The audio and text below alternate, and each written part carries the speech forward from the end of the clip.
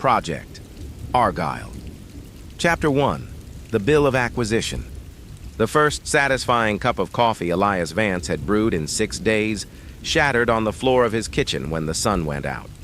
Not gradually, the way a cloud drifts across it on a Tuesday afternoon, but all at once, like somebody had flicked a switch. One moment, late morning light was pouring through his apartment window in Alexandria, Virginia, illuminating the stack of pre-trial depositions on his counter. The next, the glass went dark. The temperature dropped 3 degrees in the span of a breath, and every car alarm on his block started screaming in unison. Vance stood there, holding the handle of a mug that no longer existed, coffee pooling around his bare feet, and stared at a sky that had been replaced by a ceiling. It was flat, it was gray, and it stretched from horizon to horizon without a single visible seam. He did what any rational man holding a broken mug handle during an apparent eclipse would do. He turned on the television. Every channel was the same. Aerial footage from 100 different angles, all showing the same impossible object. The newsrooms hadn't even settled on a name yet. Some anchors were calling it a vessel. Others were calling it a structure. One breathless correspondent on the BBC kept calling it a geometric anomaly, which Vance thought was the most honest description of the lot, because the thing hanging above the planet did not look like a spaceship. It looked like a building, a brutalist, windowless, impossibly vast government building that someone had pried off its foundation and hung in low orbit like a fluorescent-lit chandelier. It was white, or close to white, the sterile non-color of a hospital corridor, and its surface was covered in repeating modular panels that gave it the unmistakable aesthetic of a filing cabinet the size of Connecticut. No visible engines, no visible weapons, no running lights, no portholes, no signage. Just panel after panel after panel, arranged with the kind of joyless geometric precision that made Vance's teeth itch, because he recognized that precision. He'd seen it before in the lobbies of every federal regulatory building he'd ever sued. The crawl at the bottom of CNN read, "Unidentified structure assumes geostationary orbit above New York City. President to address nation at noon. All commercial air traffic grounded." Vance poured himself a second cup of coffee over the ceramic shards of the first and sat down on his couch. He did not call anyone. He did not panic. He watched the coverage with the same flat, metabolic calm he brought to quarterly earnings reports, because panic was an emotion for people who hadn't spent 20 years reading fine print for a living, and whatever that thing was, it was behaving with the procedural patience of an entity that had filed the correct paperwork before showing up. 12 time zones away and 41 floors above the East River, the United Nations General Assembly had devolved into the kind of organized chaos that only a room full of diplomats could produce. The emergency session had been called 90 minutes after the object, now being referred to in official communications as the structure, settled into its fixed position directly above Manhattan. The shadow it cast covered the 5 boroughs and most of northern New Jersey, a penumbra so total that streetlights in Hoboken had clicked on at 10 in the morning. The structure had not moved. It had not transmitted. It had not responded to any signal on any frequency in any language. It simply sat there, silent, enormous, and profoundly administrative, while the assembled representatives of 193 sovereign nations shouted at each other in 37 languages about whose airspace it was technically violating. The Secretary General was mid-sentence, something about measured response and international cooperation that no one was listening to, when the ceiling of the General Assembly chamber began to vibrate. Not violently, not like an earthquake. It was a hum, low and mechanical, the kind of frequency you feel in your molars before you hear it in your ears. And it was descending. The shouting stopped. Every delegate in the room looked up. Through the tall glass windows on the eastern wall, they watched a single object detach from the underside of the structure and begin a slow, deliberate descent toward the building. It was small. Relative to the thing it had separated from, it was microscopic, maybe 2 meters long, matte gray, shaped like a rectangular prism with slightly beveled edges. It looked more than anything else like an oversized printer cartridge. The military cordon around the UN complex reacted exactly the way military cordons react to unidentified descending objects. Sirens, shouted orders, the sharp metallic sounds of weapons being shouldered and safeties being clicked off. 2 fighter jets that had been holding a patrol pattern over the Hudson banked hard and dropped to intercept altitude. A Secret Service detail rushed the Secretary General toward the emergency exit. None of it mattered. The drone, because that is what it was, a drone, though the word felt obscenely inadequate, passed through the combined radar, infrared, and electronic countermeasure envelope of every military asset within a 100-mile radius without so much as flickering. It didn't jam anything. It didn't evade anything. It simply did not register as a threat on any system designed to detect threats, because, as the world would learn in the next 4 minutes, it wasn't one. The drone entered the General Assembly chamber through the eastern window. It did not break the glass. The glass was there, and then the glass was not there, replaced by a perfectly rectangular opening, the exact dimensions of the drone's profile, the edges fused smooth as if the pane had simply agreed to step aside. The drone floated to the center of the room, 6 feet above the curved wooden desk of the Secretary General, and stopped. The hum stopped with it.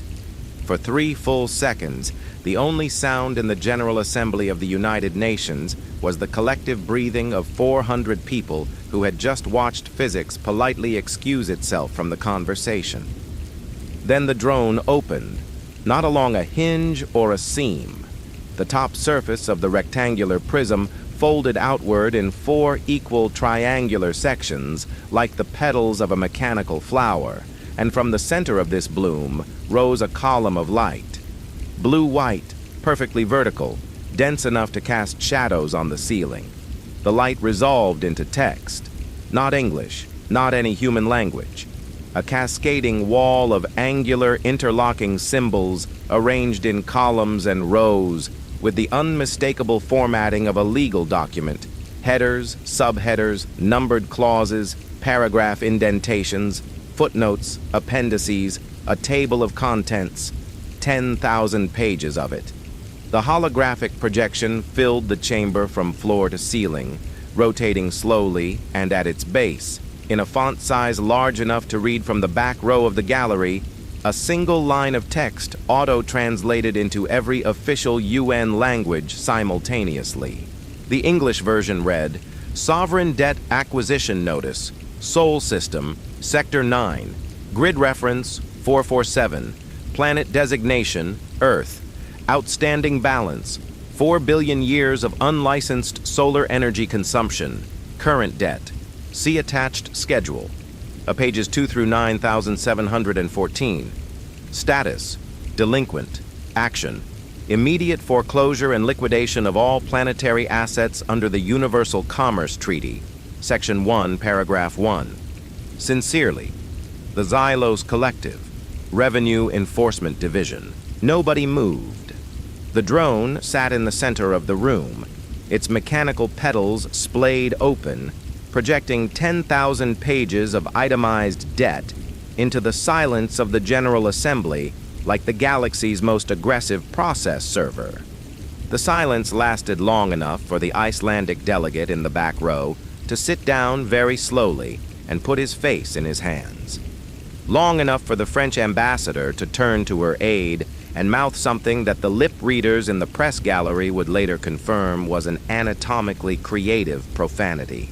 Long enough for the real-time debt ticker at the base of the projection to compound twice, each tick adding another 12 zeros to a balance that already looked less like a number and more like a phone number for God.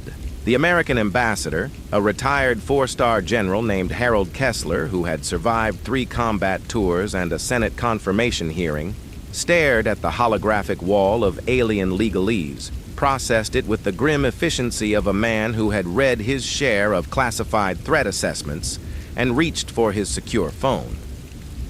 His aide, a young Navy lieutenant named Doyle, who had been standing at parade rest behind the ambassador's chair for 2 hours without blinking, leaned in.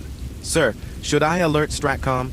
So, Kessler didn't look away from the projection. His eyes were tracking the debt ticker. "Lieutenant, does that look like a weapons system to you?" Doyle stared at the hologram. 10,000 pages of subclauses, amortization schedules, and penalty structures, all rotating with the calm, institutional patience of a document that knew it was legally enforceable. "No, sir." "No," Kessler said. "It does not." He pressed the phone to his ear. "Get me the Secretary of Defense and the Secretary of the Treasury, and tell Treasury to bring a calculator, because the one at NORAD doesn't have enough digits." Doyle was still staring at the ticker. The number had just rolled past a figure large enough to buy the entire terrestrial gold supply 4 times over, and it was accelerating. "Sir, are they billing us?" Kessler set his jaw.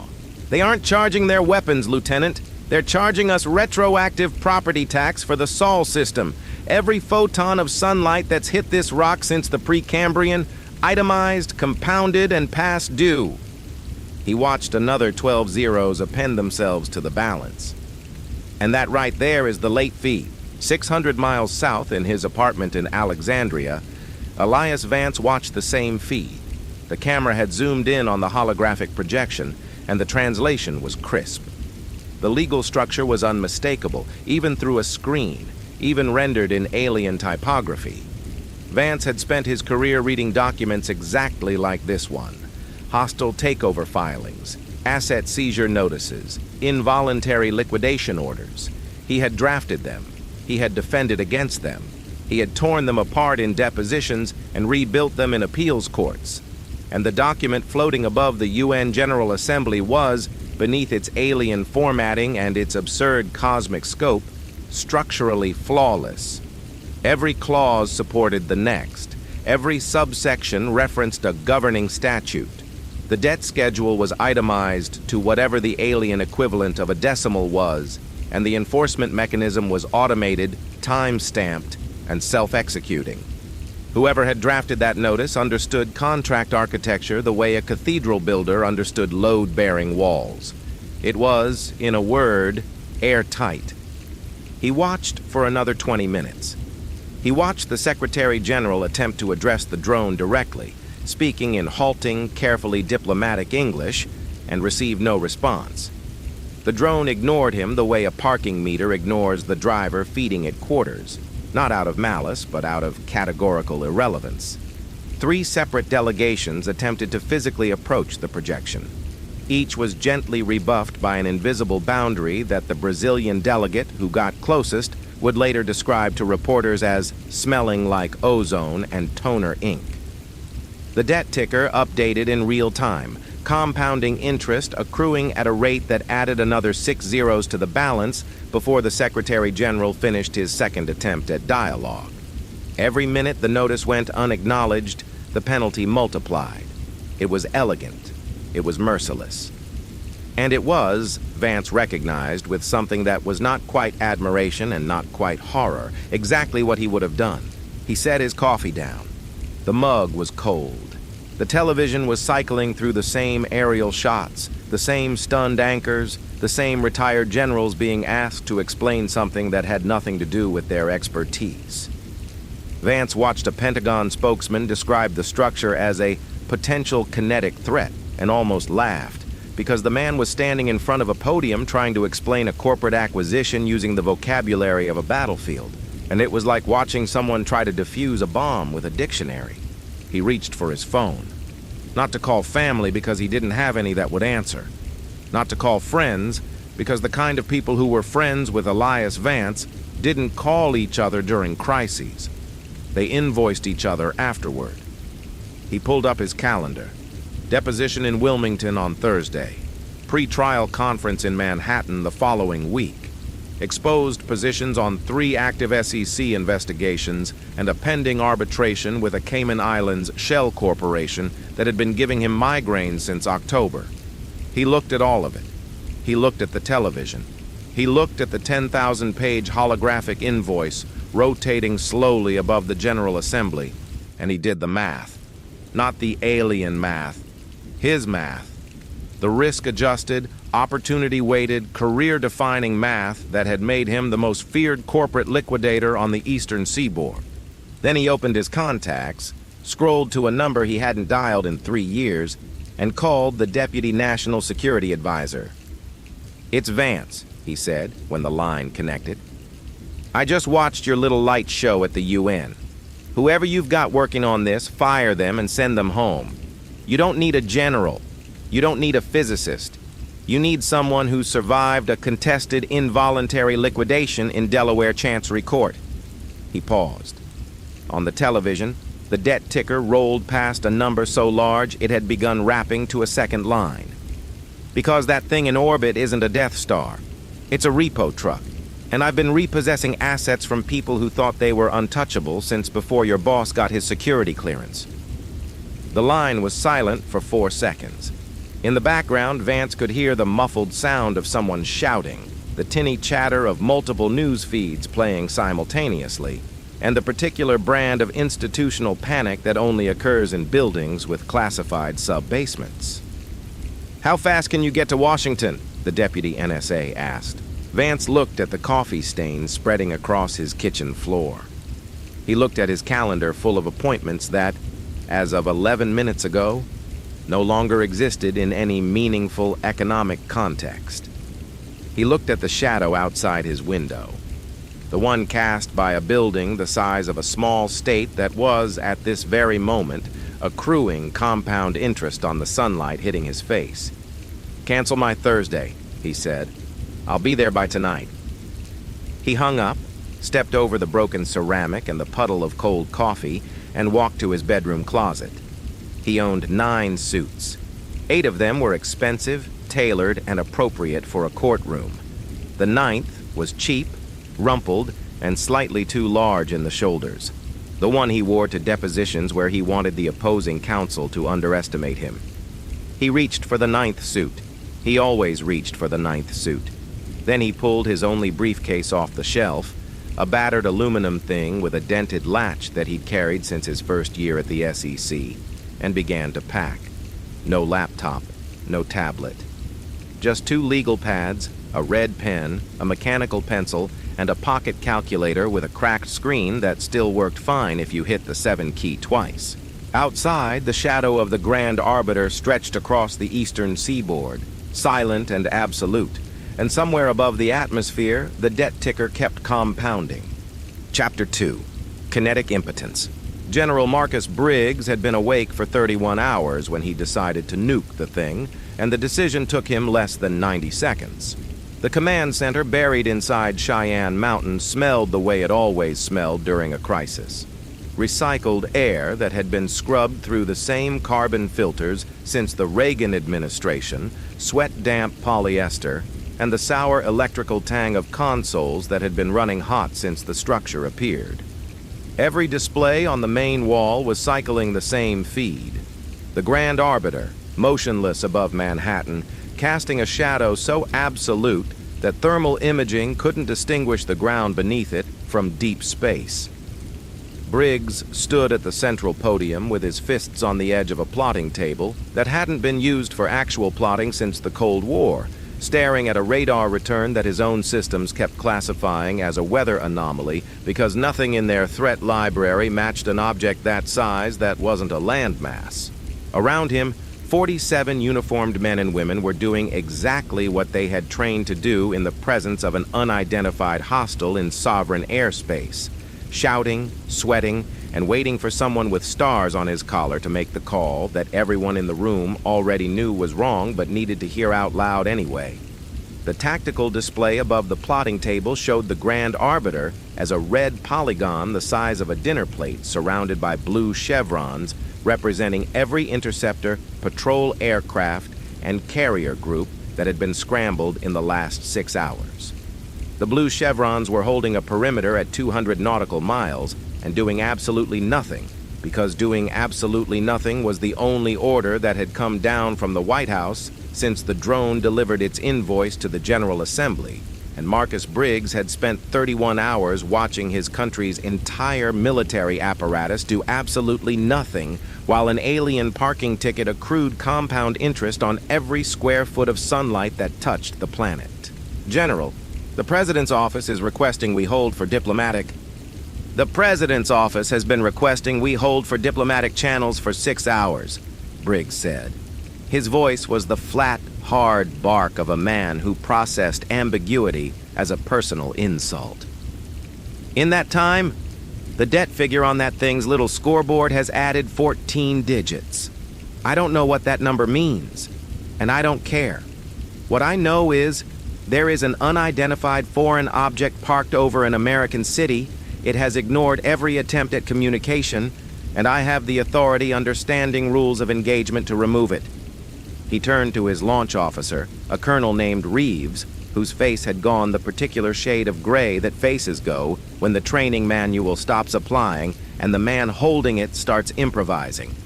Spin up Minuteman Battery 7, 4 birds, polar trajectory to avoid population corridors.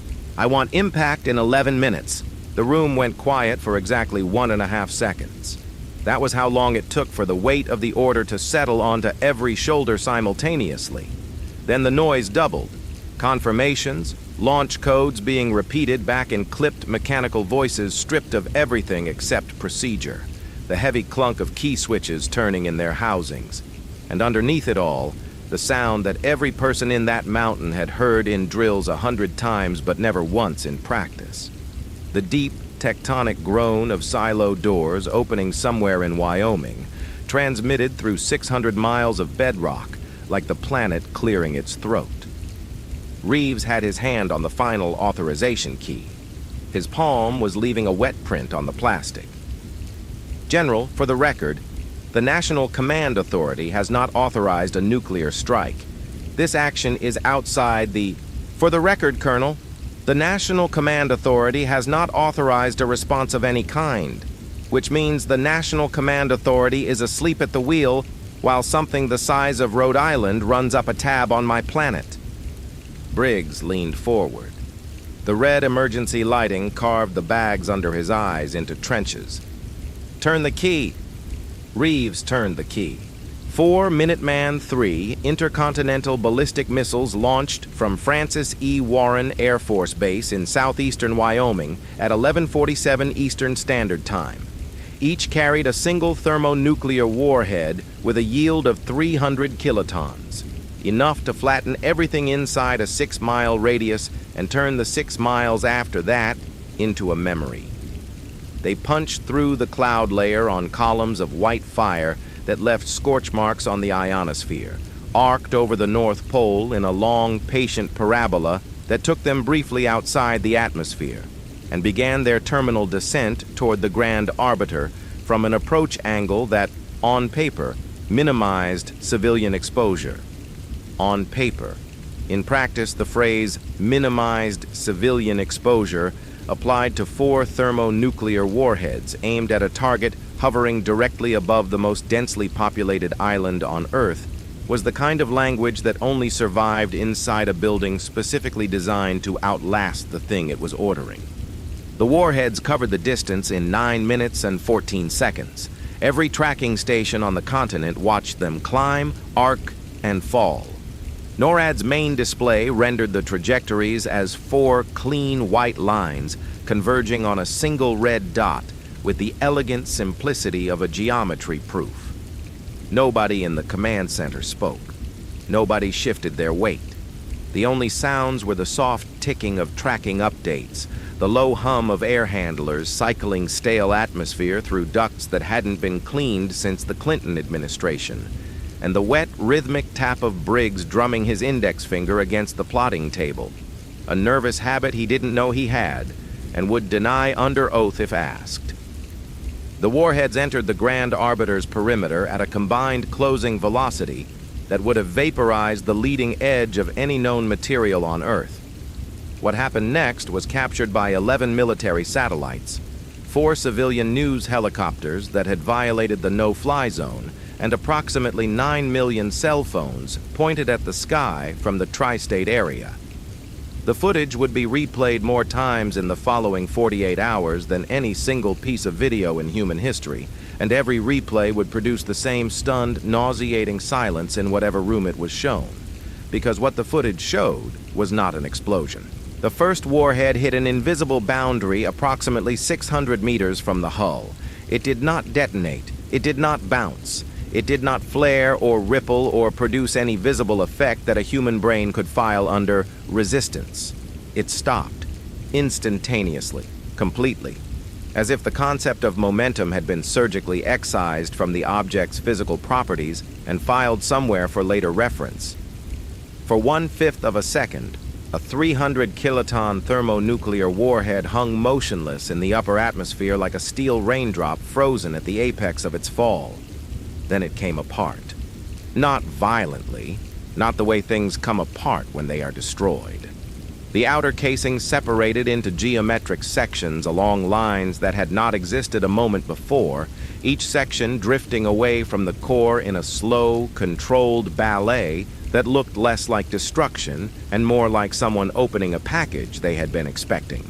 The physics package, the fissile core, the radiation case, the beryllium reflector, the conventional explosives designed to trigger the chain reaction, all of it was extracted, separated, and sorted into its constituent elements with the calm, categorical efficiency of a machine that had performed this exact operation 10,000 times before, and found it no more remarkable than sorting mail. Within 4 seconds, the warhead that had been engineered to incinerate a city was a neatly organized constellation of refined plutonium cubes, machined beryllium plates, and sorted high-explosive compounds, all floating in a precise geometric array 600 meters from a ship that had not so much as flickered.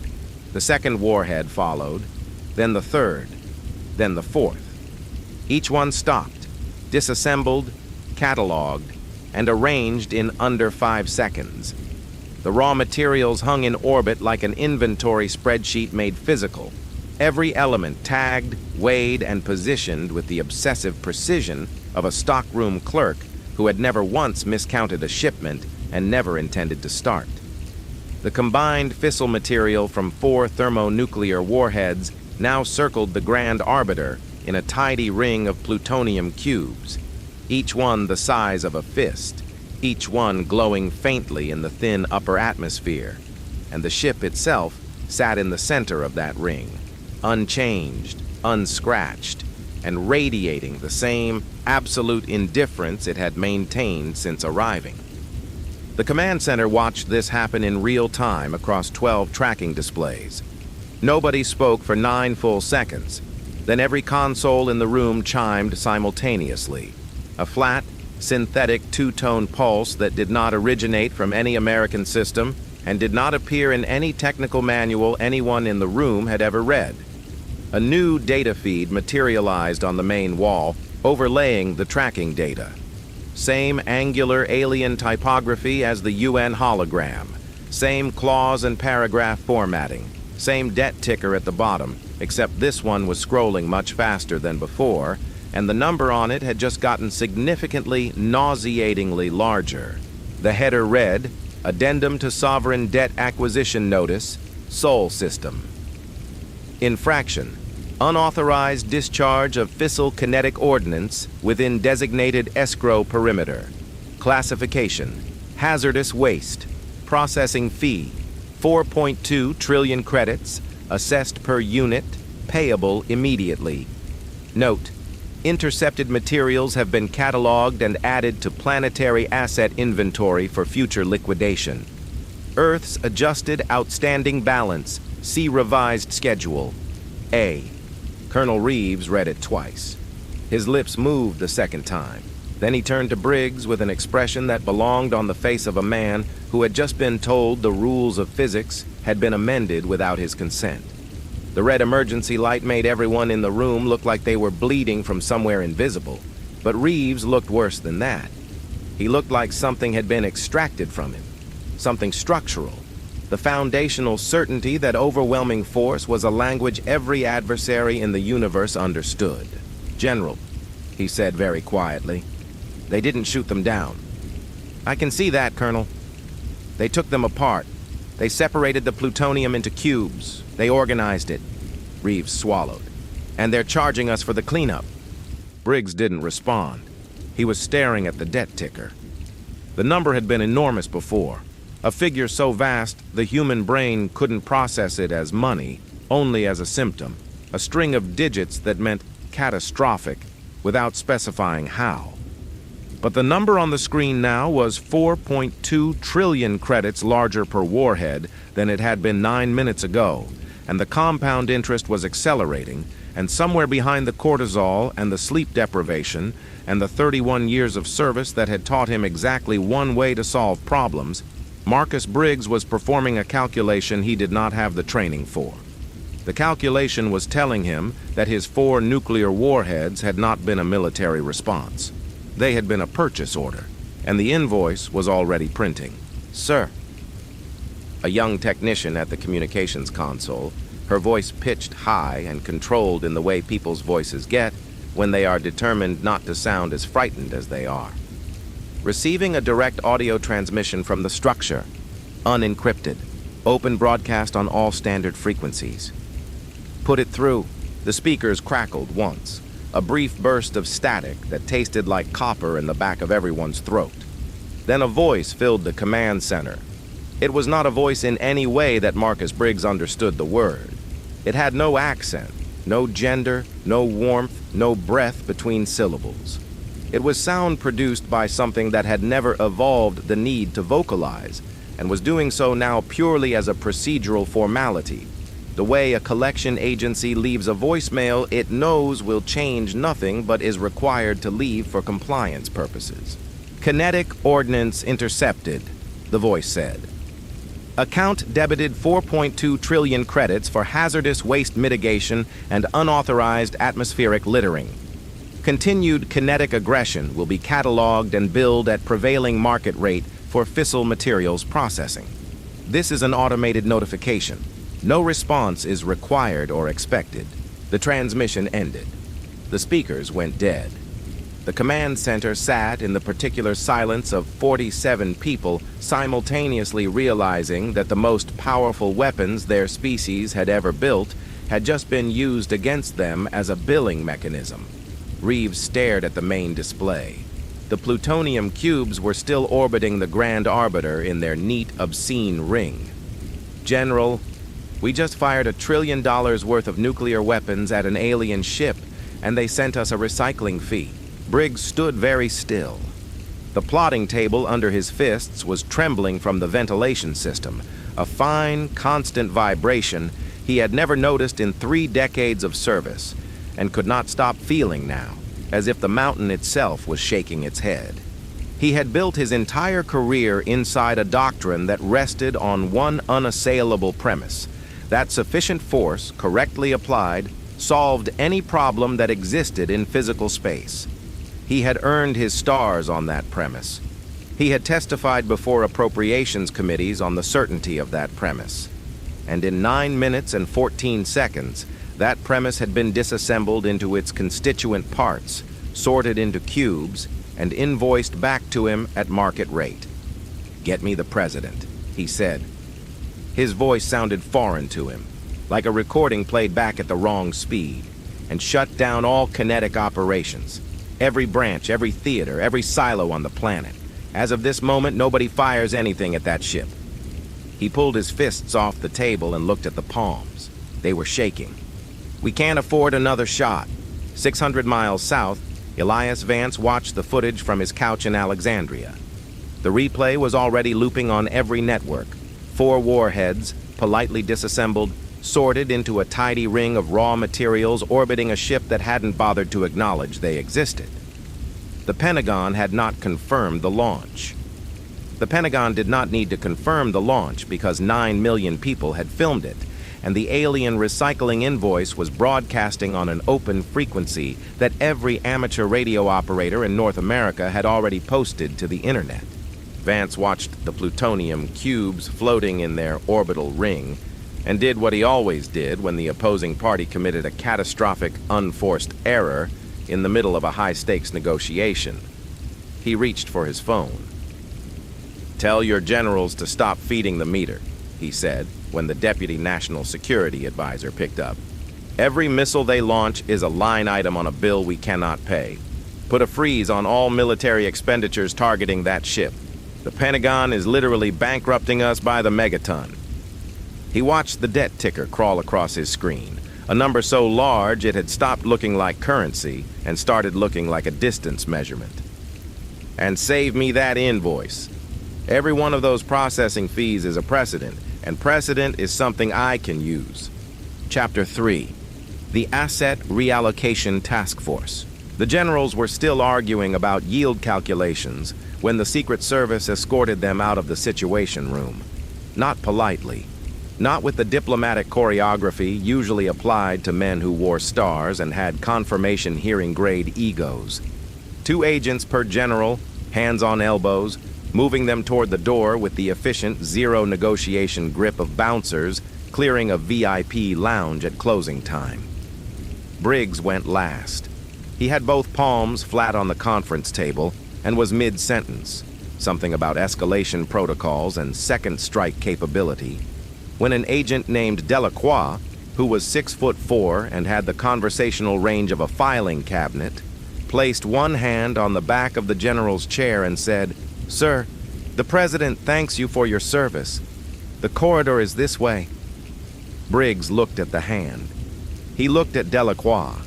He looked at the President's Chief of Staff, who was standing by the door with a face that communicated, in the universal language of senior bureaucrats, that this decision had been made above everyone's pay grade, including his own, and that further discussion would be billed at the overtime rate. Briggs stood up, buttoned his jacket with the precise, furious motions of a man being fired in front of his subordinates, and walked out without another word.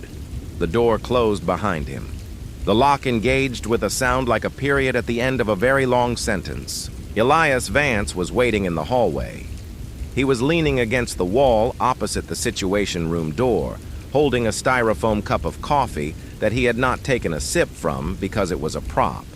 The kind of casual, disarming accessory he carried into rooms where he wanted people to underestimate the speed at which he was evaluating them. His suit was the cheap one. The briefcase was at his feet. He watched Briggs emerge flanked by Secret Service and noted, with the clinical detachment of a man who had watched a lot of people get walked out of buildings, that the general's hands were shaking. Not from fear, from the specific tremor that afflicts people who have spent their entire careers holding a single tool and have just been told that the tool no longer works and will not be replaced. "General," Vance said as Briggs passed. Briggs stopped.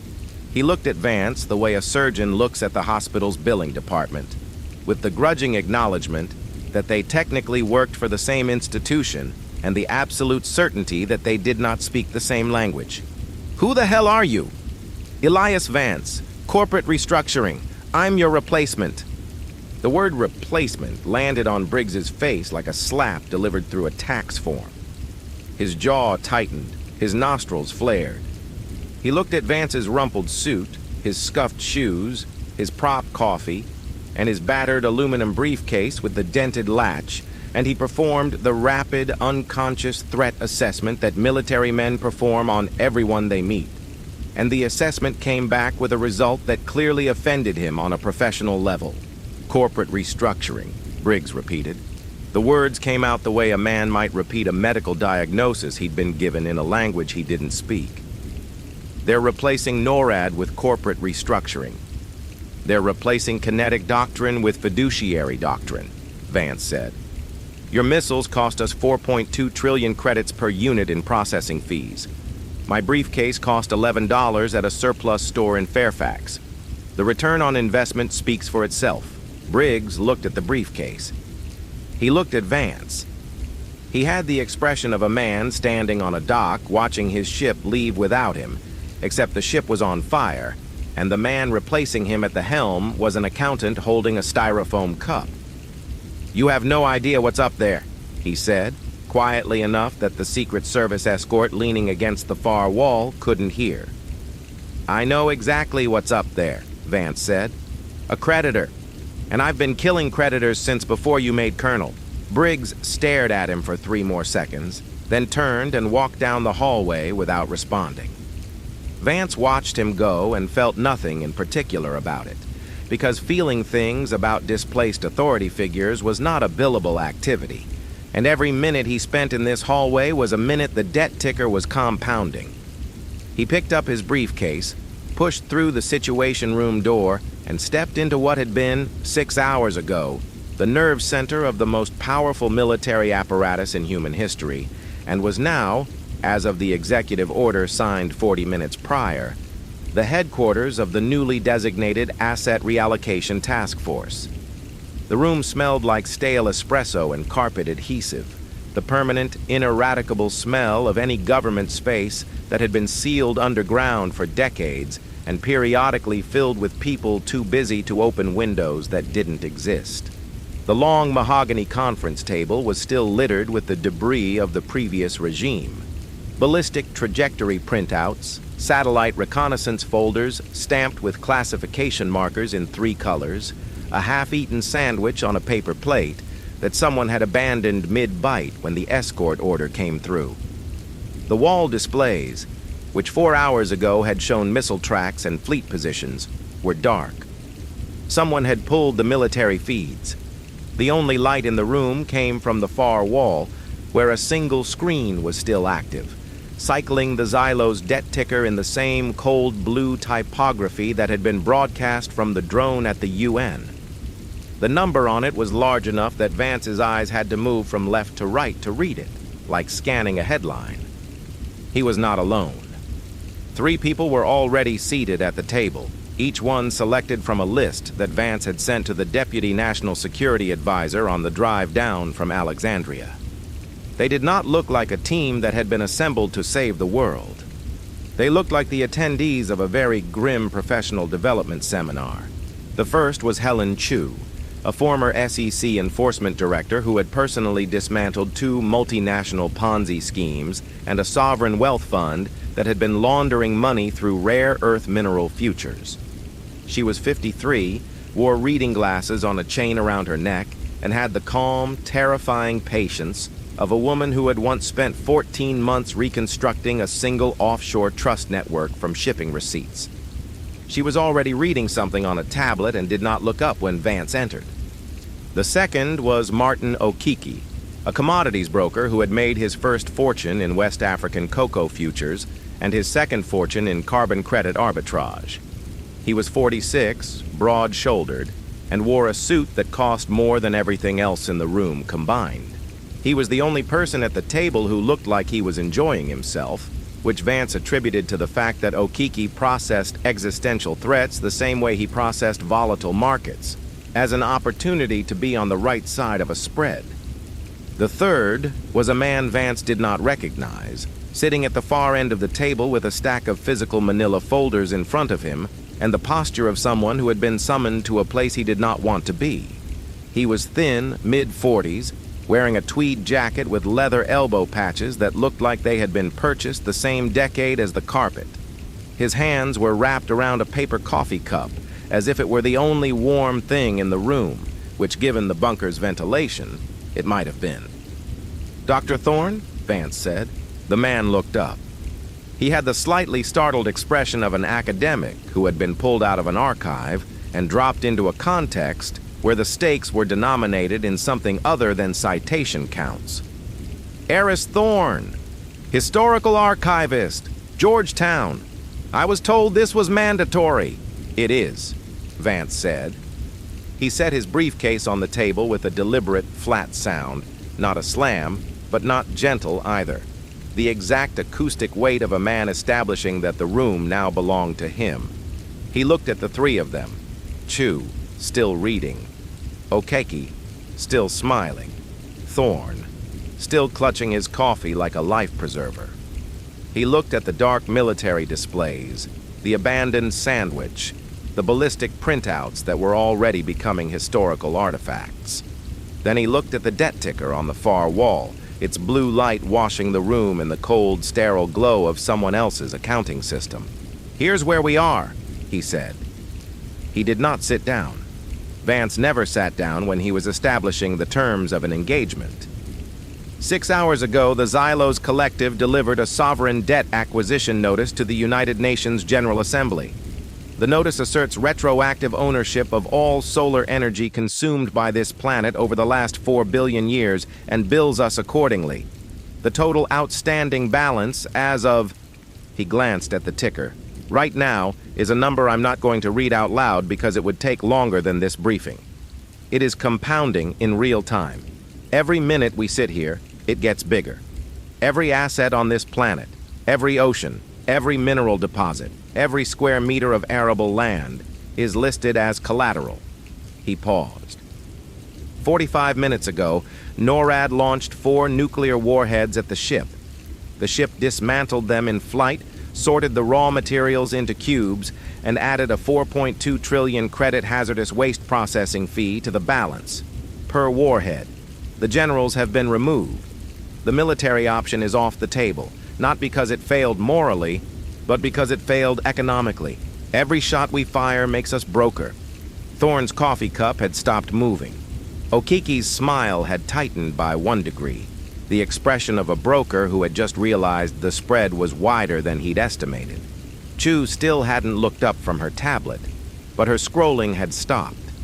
I need every person in this room to understand one thing, Vance continued. His voice did not rise. It never rose. He let the math do the raising. That ship up there is not a Death Star. Stop thinking of it as a weapon. It's a repo truck. It is here to repossess this planet using the same legal instrument that every bank, every collections agency, and every corporate liquidator on Earth uses to seize assets from people who can't pay their bills. It is operating under a binding contract, the Universal Commerce Treaty.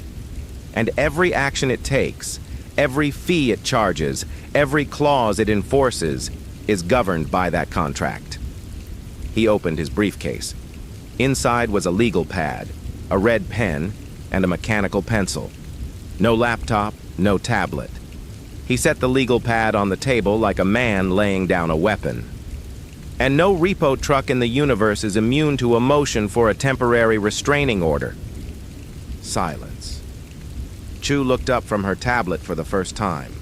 Her expression was the one she wore in depositions. Blank, evaluative, waiting for the witness to say the thing that would either save or hang them. "You're proposing we litigate," she said. It was not a question. "I'm proposing we do what every defendant does when they're served with an involuntary liquidation notice they can't outrun and can't outgun. We read the contract, all 10,000 pages, every subclause, every definition, every procedural requirement, every enforcement mechanism, and every exception. And then we find the clause that whoever drafted this thing didn't think anyone would ever bother reading. Because in my experience, Helen, there is always a clause. Some bright, arrogant drafter 1,000 years ago wrote an exception they thought would never apply, buried it in a footnote, and forgot about it." He tapped the legal pad with the mechanical pencil. "They used a contract to take this planet. We are going to use the same contract to take it back." 𝐬𝐭𝐨𝐫𝐞 leaned forward. The overhead light caught the face of his watch, which was worth more than a mid-range sedan. "And if there isn't a clause, if the contract's clean..." "There's no such thing as a clean contract," Vance said. "There are only contracts that haven't been audited by someone sufficiently motivated. And I promise you, Martin, no one in this room has ever been more motivated than they are right now." He looked at the ticker. It had added another 8 digits in the time he'd been talking. "Dr. Thorne, you're here because I need someone who understands why humans do irrational things and can explain it using exact dates. Chu, you're here because I need someone who can reverse engineer a financial instrument from a single paragraph of legalese. 𝐬𝐭𝐨𝐫𝐞, you're here because when we find the vulnerability in their system, I'm going to need someone who knows how to exploit a market dislocation before the other side can react." He clicked the mechanical pencil. "First order of business. I need the full text of the Universal Commerce Treaty translated into English. Every page, every footnote, every appendix. I don't care if it takes 100 supercomputers and 1,000 translators. I want it on this table in 72 hours. Thorne raised his hand, then seemed to realize that raising his hand was a classroom instinct that did not apply here and lowered it. That document is 10,000 pages of alien legal code. The translation alone is the only thing standing between this planet and a foreclosure auction, Vance finished. So I'd start now. He sat down for the first time, pulled the legal pad toward him, and uncapped the red pen. The cap made a small, sharp sound that was louder than it had any right to be. The kind of sound that, in a room full of people who had spent their careers listening to tones of voice for survival cues, communicated exactly one thing. The meeting was not a discussion. It was a deployment order. On the far wall, the debt ticker rolled forward. The blue light pulsed. Somewhere above the atmosphere, the Grand Arbiter sat in its fixed position above Manhattan, silent and patient, and absolutely certain that the numbers were on its side, the way every creditor in history had been certain right up until the moment they discovered that the debtor had read the contract more carefully than they had. And in a bunker underneath the White House, surrounded by the abandoned maps and dead satellites of a military doctrine that had been obsolete for exactly 9 hours, a man in a cheap suit with a battered briefcase and a red pen opened a legal pad to the first blank page and wrote a single word in sharp, angular capitals. The word was counterclaim. Chapter 4, the scarcity exemption. Dr. Aris Thorne had not left the bunker in 72 hours, and the bunker was beginning to resemble the inside of his office at Georgetown, which was not a compliment. Every horizontal surface in the Situation Room was covered in paper, not the classified military printouts that had been here when the generals vacated, but a new geological stratum of output that Thorne's team had been generating around the clock since Vance gave the order to translate the Universal Commerce Treaty. Stacks of physical printouts, 3-hole punched and color-coded by section, covered the conference table in uneven columns that leaned against each other like drunks at a bus stop. Legal pads, filled front and back with Thorne's small, frantic handwriting, were scattered across chairs, wedged between monitor stands, and in one case, taped to the wall above a dry erase board that had been wiped and rewritten so many times the surface had gone permanently gray. The remains of meals nobody remembered ordering littered the gaps between the paper, pizza boxes with cold curling slices still inside, granola bar wrappers twisted into nervous origami, and a forest of paper coffee cups in various stages of abandonment, some with green mold colonizing the residue at the bottom, like tiny ambitious civilizations building toward their own extinction. The carpet, which had been government-issue beige when the week started, was now textured with crumbs, pen caps, and the faint gray dust of dry erase marker residue that had settled over everything like volcanic ash from an eruption of frustrated scholarship. The room smelled like stale pepperoni, evaporated espresso, and the particular variety of human desperation that occurs when intelligent people have been awake too long and are no longer certain whether they are making progress or merely rearranging their confusion into neater piles. Thorne was standing in front of the main wall display, which was projecting a section of the UCT in its original Xylos typography, angular, interlocking, and deeply hostile to the human eye. The characters didn't flow the way human text flowed. They tessellated, locking together like the tiles of a mosaic where every tile was also a footnote, and the footnotes referenced other footnotes in a recursive structure that Thorne had started calling legal fractals on the second day, when he still had the energy for metaphors. He was holding a red dry erase marker in one hand and a printout in the other, and he was muttering. He had been muttering for approximately 6 hours. The muttering was not a sign of deterioration. It was how Aris Thorne processed information. He talked to documents the way some people talk to pets, not expecting a response, but finding the sound of his own voice a useful anchor against the gravity of silence and the vertigo of trying to parse alien contract law using a doctorate in human history. Section 3, paragraph 12, refers back to the definitions table in Appendix J, which references the valuation matrix in Section 1, which assumes a linear progression of no, no. He crossed something out on the printout, wrote something above it, crossed that out too. It assumes a closed system, a closed valuation system. Every asset has a material composition and a utility function, and the two together produce a credit value. That's it. That's the entire economic model. Material plus utility equals value. He underlined the word utility 3 times and circled it. No variable for context. No variable for history. No variable for meaning. It's a calculator. It's a giant galaxy-spanning calculator, and nobody ever asked it to count something it couldn't weigh. Behind him, Vance was sitting at the far end of the conference table, reading. He had been reading for 3 days, not on a screen, on paper.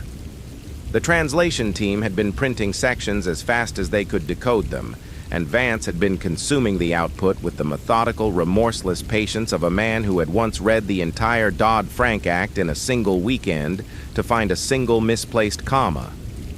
He had a red pen in his hand and a system of marginal notations that only he understood.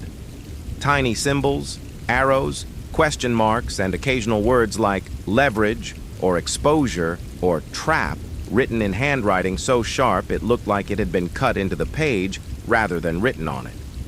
He did not look up when Thorne muttered. He had stopped looking up at Thorne's muttering on day 1. The material valuation is airtight, Vance said, without raising his eyes from the page.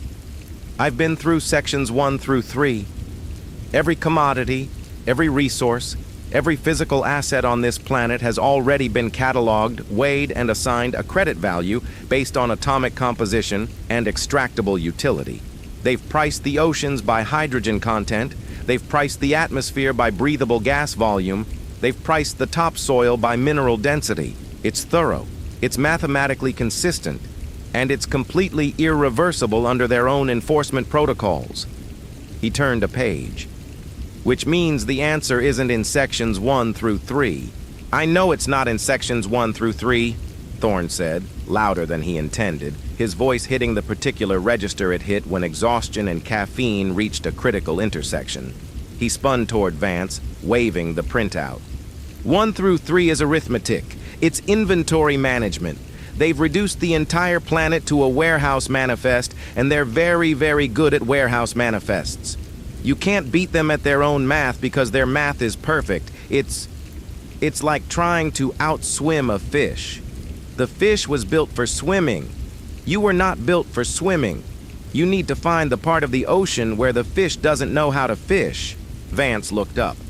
The faintest flicker of something. Not amusement exactly, but the recognition that Thorne had just said something useful inside a metaphor that needed work. Then stop reading the math and start reading the exceptions. Thorne stared at him. Then he turned back to the wall display and began scrolling. Not through the main clauses, through the appendices, the footnotes, the sub-regulatory framework that existed beneath the primary treaty text, like the root system beneath a visible tree, the procedural undergrowth that governed edge cases and exceptions, and the kind of situations that drafters included because they were legally required to account for every possibility, no matter how remote.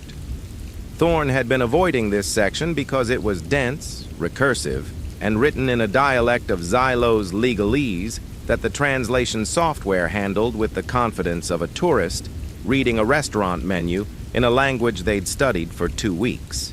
But Vance was right. The answer wasn't in the architecture. It was in the fine print. He found it at 4:17 in the morning on the 4th day, Section 4, Paragraph 9, the subjective cultural scarcity exemption. The paragraph was short. In a document of 10,000 pages, it occupied less than a quarter of one. The translation software rendered it in stiff, formal English that nonetheless communicated its meaning with the blunt clarity of a building code.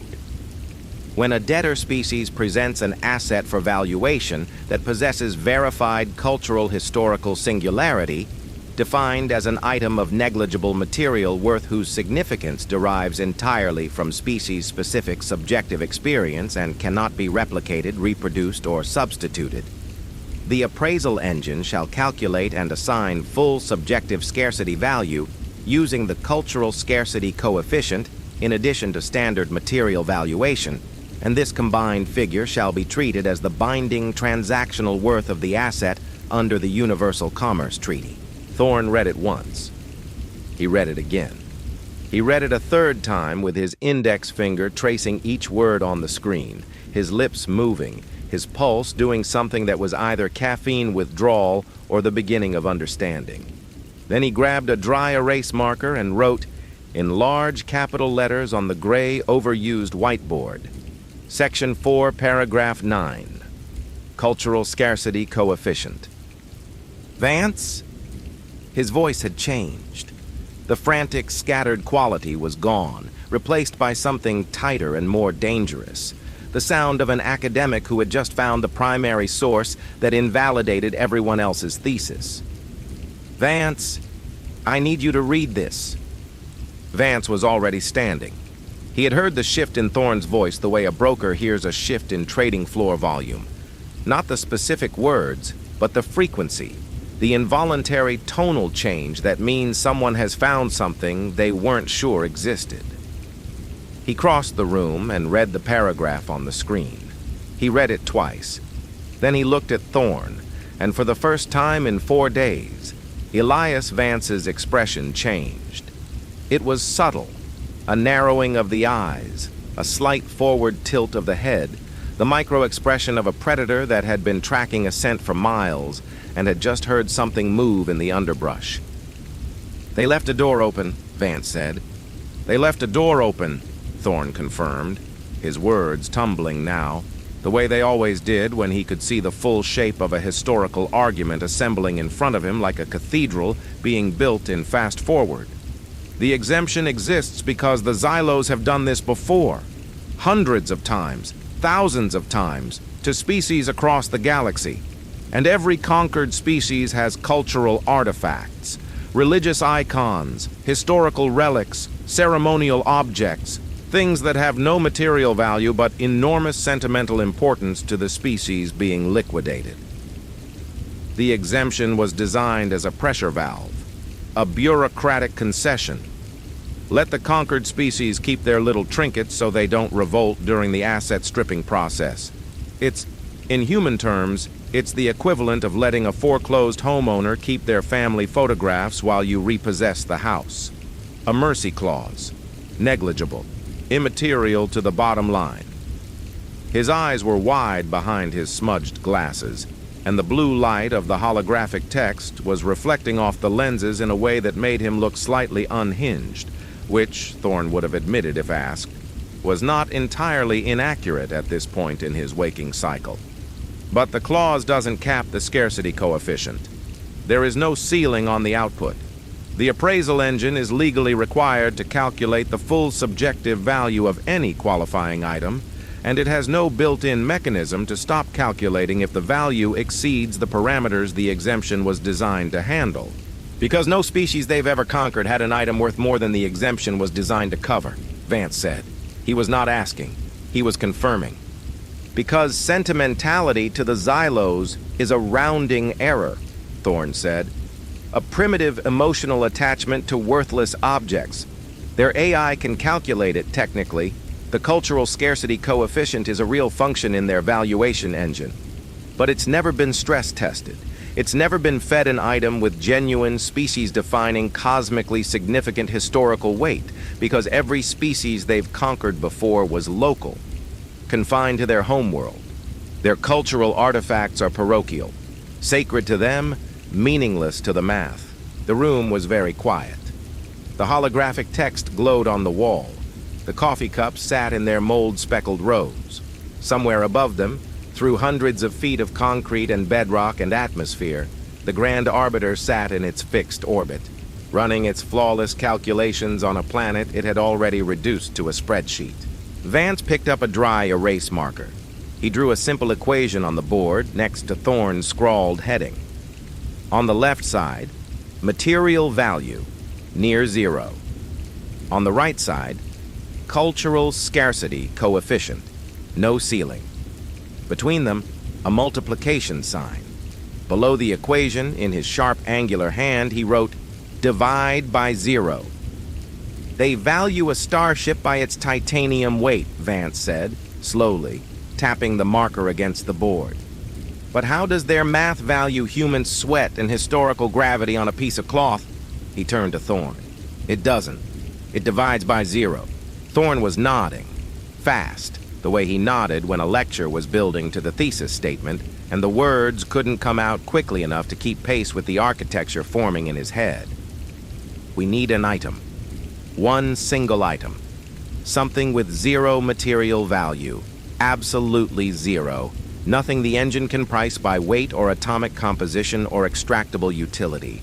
But it has to carry the maximum possible historical significance. Not nationally significant. Not the Declaration of Independence. Not the Rosetta Stone. Those are parochial. Those are local. Not even globally significant. It has to be the single most concentrated expression of the human species stepping beyond its own planet for the first time. The exact moment we stopped being a confined, homeworld-bound species and became, in the Xylos' own taxonomic framework, an interstellar-relevant civilization. That's the threshold. That's where their coefficient has never been tested. An item that turns their rounding error into an overflow, Vance said. An item that makes their calculator divide by 0, Thorne said. And we don't need a weapon to do it. We don't need gold or uranium or anything they can weigh on a scale. We need the most historically loaded, materially worthless piece of garbage on the face of the earth. Something so useless that a machine would value it at a fraction of a credit. And something so significant that the same machine, when it tries to calculate the human meaning attached to it, will never stop counting. The dry erase marker squeaked against the board as Vance circled the equation one final time. The sound cut through the stale air of the bunker like a scalpel, high and thin and permanent. He capped the marker. He looked at Thorne. The academic looked like he hadn't slept in 4 days, which he hadn't. His tweed jacket had a coffee stain on the left elbow. His glasses were smudged. His hands were shaking. Not from fear, but from the particular biochemical cocktail of exhaustion, caffeine, and the realization that he had just found the one paragraph in 10,000 pages that might prevent the foreclosure of the human species. Start looking, Vance said. I want a list of every materially worthless, historically singular artifact on this planet on my desk by end of day. Every museum, every archive, every classified collection. And Dr. Thorne, when we find the right one, it needs to be something so absurd, so profoundly useless in material terms, that the Xylos won't take it seriously until it's already inside their machine and the numbers are past the point of no return. Thorne pulled off his smudged glasses and cleaned them on his coffee-stained sleeve, which did not improve them. His hands had stopped shaking. Something had replaced the tremor. A stillness, a focus. The particular calm that settles over a scholar who has been drowning in data for days and has just felt his feet touch the bottom. I may already have an idea, he said. July 20th, 1969. There's a classified NASA contingency manifest that was never made public. I need access to it tonight. Vance didn't blink. Get it.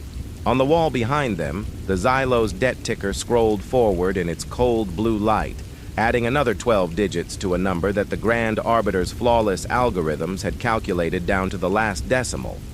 Every ocean weighed, every mineral cataloged, every photon of borrowed sunlight accounted for. Thorough, airtight, perfect. And somewhere in the fine print of its own perfection, a single paragraph that nobody had ever bothered to stress test was about to become the most expensive rounding error in the history of the galaxy. Chapter 5. The Algorithmic Dissection.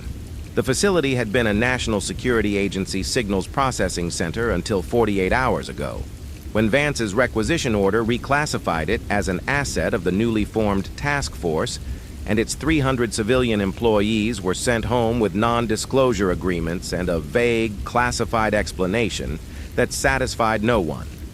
It sat in a concrete depression off the Baltimore-Washington Parkway, surrounded by a fence topped with razor wire and the kind of institutional landscaping that communicated, in the universal language of government architecture that nothing interesting happened here and you should keep driving. Inside, the building was one vast, low-ceilinged room divided into rows by server racks that stretched from the polished concrete floor to a ceiling webbed with cable trays and ventilation ducts. The servers were still running. Their fans produced a continuous, white noise roar that lived in the bones rather than the ears, a vibration that climbed through the rubber soles of Thorne's shoes and settled into his teeth like a low-grade electrical current. The air was 10 degrees colder than the parking lot outside, chilled by industrial cooling units that fought a losing war against the thermal output of 900 processing cores running at full capacity, and the whole space smelled of warm dust and overheated silicon. The particular scorched, clean odor of machines thinking harder than they were designed to think. Thorne stood at a workstation near the center of the facility, surrounded by a horseshoe of monitors that displayed the guts of the Xylos valuation engine, or rather the best approximation of it that Earth's combined computational resources could produce. The simulation had taken 2 days to build. The translation team had extracted enough of the UCT's mathematical framework to reverse engineer the core logic of the appraisal engine, the input parameters, the weighting functions, the recursive cross-referencing architecture that allowed the machine to assign a numerical credit value to any physical object in the known universe based on its atomic composition, its extractable utility, and its replicability index. The simulation wasn't perfect. Thorne estimated it was operating at roughly 70% fidelity to the actual alien system, which meant the numbers it produced were directionally correct even if the decimals were wrong. For what they needed, a proof of concept, not a decimal, 70% was enough. Vance stood behind Thorne's chair with his arms folded and his expression set to the particular frequency of controlled impatience that meant he was waiting for results and considered every second without them a depreciating asset. Beside him, one of the facility's repurposed technicians, a young woman named Priya, whose NSA badge still hung from her lanyard because no one had told her to remove it, was feeding data into the simulation with the rapid, mechanical keystrokes of someone who had spent years typing classified material and had developed the ability to dissociate her fingers from the content they were producing. "First test," Thorne said. He pulled up a file on the central monitor. The Mona Lisa, oil on poplar panel, painted by Leonardo da Vinci between 1503 and 1519. Arguably the most famous work of art in human history. Insured value. Well, it's not technically insured, but estimated market value is in the range of $800 million to $1 billion. "Feed it," Vance said. Priya entered the parameters: material composition, poplar wood panel, gesso primer, oil-based pigments containing lead white, ultramarine, iron oxide, and carbon black. Dimensions, mass, molecular density. The simulation processed for less than 2 seconds. The output appeared on the center screen in cold blue numerals that the team had formatted to mimic the Xylos display typography. Material value: 0.02 credits. Utility index: negligible.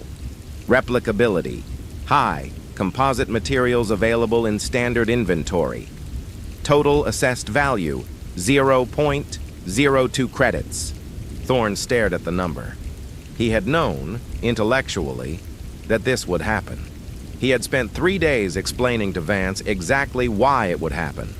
But seeing it rendered on a screen, the most celebrated painting in human civilization, the face that had launched 1,000 undergraduate art history essays, reduced to the wholesale price of its wood and paint, produced a sensation in his chest that was difficult to classify. Not surprise. Something closer to vertigo. The feeling of watching a system that did not value what you valued demonstrate with mathematical finality that your values were not a factor. 2/100ths of a credit, Vance said, for the Mona Lisa. The simulation doesn't see art, Thorne said. It sees a flat piece of wood with a thin layer of carbon-based pigment. The wood is common. The pigments are common. Everything about it is replicable except the thing that makes it matter, and the thing that makes it matter doesn't have an atomic weight. Next, Priya's fingers were already moving. The crown jewels of the United Kingdom. The collective weight of the gold, silver, platinum, diamonds, rubies, sapphires, and pearls contained in the full set of British coronation regalia, from the St. Edward's crown to the sovereign's orb to the imperial state crown with its 3,000 stones. Material composition entered, mass entered, molecular purity grades entered. The simulation chewed for 4 seconds, longer this time, more data, and produced its verdict. Material value, 14,211.6 credits. Utility index, moderate. Precious metals and crystalline carbon possess industrial applications. Replicability, high. Total assessed value, 14,211.6 credits. 14,000 credits for the crown jewels, Thorne said. Priced at raw material weight. The history of the British monarchy, the coronation of every sovereign since Charles II, the Koh-i-Noor diamond that 3 empires fought wars over. 14,000 credits, less than a used shuttle part. Vance was quiet. Not the impatient quiet of a man waiting for better data. The operational quiet of a man watching his theory confirm itself in real time and already thinking 3 moves ahead. The machine can't be beaten on material value. We knew that. Run the next tier, religious artifacts. They spent the next hour feeding the simulation everything humanity considered sacred, priceless, or irreplaceable. The Shroud of Turin, linen fibers, 0.01 credits. A fragment of the Dead Sea Scrolls, animal skin and carbon ink, 0.003 credits. The Rosetta Stone, granodiorite at bulk mineral rates, 6.4 credits. The Hope Diamond, crystalline carbon at industrial grade pricing, 87 credits.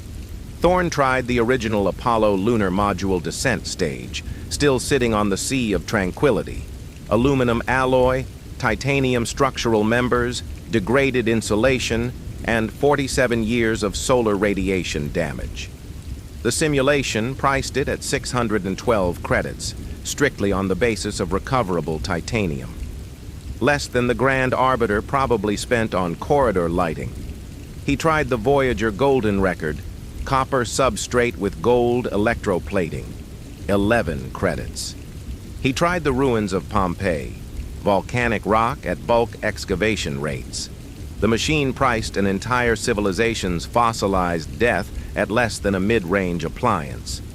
Each result landed on the screen with the same clinical finality, the same blue numerals, the same absolute indifference to the centuries of human blood, faith, and obsession that had accumulated around each object like geological strata around a fossil. The machine did not care. The machine had never been built to care.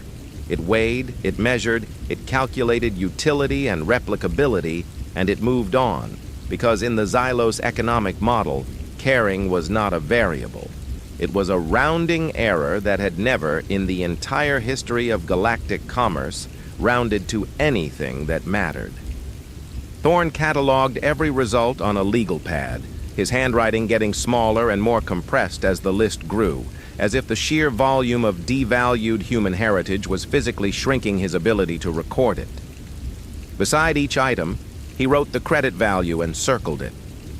The circles got angrier as the hour progressed, pressed harder into the paper, the pen leaving visible grooves that would be legible from the back of the page. This was what it looked like when an alien calculator audited your species and found it wanting. Not a military defeat. Not a moral judgment.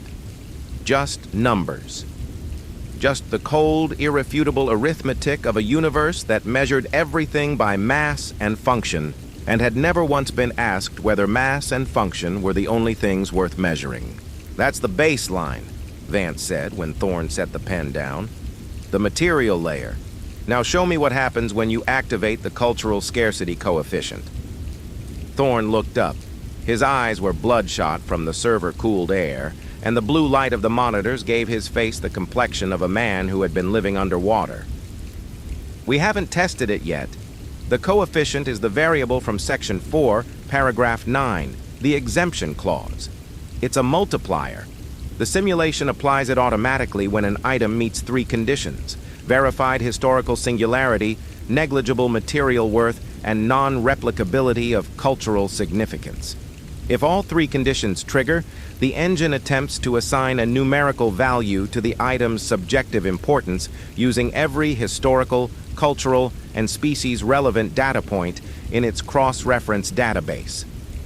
And if the subjective importance exceeds the database's processing parameters?" Thorne swallowed. "We don't know. The simulation might crash. The real engine might handle it differently. But based on the UCT's own enforcement logic, if the coefficient output exceeds the system's maximum addressable value, the engine is contractually required to assign the hard cap maximum to prevent a ledger error. It can't output unknown. It can't output error. It has to produce a number." "Then produce a number," Vance said. "Feed it a hypothetical, an item with 0 material value and maximum historical singularity. Not a real artifact. We're not ready for that yet. Just a test case, a thought experiment. Tell the machine to value something that a species considers the single most important object in its evolutionary history, and see what happens to the math." Priya looked at Thorne. Thorne looked at his legal pad full of angry circles. Then he dictated the parameters: material composition, organic fibers; mass, negligible; utility, none; replicability, impossible; item is unique, historically singular, tied to a species' first verifiable off-world event; cultural significance, maximum; subjective emotional weight, unquantifiable. Priya entered it. The simulation began processing. The progress indicator on the center monitor, which had resolved every previous test in under 5 seconds, began to climb. It hit 10%, 20, 40. The server fans, which had been maintaining their steady industrial roar since the team arrived, shifted pitch. A subtle but unmistakable increase in RPM as the processing cores pulled more power. 60%. The lights in the facility flickered once, a brief brownout that nobody would have noticed except that every person in the room was watching the screens, and the flicker coincided with the progress bar hitting 75%. The output field, which should have displayed a neat blue credit value, began to populate. The number started small. 4 digits, then 6, then 9. The digits were scrolling now, not appearing in sequence but cascading, the value climbing in exponential jumps that the display could barely render before the next calculation overwrote it. 12 digits, 15. The fan pitch climbed again. A thermal warning light on one of the server racks behind Thorne's chair blinked from green to amber. The number hit 20 digits and did not stop. It hit 30. The display ran out of horizontal space and wrapped to a second line, then a third. Priya pulled her hands off the keyboard and placed them flat on the desk, away from the keys, the instinctive gesture of someone trained to handle classified systems who had just watched one do something outside its operational envelope. "It's not converging," she said.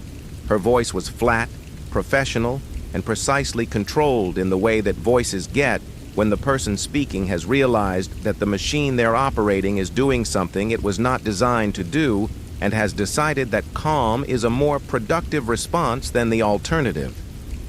The coefficient is feeding back into itself. It's trying to calculate the subjective value and using its own output as an input for the next iteration. Every pass produces a larger number, and the larger number feeds a larger calculation. It's a recursive loop. There's no termination condition. Thorne watched the number climb past 40 digits, past 50. The server rack's amber light flipped to red.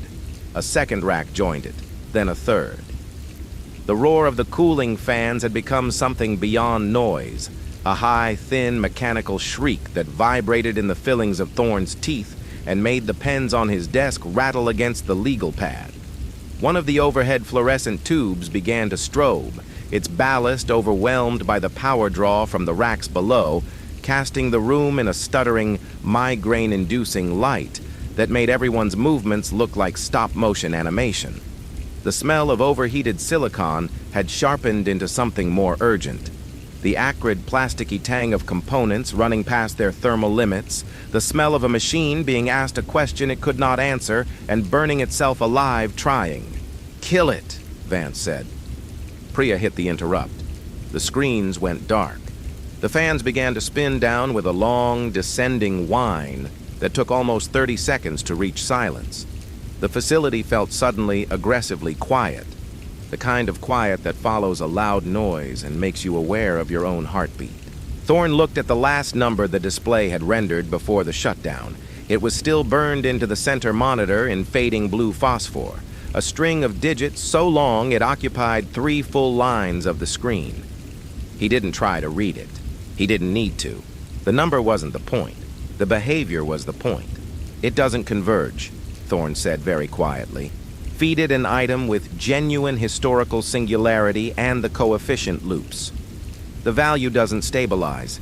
It just keeps climbing until the system hits its maximum addressable value and hard caps to prevent a crash." He turned to Vance. "And under the UCT, the hard cap value is legally binding." Vance looked at the dead screens. He looked at the red thermal warnings blinking on 3 server racks.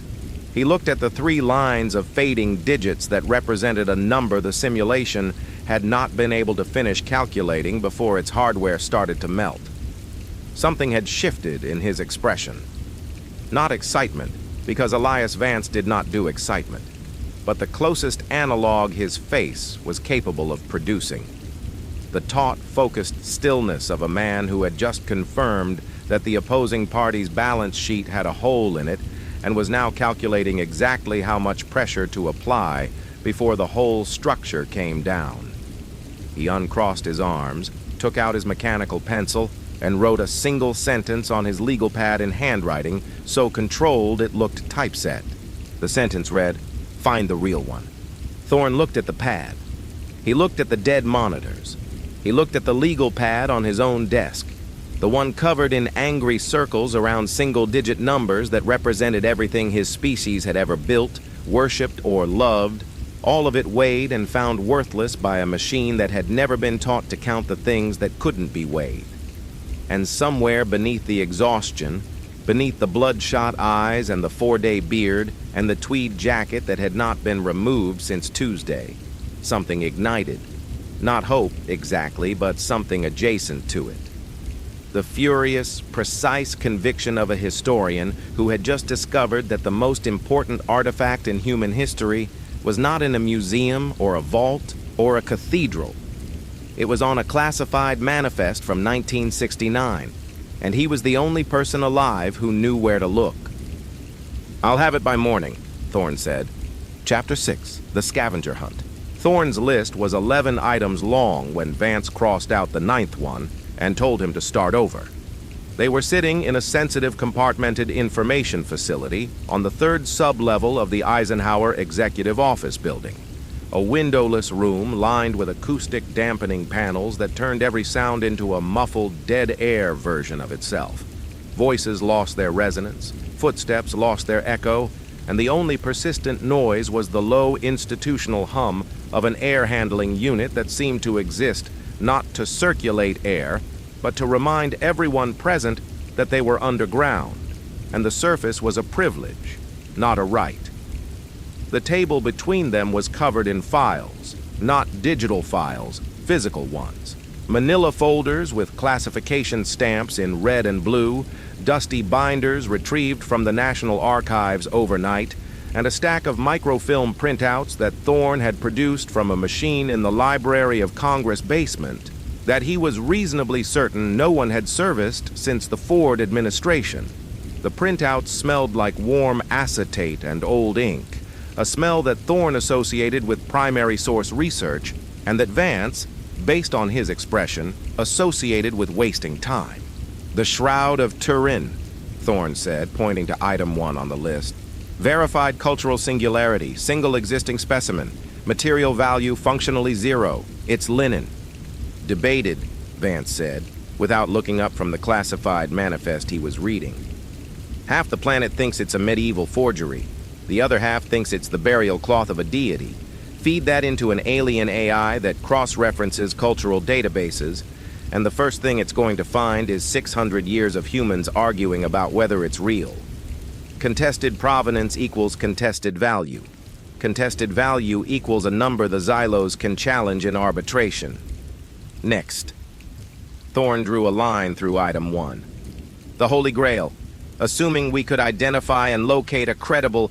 You just said assuming. If we're assuming, we've already lost. The item needs verified, unchallengeable historical provenance. Documented chain of custody.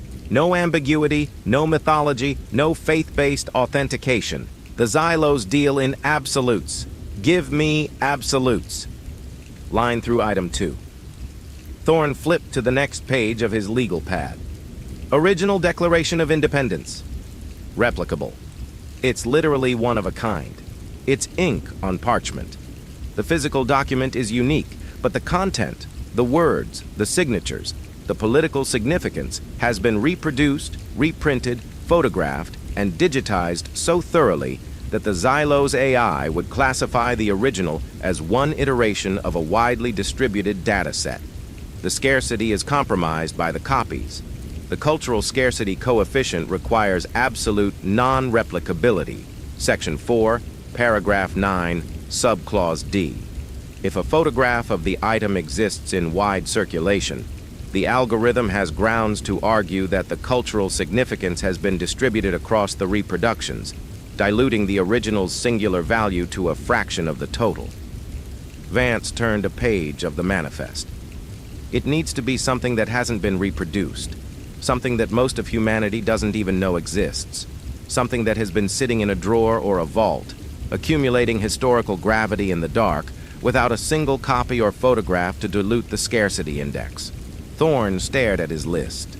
Items 4 through 8, a Gutenberg Bible, the Terracotta Army's command figure, the Antikythera mechanism, a fragment of the True Cross, and the Bayeux Tapestry. All failed the same cascading series of tests in his head before he could say them out loud. Too debated, too reproduced, too materially substantial.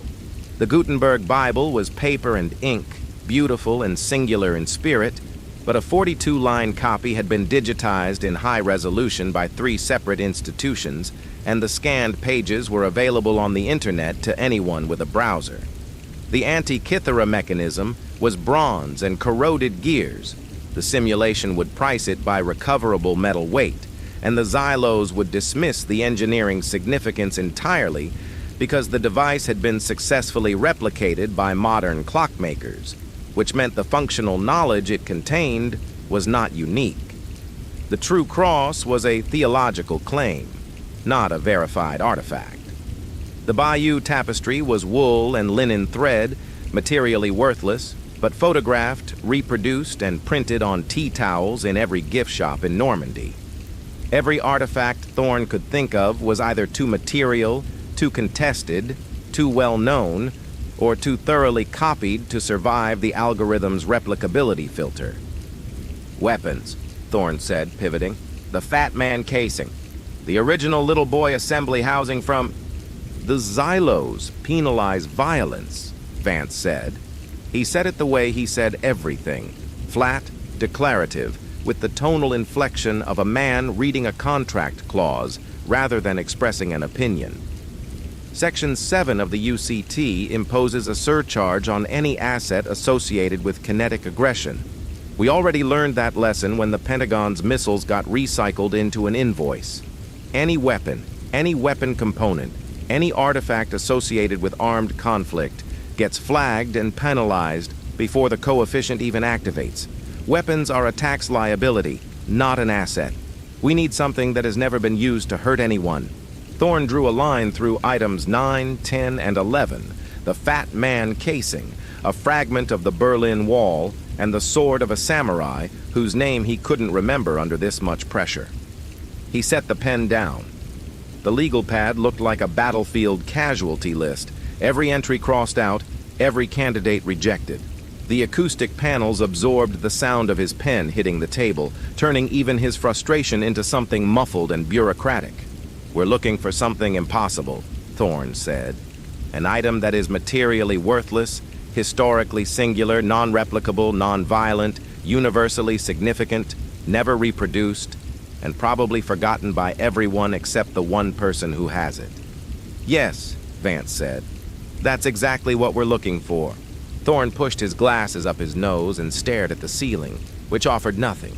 The same acoustic panels, the same dead air, the same fluorescent tubes casting the same flat, shadowless light that made every government basement in Washington look like the inside of a refrigerator. He was thinking. Not the rapid, manic thinking that had driven him through the UCT translation. This was slower, deeper, the kind of thinking that happened in the archives where he'd spent his career, in the cool basements of the National Archives and the restricted access reading rooms of the Smithsonian, where the real history lived. Not the history that made it into textbooks, the footnotes, the redacted manifests, the deaccessioned inventories that institutions classified not because they were dangerous, but because they were embarrassing or unexplainable or simply too strange to fit the official narrative. The things that had been filed and forgotten by bureaucracies that valued neatness over significance and had no idea what they were sitting on. Something surfaced. Not from the list, from further back. From a conference paper he'd presented at a symposium in Houston 3 years ago that 12 people had attended and nobody had cited. From an afternoon he'd spent in the restricted stacks at Johnson Space Center, reading microfilmed quarantine logs from a program that had ended before he was born. July 20th, 1969, he said.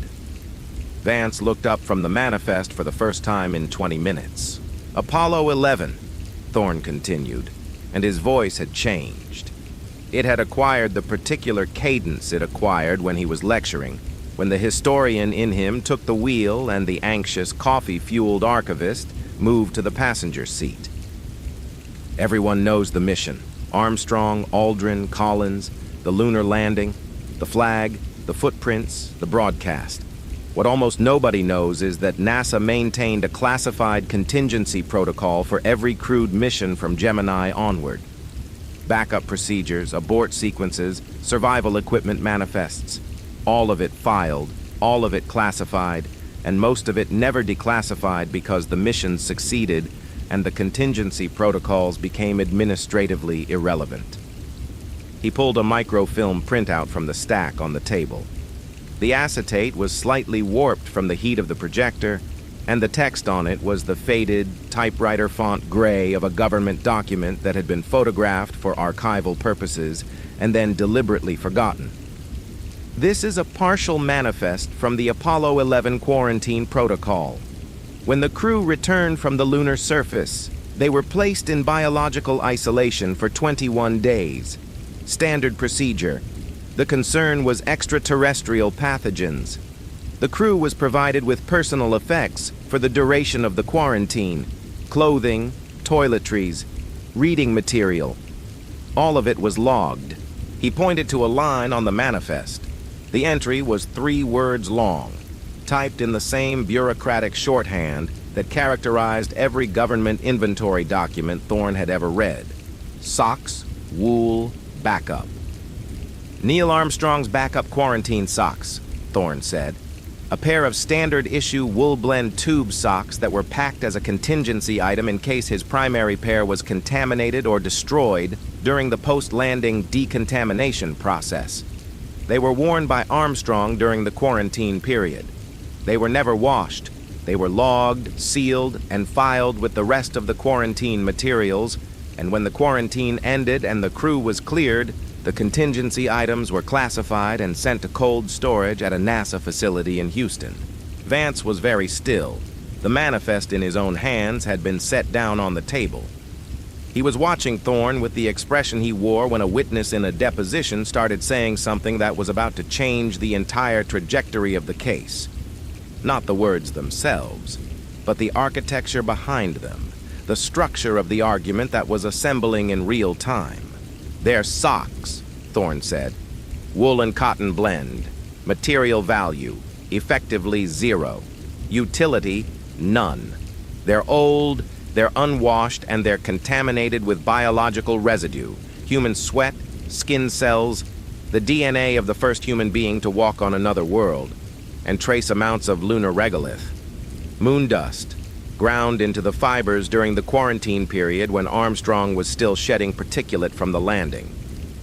His voice was accelerating now, the historian's cadence giving way to something more urgent, more evangelical, the voice of a man who had found the primary source that nobody else knew existed. They are in the strictest possible interpretation of the cultural scarcity coefficient, the single most historically concentrated mundane object in human existence. They contain the literal DNA of the first member of our species to leave this planet, bonded to the literal dust of the first celestial body we touched. They are non-replicable. There is one pair, and the biological and geological material embedded in them cannot be recreated without recreating the event itself. They are non-violent. They're socks. They are universally significant. Not to a nation, not to a religion, not to a political movement, but to the entire species.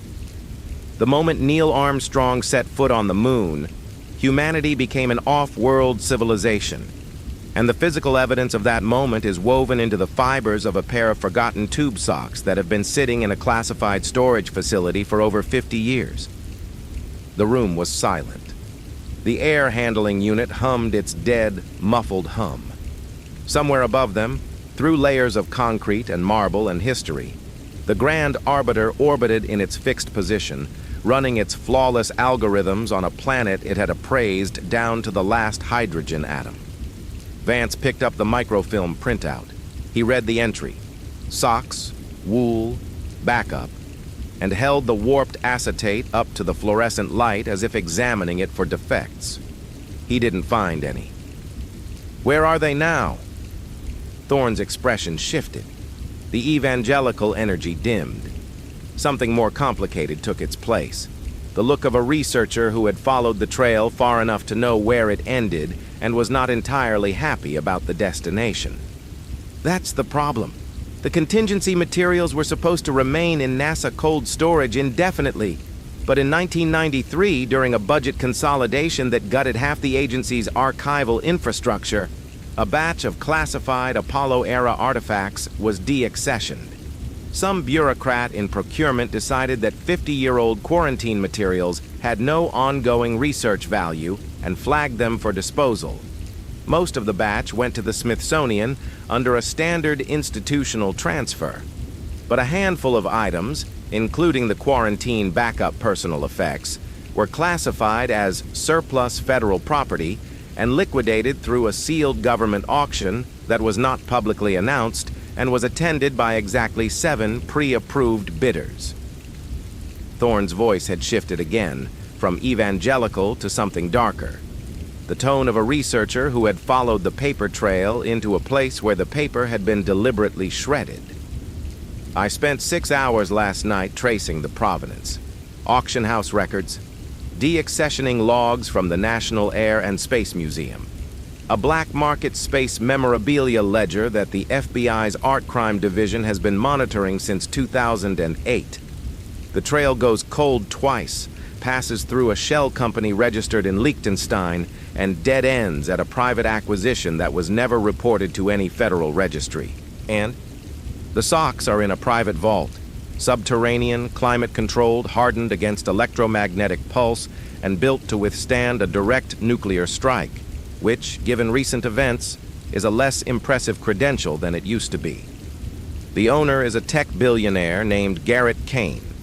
He made his fortune in satellite communications, lost a third of it in a patent dispute, and spent the remainder acquiring space memorabilia the way other billionaires collect modern art, obsessively, secretly, and with a complete disregard for the legal provenance of the items he acquires. He has the backup quarantine socks, still sealed in their original NASA evidence bag, locked in a biometric vault underneath his compound in the Shenandoah Valley. Thorne set the microfilm down. He will not want to give them up. Vance folded the printout and placed it inside his briefcase with the same deliberate, proprietary motion he used when securing evidence in a federal investigation. The latch closed with a sound that the acoustic panels could not quite absorb. A small metallic snap that hung in the dead air of the skiff, like the cocking of a very precise, very patient hammer. "He doesn't have to want to," Vance said. "He has to comply. And compliance is not a request. It's a lien." He stood, collected the briefcase, and walked toward the door. Thorne remained at the table, surrounded by crossed-out lists and classified manifests and the fading smell of acetate, watching the man who was about to repossess the survival of the human race walk out of a soundproofed room with the unhurried gait of someone who had never lost a foreclosure and did not intend to start with this one. "We are betting the existence of the human race on a pair of unwashed 50-year-old tube socks," Thorne said to the empty room. The air-handling unit hummed. The fluorescent tubes buzzed.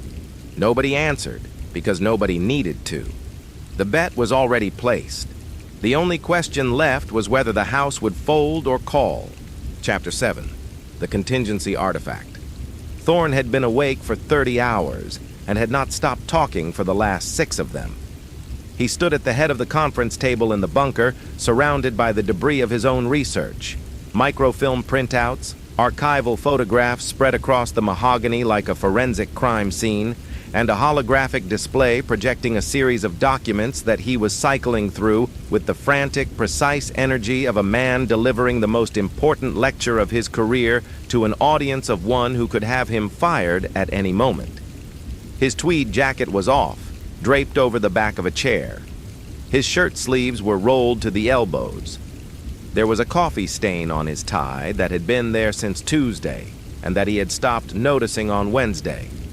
The chalk dust residue on his fingers from hours of handling archival paper had transferred to his glasses, his face, and the holographic controls, giving everything he touched a faint powdery patina of scholarship and sleep deprivation. Vance sat at the far end of the table. He had not interrupted. He had not moved except to turn pages on a legal pad where he was taking notes in his sharp, angular shorthand. The holographic display was casting its pale blue light across the room, and in that light, the two men looked like figures in an old painting, the frantic scholar at one end, the still, calculating predator at the other, and between them, projected on the display in grainy 1960s government photography, the face of Neil Armstrong behind the glass of the mobile quarantine facility. July 20th, 1969. 21 hours, 17 minutes, universal coordinated time, Thorne said. Armstrong becomes the first human being to set foot on a body other than Earth. He and Aldrin spend 2 hours and 31 minutes on the lunar surface. They collect 47.5 pounds of geological samples. They plant the flag. They deploy the science packages. They return to the lunar module, dock with Collins in the command module, and come home. That's the version in the textbooks. That's the version 7 billion people know. He advanced the display. A new photograph appeared. A typewritten document, slightly out of focus with a NASA header and a classification stamp in red. This is the version that 11 people know. The document was a quarantine protocol manifest. Thorne had retrieved a microfilmed copy from a restricted archive at the Johnson Space Center 6 hours ago, using a classified travel authorization that Vance had procured in under an hour and a presidential directive that Thorne had been forced to show the records custodian 3 times before the man would unlock the filing cabinet. The manifest listed every item issued to the Apollo 11 crew during their 21-day biological isolation in the lunar receiving laboratory. Clothing, toiletries, reading material, writing instruments, standard government issue. Every item assigned an inventory number and a chain of custody record that was supposed to be maintained in perpetuity. Thorne zoomed in on a single line. The entry was 3 words long, typed in the bureaucratic shorthand that characterized every government inventory document he had ever read. Socks, wool, backup. "Neil Armstrong's backup quarantine socks," Thorne said. He let the words sit in the room for a moment, aware of how they sounded, aware of the gap between the magnitude of the crisis and the mundanity of the noun at the end of that sentence. A pair of standard-issue wool-blend tube socks with blue stripes, packed as a contingency item in case his primary pair was contaminated or destroyed during post-landing decontamination. They are yellowed. They are slightly stiff. One of them has a small hole near the toe that was darned with a different colored thread, a repair so mundane and domestic that it seems to belong to a different century, which it does. They are, by any conventional measure, the least impressive objects that have ever been connected to the most impressive thing our species has ever done. He advanced the display to a series of archival photographs. The quarantine facility itself, a sterile, fluorescent-lit laboratory wing at the Lunar Receiving Laboratory in Houston, where the crew had spent 3 weeks behind biological containment glass while NASA confirmed that the moon had not killed them. Armstrong, Aldrin, and Collins in blue jumpsuits. Medical personnel in isolation gear. Clipboards and paperwork. The deeply unsexy machinery of government procedure applied to the most extraordinary event in the history of the species. Armstrong wore them for the full duration of the quarantine. 21 days. They were never laundered. Quarantine protocol prohibited the removal of any biological material from the isolation environment. They were logged, sealed in a vacuum Mylar evidence bag, classified as biohazard material, and filed with the rest of the contingency inventory. He pulled up a close-up photograph of the Mylar bag itself, taken from the NASA inventory records, cloudy with age, a faded inventory sticker on the surface, the vague yellowish shape of the socks barely visible through the plastic like something preserved in amber. The biological residue embedded in the fibers includes Armstrong's perspiration, epithelial cells, his literal DNA, and trace quantities of lunar regolith, moon dust, particulate from the Sea of Tranquility, shed from Armstrong's person during the isolation period when he was still carrying surface material in his hair, under his nails, and on his skin. The dust is ground into the wool at the fiber level. It cannot be separated without destroying the socks. The DNA and the regolith are bonded together in the weave. Vance's pen stopped. He looked up from the legal pad.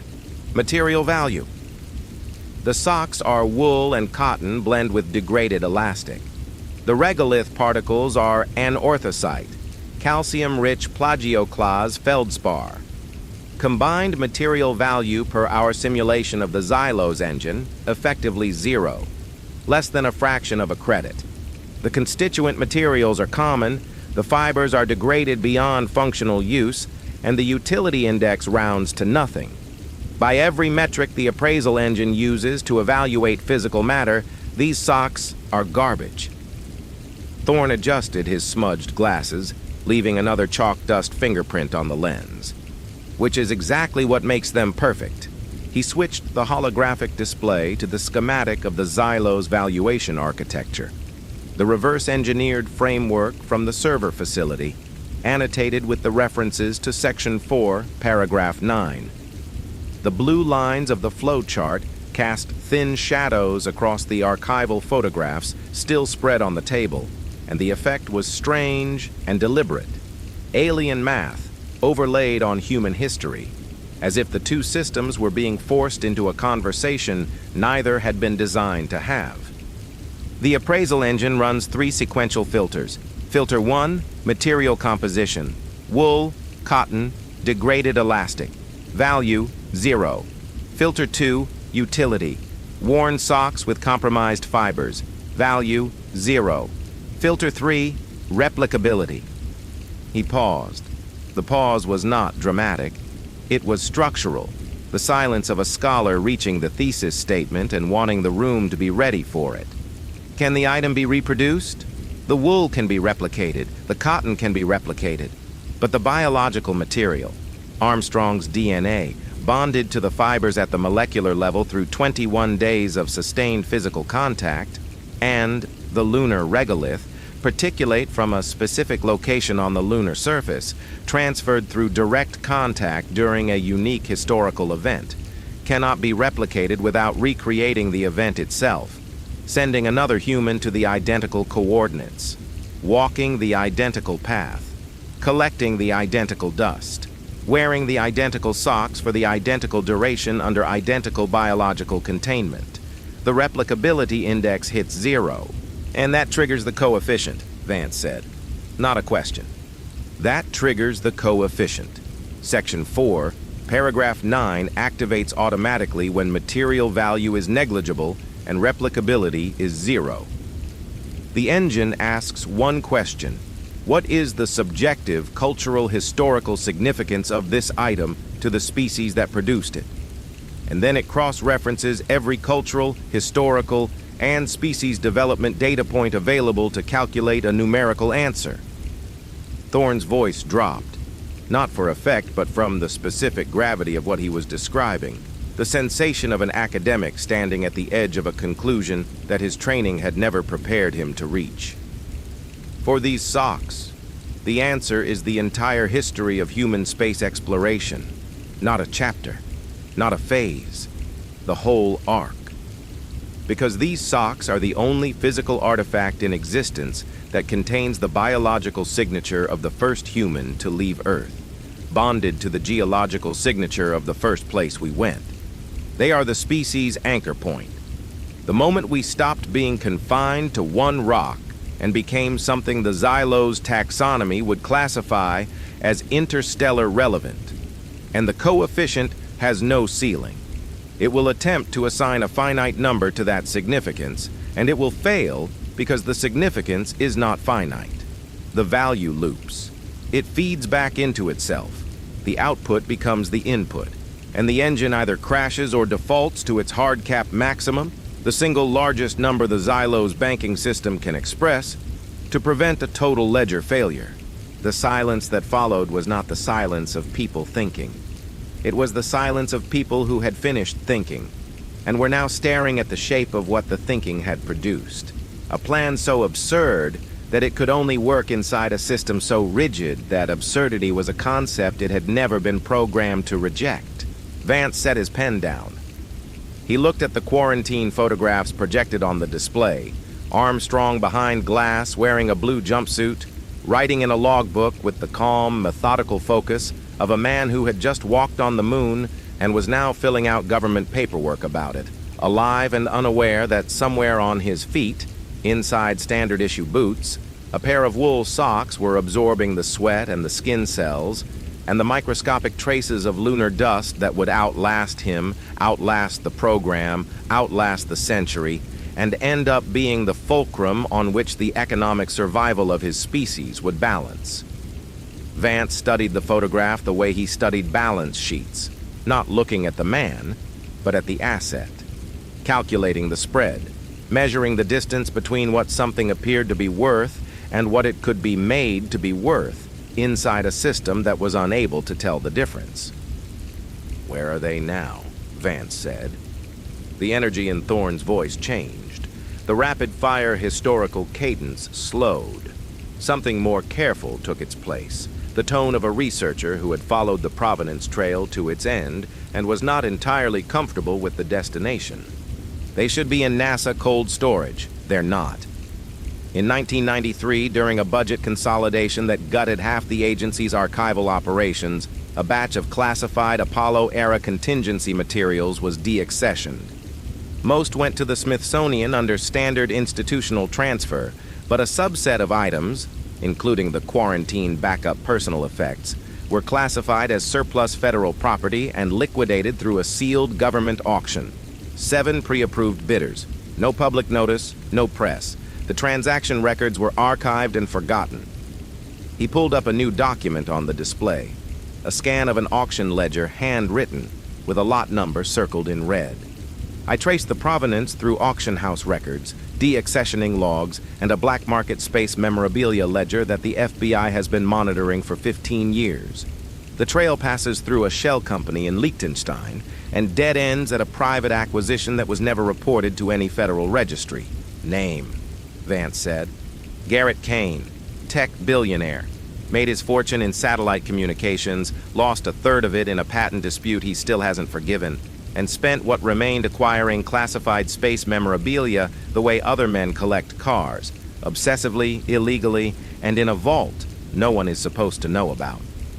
The socks are in a subterranean, climate-controlled, biometric-secured facility underneath his compound in the Shenandoah Valley, hardened against electromagnetic pulse, built to survive a direct nuclear strike. Thorne paused. He will not give them up willingly. Vance picked up his pen, closed his legal pad, and placed both hands flat on the table.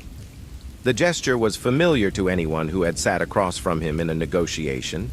It was the gesture he made when the research phase was over and the operational phase was beginning, the physical equivalent of a door closing behind him. "I'm not going to ask him willingly," Vance said. "I'm going to ask him with a federal lien, a retroactive tax audit, and enough eminent domain paperwork to seize everything he owns down to the fillings in his teeth. He can open the vault, or the IRS can open the vault. The math on that decision is simple enough that even a billionaire can do it." Thorne rubbed his eyes under his glasses.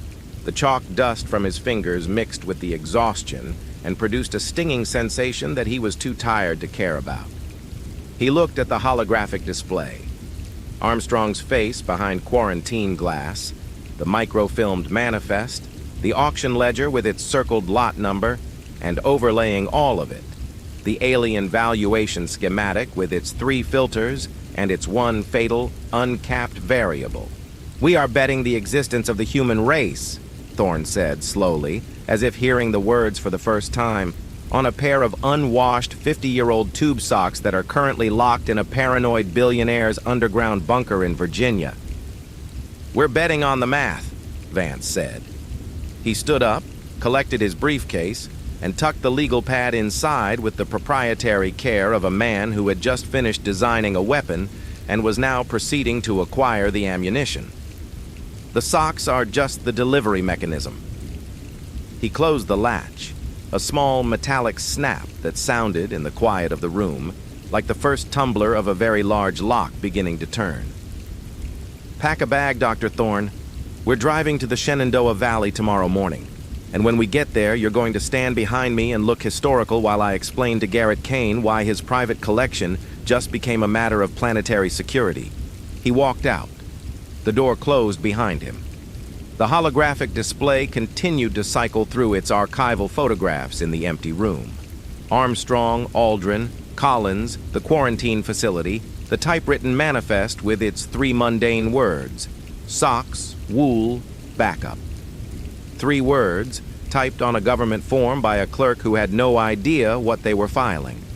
3 words that described an item worth less than nothing to a machine and worth more than everything to the species that had worn them to the moon and back. Thorne sat alone in the blue light, staring at the display, and allowed himself one moment of unqualified, terrified wonder at the absolute absurdity of what they were about to do. Then he packed his bag. Chapter 8. Repossessing the Asset. The convoy that pulled up to Garrett Kane's compound at 7:15 in the morning did not look like a military operation.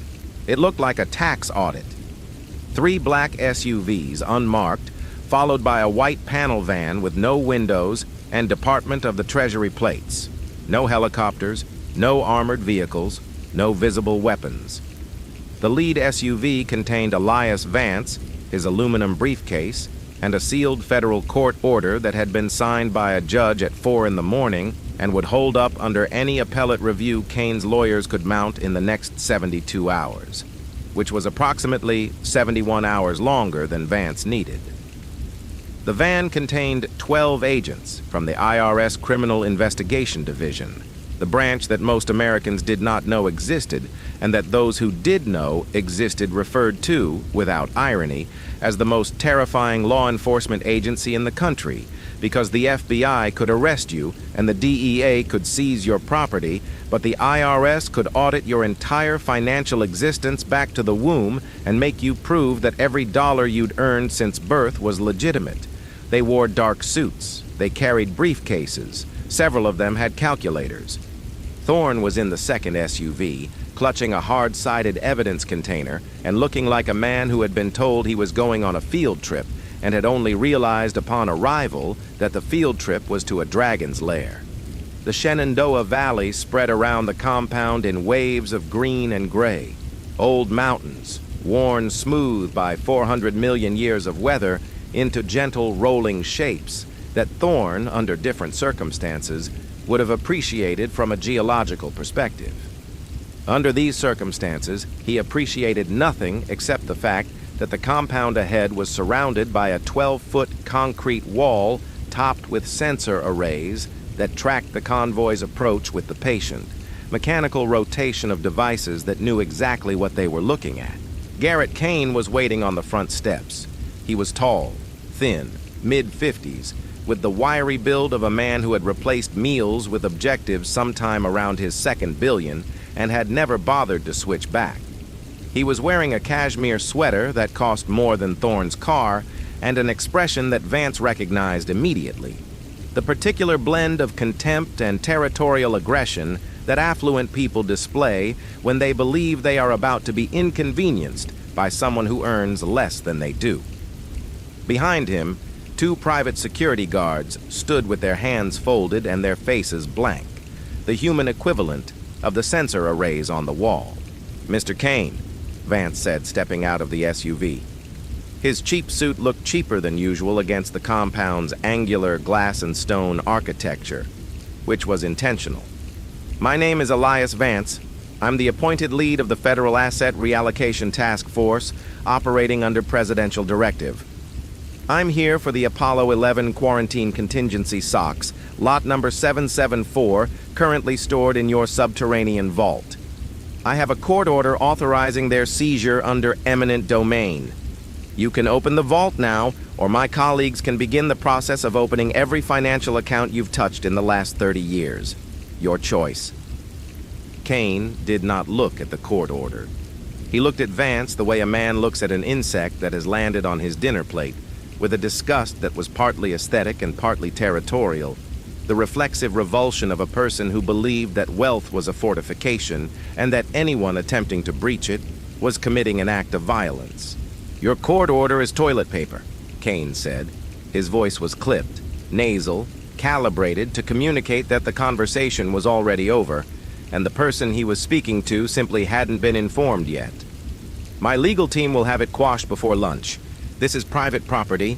Those are legally purchased items in my private collection, and you don't have the authority to—" "I have the authority of a presidential directive, a federal court order, and 12 IRS agents who have not had their coffee yet," Vance said. "We can discuss the jurisdictional nuances on your front steps for the next hour, while the debt ticker above Manhattan adds another 14 digits, or you can walk me to the vault and this will be over in 10 minutes. I'm offering you the 10-minute version." The standoff on the steps lasted 45 seconds, long enough for Kane to make 2 phone calls to lawyers who did not answer because it was 7:15 in the morning in the Shenandoah Valley, and even attorneys who billed at $1,000 an hour were still asleep.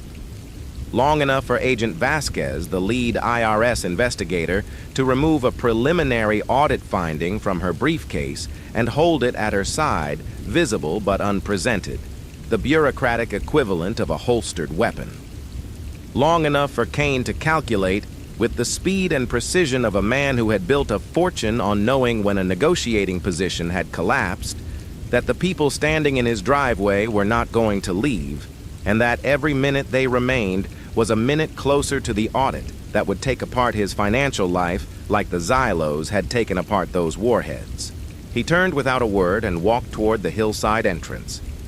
The vault door required 3 authentication steps: a 16-digit key code, a retinal scan, and a palm print that Kane provided with the mechanical reluctance of a man handing over a house key to a burglar. He could not legally stop. The door was 18 inches of reinforced steel, and when it swung open, it produced a sound that Thorn would remember for the rest of his life. A deep, metallic groan, followed by the pressurized hiss of climate-controlled atmosphere, equalizing with the mountain air, a sound that was part industrial machinery and part exhalation, as if the vault itself were releasing a breath it had been holding since the day it was sealed. The echo traveled down the corridor inside and came back layered, multiplied, the acoustic signature of a space built to last longer than the civilization that constructed it.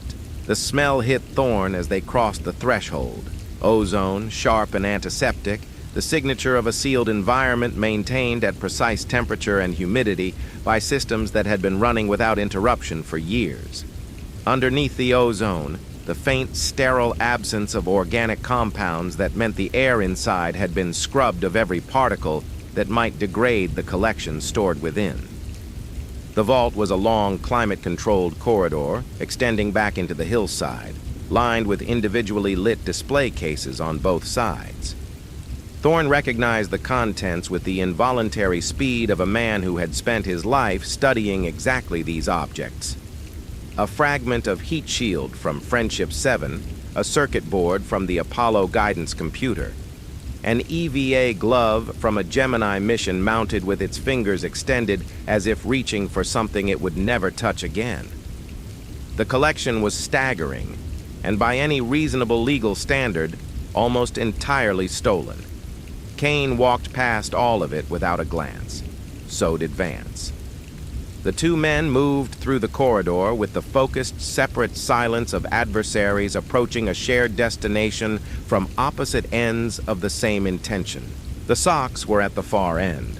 The display case was larger than the others, mounted on a pedestal, and lit from below with a warm amber light that gave the object inside a quality somewhere between sacred relic and evidence exhibit. Through the case's glass, Thorne could see the vacuum-sealed mylar bag, clouded with age, the faded NASA inventory sticker still legible, and inside it, barely visible through the plastic like something preserved in dirty amber, a pair of yellowed tube socks with faded blue stripes. They looked like nothing. They looked like the kind of thing a janitor would throw away without checking the label. And they were, at this moment, the most strategically valuable object on the face of the earth.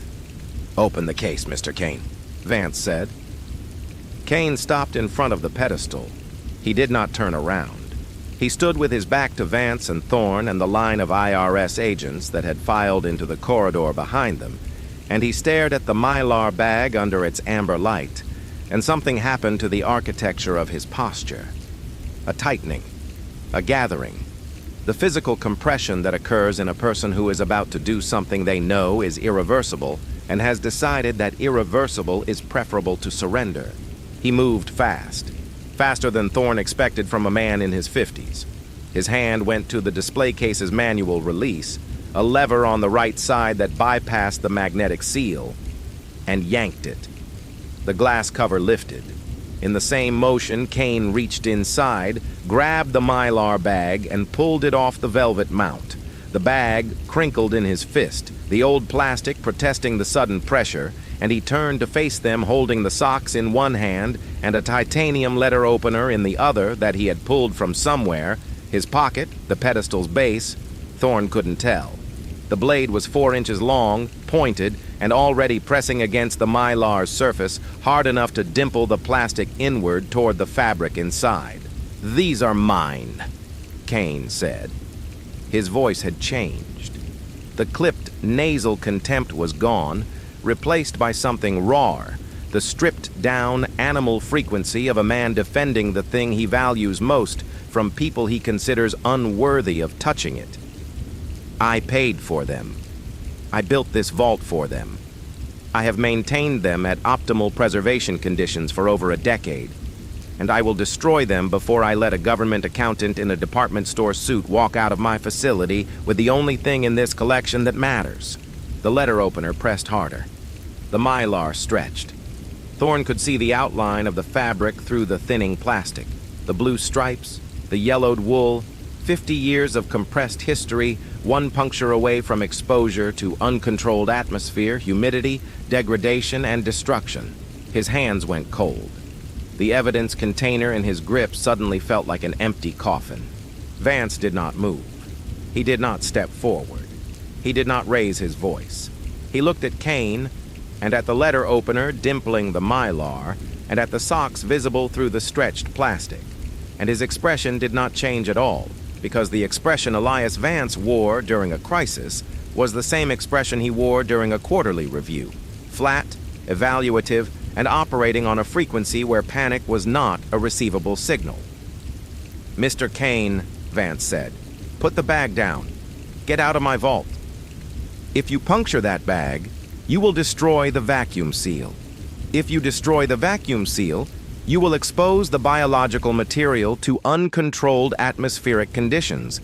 And within 72 hours, the DNA and regolith samples embedded in the fibers will begin to degrade. Within a week, the artifact's historical integrity will be compromised beyond recovery, and you will have destroyed the one object on this planet capable of preventing the alien foreclosure of the human race." His voice was level, metronomic, each sentence a clause in a contract he was drafting in real time.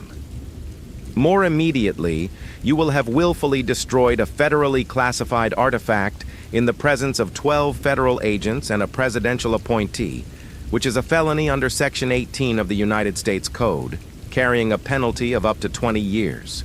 Your lawyers won't quash that by lunch." Kane's hand trembled. The letter opener wavered against the mylar. The amber light from the pedestal threw both their shadows onto the vault's steel walls, long, distorted shapes that moved when they breathed and were still when they weren't. "Additionally," Vance said, and his voice dropped half a register, not louder but denser, the tonal shift he made when he was moving from threat to sentence, "the SEC has been provided with evidence of material irregularities in your satellite communications IPO. Specifically, the secondary offering your board disclosed at $42 million, but that our forensic analysis values at significantly more. If you cooperate today, right now, in this vault, in the next 30 seconds, Agent Vasquez will recommend non-prosecution on all outstanding matters. Your collection stays. Your companies stay. Your name stays off the federal blacklist." He paused. The pause was not for effect.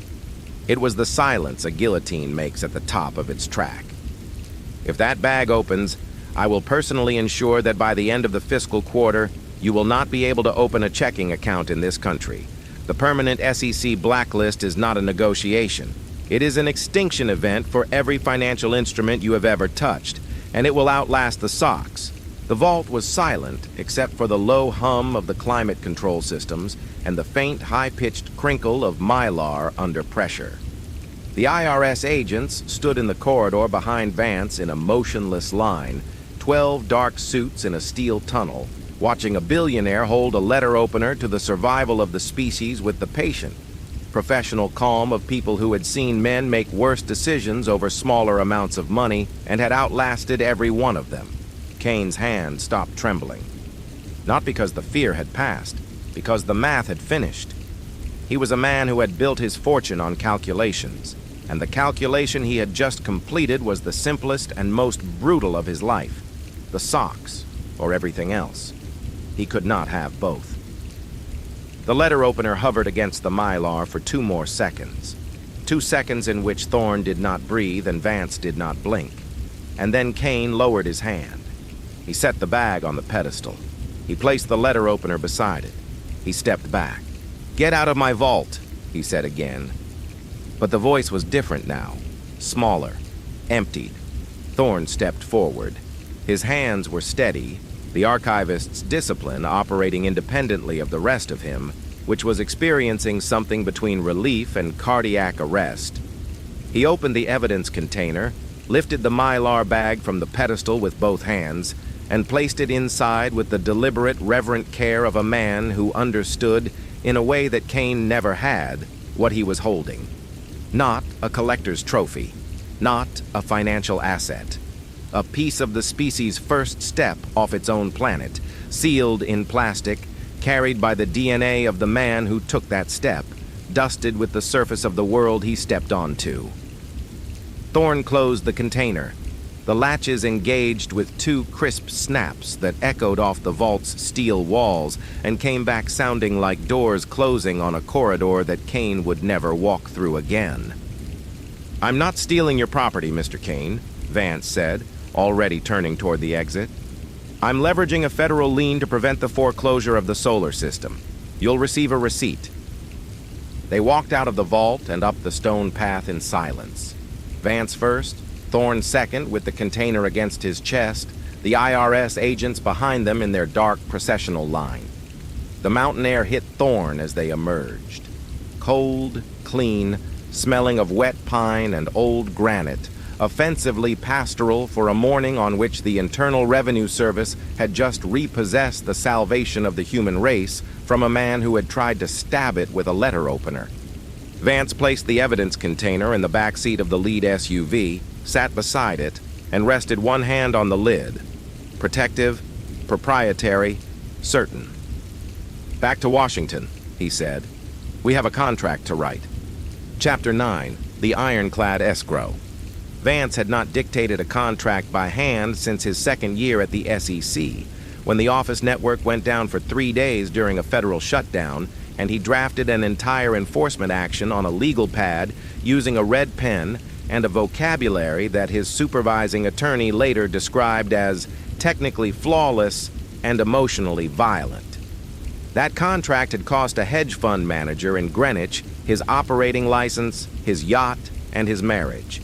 This contract was going to cost an alien empire, its mothership, its balance sheet, and its claim on the third planet from a mid-range star that it had made the catastrophic error of trying to foreclose using the exact kind of rigid, absolute legal framework that Elias Vance had been dismantling for profit since before the Xylos Collective knew the Sol system had tenants. The bunker had been cleared. The pizza boxes, the coffee cups, the geological strata of UCT printouts and crumpled legal pad pages, all of it swept to the periphery, stacked against the walls in uneven towers that nobody would touch again because the research phase was over and the weapon-building phase had begun. Vance had supervised the clearing himself, which was unusual. He did not typically concern himself with the physical state of a workspace, but tonight the table needed to be bare, because what he was about to construct on it required the same conditions he demanded of every contract he had ever drafted. Clean sight lines, no distractions, and the absolute certainty that every word existed because it earned its place. The conference table was bare, except for 3 items. A ream of heavy stock, cotton bond legal paper, the kind used for original filings in federal court, 80-pound weight, 25% cotton fiber content, with a texture like fine sandpaper and a color that was not quite white but the specific institutional off-white of documents that were designed to survive decades of handling without yellowing. A mechanical pencil with a fresh lead cartridge, and the translated text of the Universal Commerce Treaty, printed in full, bound with a black binder clip and bristling with red adhesive tabs that Vance had placed on every clause, subclause, and footnote he intended to weaponize. It was 11 at night.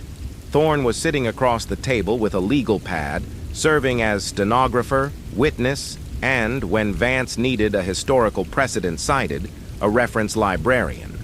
The holographic display was off. The debt ticker was off. For the first time since the crisis began, the room was lit only by the overhead fluorescence, casting the flat, shadowless light that Vance preferred when he was working. No drama, no atmosphere, just the clean, institutional glow of a space where language was being assembled into a weapon with the same precision that other people use to assemble ordnance. "Page 1, Vance said. He was standing at the head of the table, writing on the first sheet of legal paper with the mechanical pencil. His handwriting was small, angular, and immaculate, the handwriting of a man who understood that every stroke on a binding contract was a load-bearing wall in a structure that would either stand or collapse under the weight of what was built on top of it. Header: Single-item barter exchange agreement, executed under the Universal Commerce Treaty, Section 4, Paragraph 9, Subclause D, as amended by the Subjective Cultural Scarcity Exemption. Parties: the Xylos Collective Revenue Enforcement Division, hereinafter referred to as the Creditor. The Asset Reallocation Task Force of Earth, operating under sovereign authority of the debtor planet, hereinafter referred to as the Debtor. He wrote the last word with a pressure that left an impression on the sheet beneath. Date of execution to be determined upon presentation. Thorne transcribed. His handwriting was messier than Vance's, the rapid, compressed script of a man who had spent his career taking notes faster than people talked. Why not type this? We have printers. We have formatting software. This would take 1/10 of the time on a... Because the Xylos are digital, Vance said. He did not stop writing. Every contract they've ever executed, every transaction, every lien, every acquisition notice, all of it processed through their automated legal infrastructure. Their systems are built to ingest, parse, and respond to digital documents at machine speed. Physical paper is not in their processing pipeline. He reached the end of the first paragraph and moved to the next line with the seamless, practiced rhythm of a man who had been writing contracts since before most of his contemporaries had learned to type. A physical document, handwritten, on cotton bond stock, with no digital metadata, no embedded file structure, and no scannable encoding, forces a manual interpretation. Their AI can't auto-process it. Their overseer has to read it with whatever passes for eyes and approve each clause individually. That takes time, and every second of processing delay is a second in which the socks are sitting in their appraisal engine, the coefficient is running, and the numbers are climbing past the point of no return. Thorne looked at the ream of heavy paper. He picked up a blank sheet and held it between his fingers. The stock had weight, not the limp, disposable weight of printer paper, but a substantive textile weight, the weight of something that had been manufactured to endure. The cotton fibers in the blend gave it a faint, raw texture, almost like canvas, and it smelled the way expensive paper smells. Clean, slightly mineral, with an undertone of the sizing agents that made it resistant to moisture, fading, and the kind of casual destruction that would be the first thing an alien bureaucrat attempted when confronted with a document it could not digitally override. "You're using paper as a weapon," Thorne said. "I'm using paper as a lag exploit," Vance said. "The weapon is what's written on it." He continued dictating.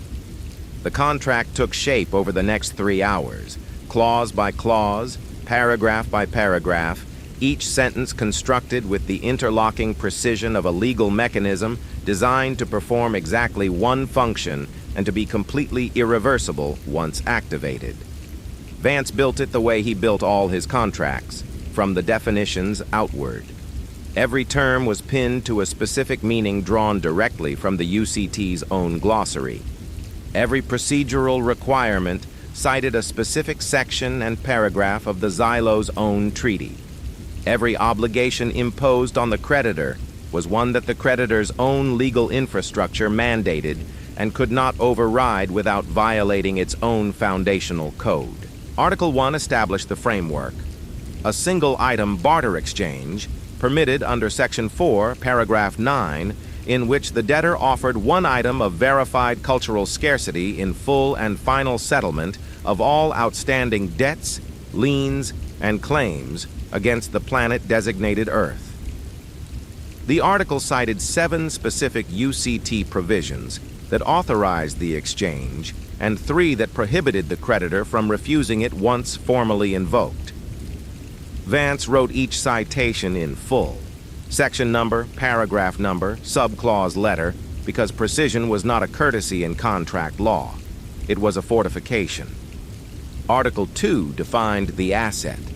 Vance described the socks in language that was simultaneously clinical and comprehensive: material composition, biological residue, chain of custody, historical provenance, verified non-replicability, and then, in a subclause that took him 40 minutes to draft and redraft until every word carried exactly the weight he intended, he invoked the cultural scarcity coefficient by its full UCT designation. and formally requested that the creditor's appraisal engine calculate the asset's binding transactional value as required by treaty law. "This is the trigger," he said, tapping the sub-clause with the pencil. Once the overseer accepts this document and places the asset in the engine, the valuation is automatic. The machine does the work. We don't have to argue for the value. The algorithm calculates it, and the algorithm can't stop once it starts. Article 3 was the cage. Vance had spent more time on this section than the rest of the contract combined, because Article 3 was where the Xylos would try to escape, and the exits had to be sealed before they knew they needed them. He stood over the table, pencil moving in slow, deliberate strokes, and dictated each subclause with the controlled intensity of a man welding shut the doors of a room he intended to lock someone inside. Subclause A established that the appraisal engine's output, once calculated, was final and binding under UCT enforcement protocol. No appeals, no recalculations, no manual overrides. This was not a clause Vance had invented. It was a clause the Xylos themselves had embedded in their own treaty to prevent conquered species from contesting unfavorable low valuations. It had been used against thousands of civilizations across the galaxy to ensure that once the machine spoke, the machine's word was law. Vance was pointing the same gun in the opposite direction and pulling the trigger with the Xylos' own finger. Subclause B established the trade completion mechanism. Once the engine's valuation was finalized, the asset's assessed worth would be automatically applied against Earth's outstanding debt balance. If the valuation exceeded the debt, and it would by a margin so large the word margin stopped applying, the surplus constituted a binding credit in Earth's favor, payable immediately under the same enforcement protocols the Xylos used to collect debts from conquered worlds. The same automated systems that had been compounding interest on Earth's sunlight would now compound interest on the Xylos' inability to pay. Subclause C was the penalty of default. This was the kill clause, the provision that transformed the contract from a negotiating instrument into an inescapable trap. Vance dictated it 3 times before he was satisfied with the phrasing, and each version was tighter, more absolute, more surgically lethal than the last. He crossed out words, rewrote them, held the pencil over the page for long stretches of silence while he tested each phrase against every possible counter-argument the Overseer's legal systems might generate. The final version read, "In the event that either party destroys, damages, or materially alters the appraised asset during or after the valuation process, the full assessed value of the asset at the time of destruction shall be transferred as an irrevocable personal debt to the individual who authorized, executed, or permitted the destruction, extending to all legal descendants and designated heirs in perpetuity under UCT inheritance statutes, Section 12, Paragraph 3. Thorne stopped writing. He read the clause back silently, his lips moving, and then looked up at Vance with the expression of a man who had just watched someone build a bear trap and bait it with a legal precedent. "You're making it so that if the Overseer destroys the socks after the scan, the infinite valuation transfers to him personally," Thorne said. "Not to the collective, to him, his personal ledger, his lineage. His great-grandchildren will be mining asteroids to pay for the lint," Vance said. He did not smile. The sentence was not a joke. It was a projection of financial consequence, delivered with the same tonal flatness he would use to describe a quarterly earnings shortfall. The Overseer cannot destroy the asset. He cannot refuse the scan without forfeiting the claim on Earth. He cannot contest the valuation after the fact. And he cannot exit the contract once he accepts the document, because acceptance is defined, Article 4, Subclause A, as any physical interaction with the document itself, including but not limited to reading, holding, scanning, or proximity acknowledgement by the creditor's automated legal systems. He tapped the page. The moment he touches this paper, he's in the trap, and the paper is designed to be the first thing he has to deal with, because his digital systems can't process it, and he'll have to handle it manually. By 2 in the morning, the contract was complete. 12 pages of handwritten legal text on heavy cotton bond stock, each page numbered, each clause cross-referenced, each escape route sealed with the Xylos' own procedural requirements turned inside out and aimed back at them like mirrors in a kill box. Vance set the pencil down, aligned the pages into a precise stack, and tapped the bottom edge against the table to even them. The sound of 12 sheets of heavy paper striking mahogany was crisp, percussive, and strangely final, the sound of a loaded magazine being seated. Thorne examined the stack. The paper had a physical authority that no digital document could replicate, a weight, a texture, a permanence. Each page was dense with Vance's angular handwriting, every margin annotated with UCT references, every clause numbered in a system that was logical, sequential, and merciless. It looked like what it was, a legal instrument designed by a species that had been writing contracts to destroy other people's wealth since before it learned to send signals into space, aimed at a species that had been using contracts to steal entire planets and had never once considered that the weapon could be turned around. "The paper matters," Vance said, almost to himself. He ran his thumb along the edge of the stack. The cotton fibers caught against his skin with a faint, dry friction, the texture of something built to endure. Their whole system is digital, frictionless, instantaneous. They've never had to slow down because no species they've ever conquered had the infrastructure to make them slow down. He squared the stack one more time and placed it inside a clear, rigid document sleeve. This contract cannot be auto-parsed. It cannot be machine-read. It cannot be dismissed with a digital override. The Overseer will have to stand there, holding it in his hands, reading it with his own eyes, processing each clause at biological speed while the clock runs and the engine does its work. The paper isn't a formality. He sealed the sleeve with a thin adhesive strip. The paper is the delay, and the delay is the kill window. He placed the sealed contract in his aluminum briefcase, next to the evidence container holding the mylar bag. One half of the briefcase contained a pair of yellowed tube socks sealed in 50-year-old plastic. The other half contained 12 pages of handwritten contract law on cotton bond paper. Together, they represented the entirety of humanity's counteroffensive against the foreclosure of the planet Earth. No missiles, no warships, no kinetic weapons of any kind. Just wool, old sweat, moon dust, a mechanical pencil, and the most expensive piece of paper the galaxy had ever seen. The combined material value of everything in the briefcase, if fed into the Xylos Appraisal Engine as raw matter, would not cover the cost of the briefcase itself.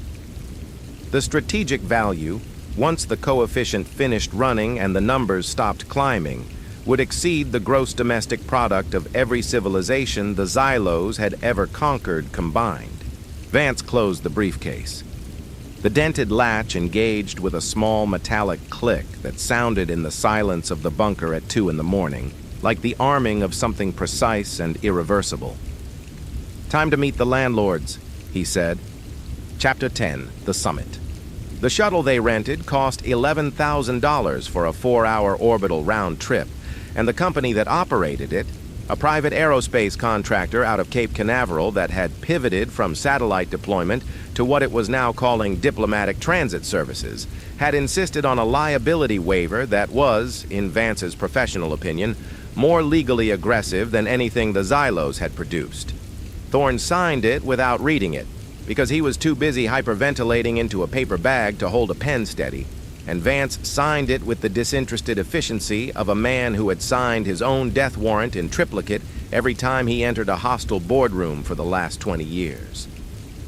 The shuttle was a modified cargo hauler, no windows in the passenger compartment, no amenities beyond 4 acceleration seats bolted to the floor, and a carbon dioxide scrubber that sounded like it was losing an argument with itself. The ride up took 47 minutes. Neither of them spoke. Vance sat with the aluminum briefcase on his lap, one hand on the lid, and stared at the wall in front of him with the focused, inward stillness of a man rehearsing the opening statement of the most consequential deposition of his career.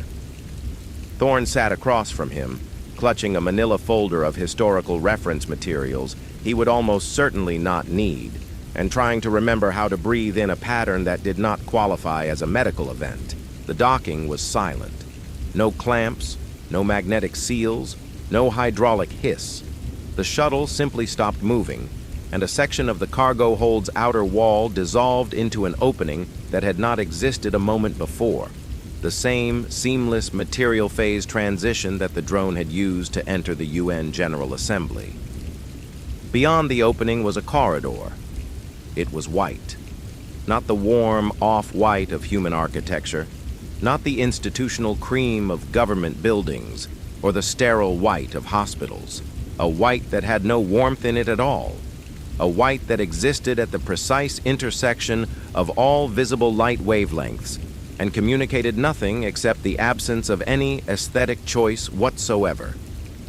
The corridor was wide enough for 3 humans to walk abreast and tall enough that the ceiling was lost in a diffuse, sourceless glow that seemed to emanate from the walls themselves. The floor was smooth, seamless, and cold enough that Thorne could feel the temperature through the soles of his shoes. The air was cold too, not winter cold, not refrigerator cold, but the specific sterile cold of an environment that had been climate controlled to a temperature that was optimal for something other than human biology and had not been adjusted for their arrival, because adjusting it would have constituted an acknowledgement that their comfort mattered, and their comfort did not matter. The corridor stretched ahead of them in a straight line that violated Thorne's sense of scale. There were no doors, no intersections, no signage, no markings, no visible seams where one panel met the next. The walls, floor, and ceiling were a single continuous surface that curved at the junctions with the gentle, organic precision of something that had been grown rather than built. The only sound was their footsteps, Vance's hard-soled shoes producing a flat, dead tap that the corridor absorbed without echo, and Thorne's softer treads producing almost nothing at all, as if the ship were consuming the evidence of their presence as fast as they could produce it. There was no dust. There was no smell except the faint metallic tang of recycled atmosphere that had never contained a biological organism. The corridor felt less like a hallway and more like the inside of a thought, clean, linear, and stripped of every quality that did not serve a function. They walked for what felt like 10 minutes, but was probably 4. Thorne's sense of time had become unreliable the moment he stepped off the shuttle, because the Grand Arbiter did not contain any of the environmental cues that human neurology used to track the passage of seconds. No shadows moving, no sounds changing, no temperature fluctuating. The ship existed in a state of permanent, absolute equilibrium, and walking through it was like walking through a photograph of a building that had been taken at a moment that never ended. The corridor terminated at a space that Thorne's brain refused for several seconds to process as a room. It was too large. The negotiation bay of the Grand Arbiter was a perfect geometric volume, a cube or close to it, with sides that Thorne estimated at approximately 300 feet. The ceiling was so far above them that the sourceless white light dimmed to a pale gray before it reached the top, creating the impression of standing at the bottom of an enormous, luminous well. The walls were the same seamless white as the corridor, unbroken by any feature except, at the far end of the bay, a raised platform that extended from the wall like a shelf. On the platform stood a pedestal. The pedestal was circular, approximately 4 feet in diameter, made of a material that glowed faintly blue from within, a cold, pulsing light that Thorne recognized from the holographic projections at the UN. The Appraisal Engine. It looked exactly like what the Bible's asset ledger said it looked like, a cross between a high-tech guillotine and a grocery store self-checkout scanner, scaled up to the proportions of a species that did not shop for groceries and did not believe in mercy. The Overseer was already there. Thorne had read the intelligence briefings. He had studied the visual data captured by military satellites and news helicopters. He had prepared himself, intellectually, for the physical reality of the Xylos Collective's senior representative. None of it helped. The Overseer stood on the platform beside the appraisal engine, and he was tall in the way that buildings are tall, not as a quality of his body, but as a condition of the space he occupied, a presence that reorganized the geometry of the room around itself. He was approximately 10 feet in height, bipedal, and constructed along lines that were simultaneously organic and architectural.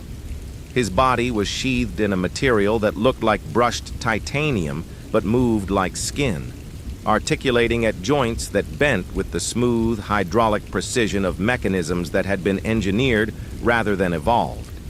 His head was elongated, featureless except for a horizontal slit that might have been a mouth and two recessed points of cold blue-white light where eyes would have been on something that needed eyes to see.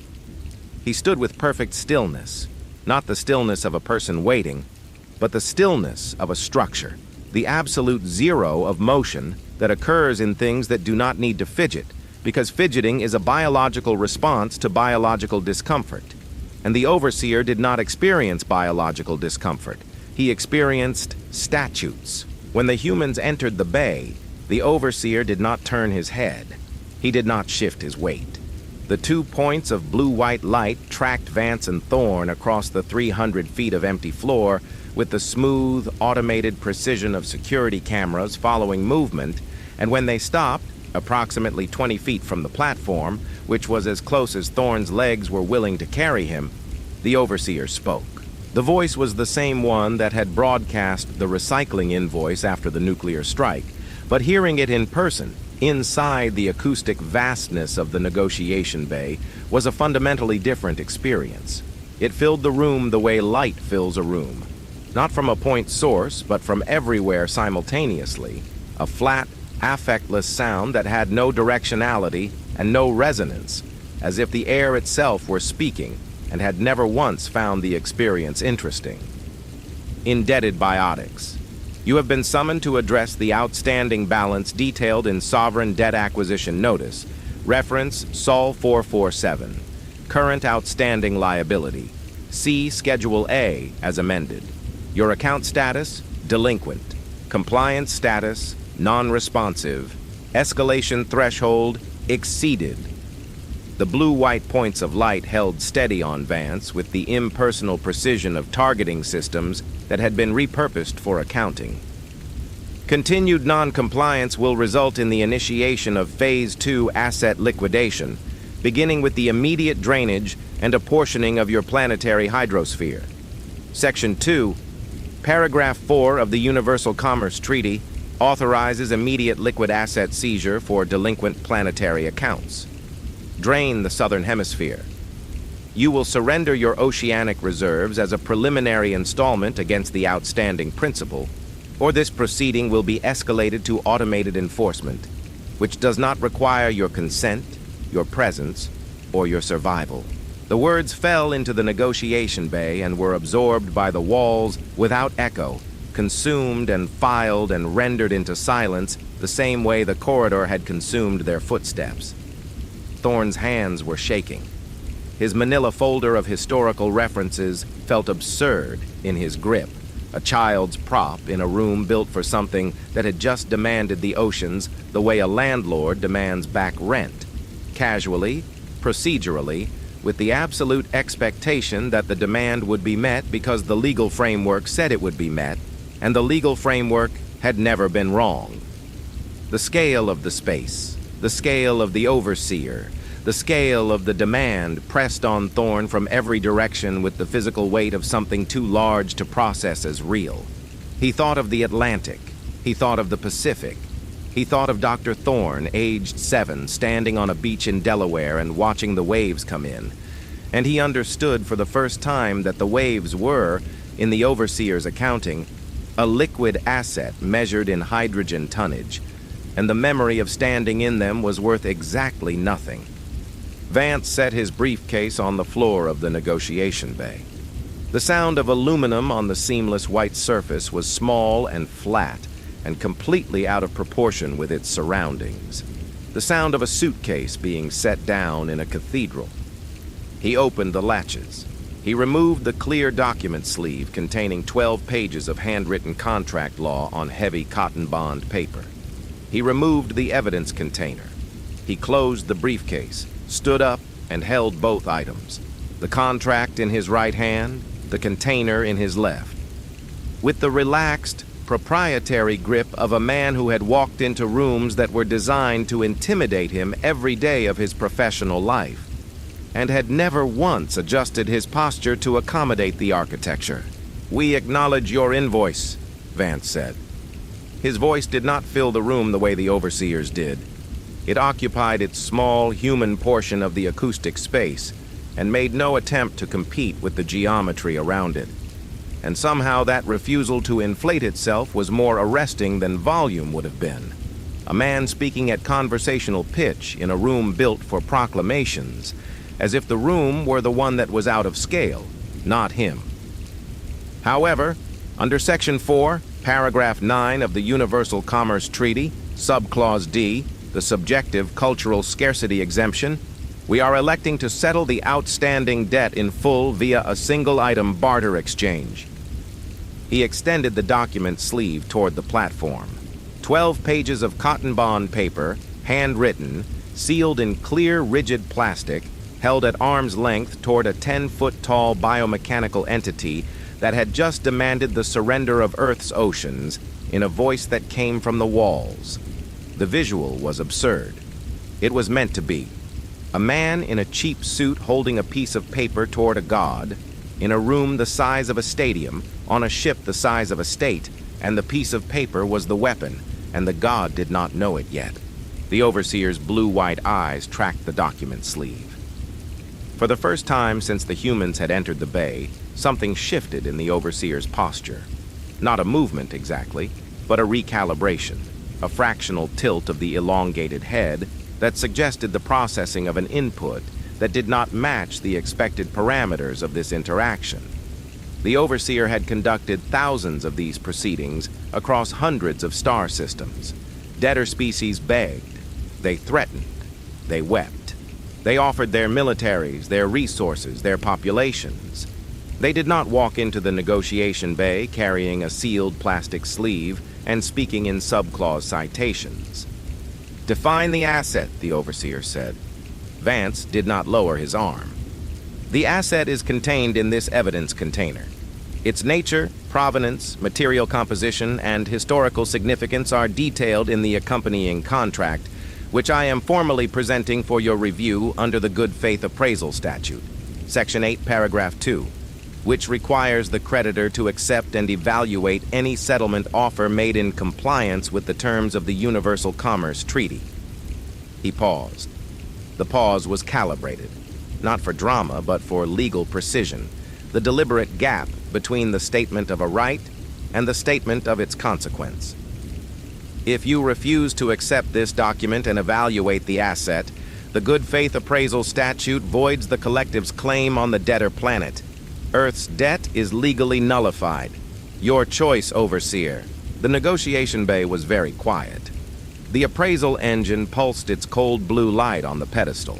The Overseer stood on the platform, 10 feet of biomechanical authority, processing the input. His blue-white eyes moved from the document sleeve to the evidence container to Vance's face and back, and in that movement, that fractional mechanical sweep, Thorne saw it. The first crack. Not in the Overseer's composure, which did not exist in any form a human would recognize, but in his certainty. A pause where a pause should not have been. A recalculation triggered by an input that his operational framework had not predicted, because no debtor species in the history of the Universal Commerce Treaty had ever walked into a negotiation bay and told the creditor to scan their offer or lose the claim. The Overseer extended one hand, long, articulated, the fingers moving with the geometric precision of mechanical drafting tools, and took the document sleeve from Vance's grip. The moment the sleeve left Vance's hand, Article 4, Subclause A of the contract inside it activated. Acceptance defined as any physical interaction with the document. The Overseer was in the trap. He was holding it. He did not know what he was holding. Vance lowered his arm. He looked up at the Overseer, at the appraisal engine, at the vast, sterile, geometrically perfect negotiation bay that had been designed to make the debtors feel small, and he felt exactly as small as he always felt in rooms like this, which was not at all because Elias Vance had never measured himself by the size of the room. He measured himself by the size of the contract. And the contract was 12 pages of handwritten cotton bond legal text that was, at this exact moment, sitting in the hands of the most powerful entity in the sector, ticking. "Take your time reading it," Vance said. "We'll wait." Chapter 11. The Arbitration Clause. The Overseer held the document sleeve the way a surgeon holds a contaminated instrument, at arm's length, between two articulated fingers, with the precise minimal contact of an entity that considered physical matter a procedural inconvenience, and paper, specifically, an artifact of civilizations too primitive to have digitized their own bureaucracies.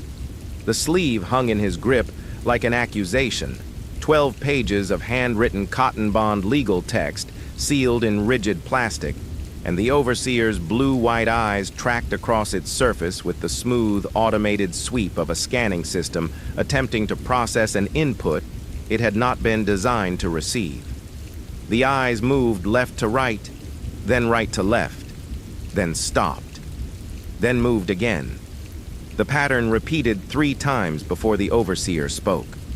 "This substrate is non-digital," the Overseer said. The voice filled the negotiation bay from every direction simultaneously, but something in it had changed since the last time it spoke. A fractional shift in frequency, so slight that a human ear might not have caught it if that ear had not spent the last several minutes calibrated to nothing but that voice and the silence surrounding it. The shift was upward, barely a quarter tone, the Xylos equivalent of a raised eyebrow. The creditor's processing infrastructure does not interface with organic fiber substrates. This document cannot be parsed by automated legal systems. "That's correct," Vance said. He was standing exactly where he had been standing when he handed over the sleeve, 20 feet from the platform, hands at his sides, briefcase at his feet. He had not moved. Movement, in Vance's professional calculus, was a form of negotiation, and he was not negotiating. He was presenting terms. The contract is handwritten on physical paper, executed under the Universal Commerce Treaty, and formatted in compliance with Section 14, which specifies that binding agreements between creditor and debtor may be presented in any medium recognized by either party's legal tradition. Paper is recognized by Earth's legal tradition. Your treaty does not restrict the medium. The document is valid. The Overseer's head tilted, the same fractional recalibration Thorne had observed when Vance first presented the sleeve, but more pronounced this time, 2 degrees instead of 1. The blue-white eyes dimmed briefly, then brightened, a processing cycle visible in the fluctuation of their light. And when the Overseer spoke again, the quarter-tone frequency shift was still there. Not louder, not more dramatic, just present, like a hairline crack in a surface that was supposed to be flawless. "The content of this substrate is irrelevant. Your species' outstanding liability exceeds the combined material value of your planetary body by a factor of 6.7. No single item exchange under Section 4 can satisfy a debt of this magnitude. The exemption was designed for cultural trinkets of negligible value, ceremonial artifacts, primitive religious totems, objects of irrational sentimental attachment that debtor species cling to during the liquidation process. It was designed as a courtesy, a concession to the behavioral inefficiencies of biotic cognition. The Overseer's gaze shifted from the document to the aluminum briefcase on the floor beside Vance's feet, and the shift was accompanied by something that was not quite a pause and not quite a hesitation, but existed in the same register, a processing beat, a fractional delay, the Xylos equivalent of looking at something beneath one's attention and finding it there anyway. You have traveled to this vessel, carrying a damaged metal container and a substrate document that our systems cannot parse. And you are invoking a procedural clause designed for species that offer carved stones and animal hides as settlement against a debt measured in stellar energy units. This is not a negotiation. This is an inefficiency. The Overseer extended the sleeve back toward Vance, holding it out the way one might return a piece of litter to the person who dropped it.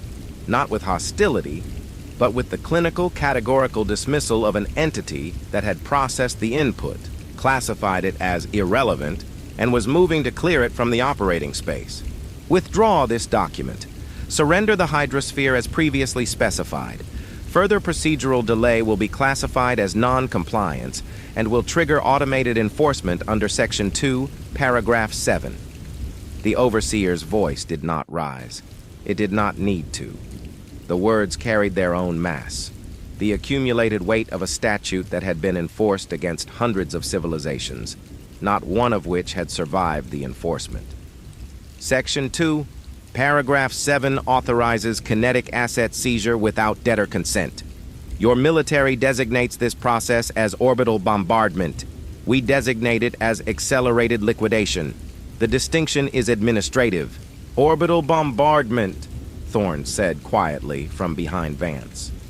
His voice was barely audible in the acoustic void of the negotiation bay, but it carried the specific tremor of a man who had just heard the word kinetic used in a context that included the planet he was standing on. Orbital bombardment, the Overseer confirmed, with exactly the same intonation he had used to describe the hydrosphere drainage. Flat, procedural, categorically indifferent to the distinction between draining an ocean and incinerating a continent, because in the Xylos accounting framework, both were asset liquidation methods differentiated only by their processing speed. Vance did not take the sleeve back. The Overseer's arm remained extended, holding the document toward a man who was not reaching for it.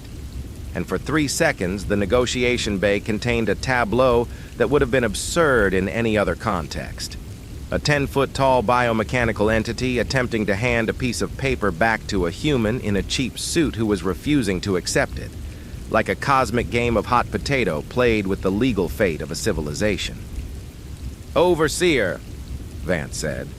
His voice had not changed. It had not risen, had not hardened, had not acquired any of the vocal markers that human neurology associates with fear or defiance or desperation.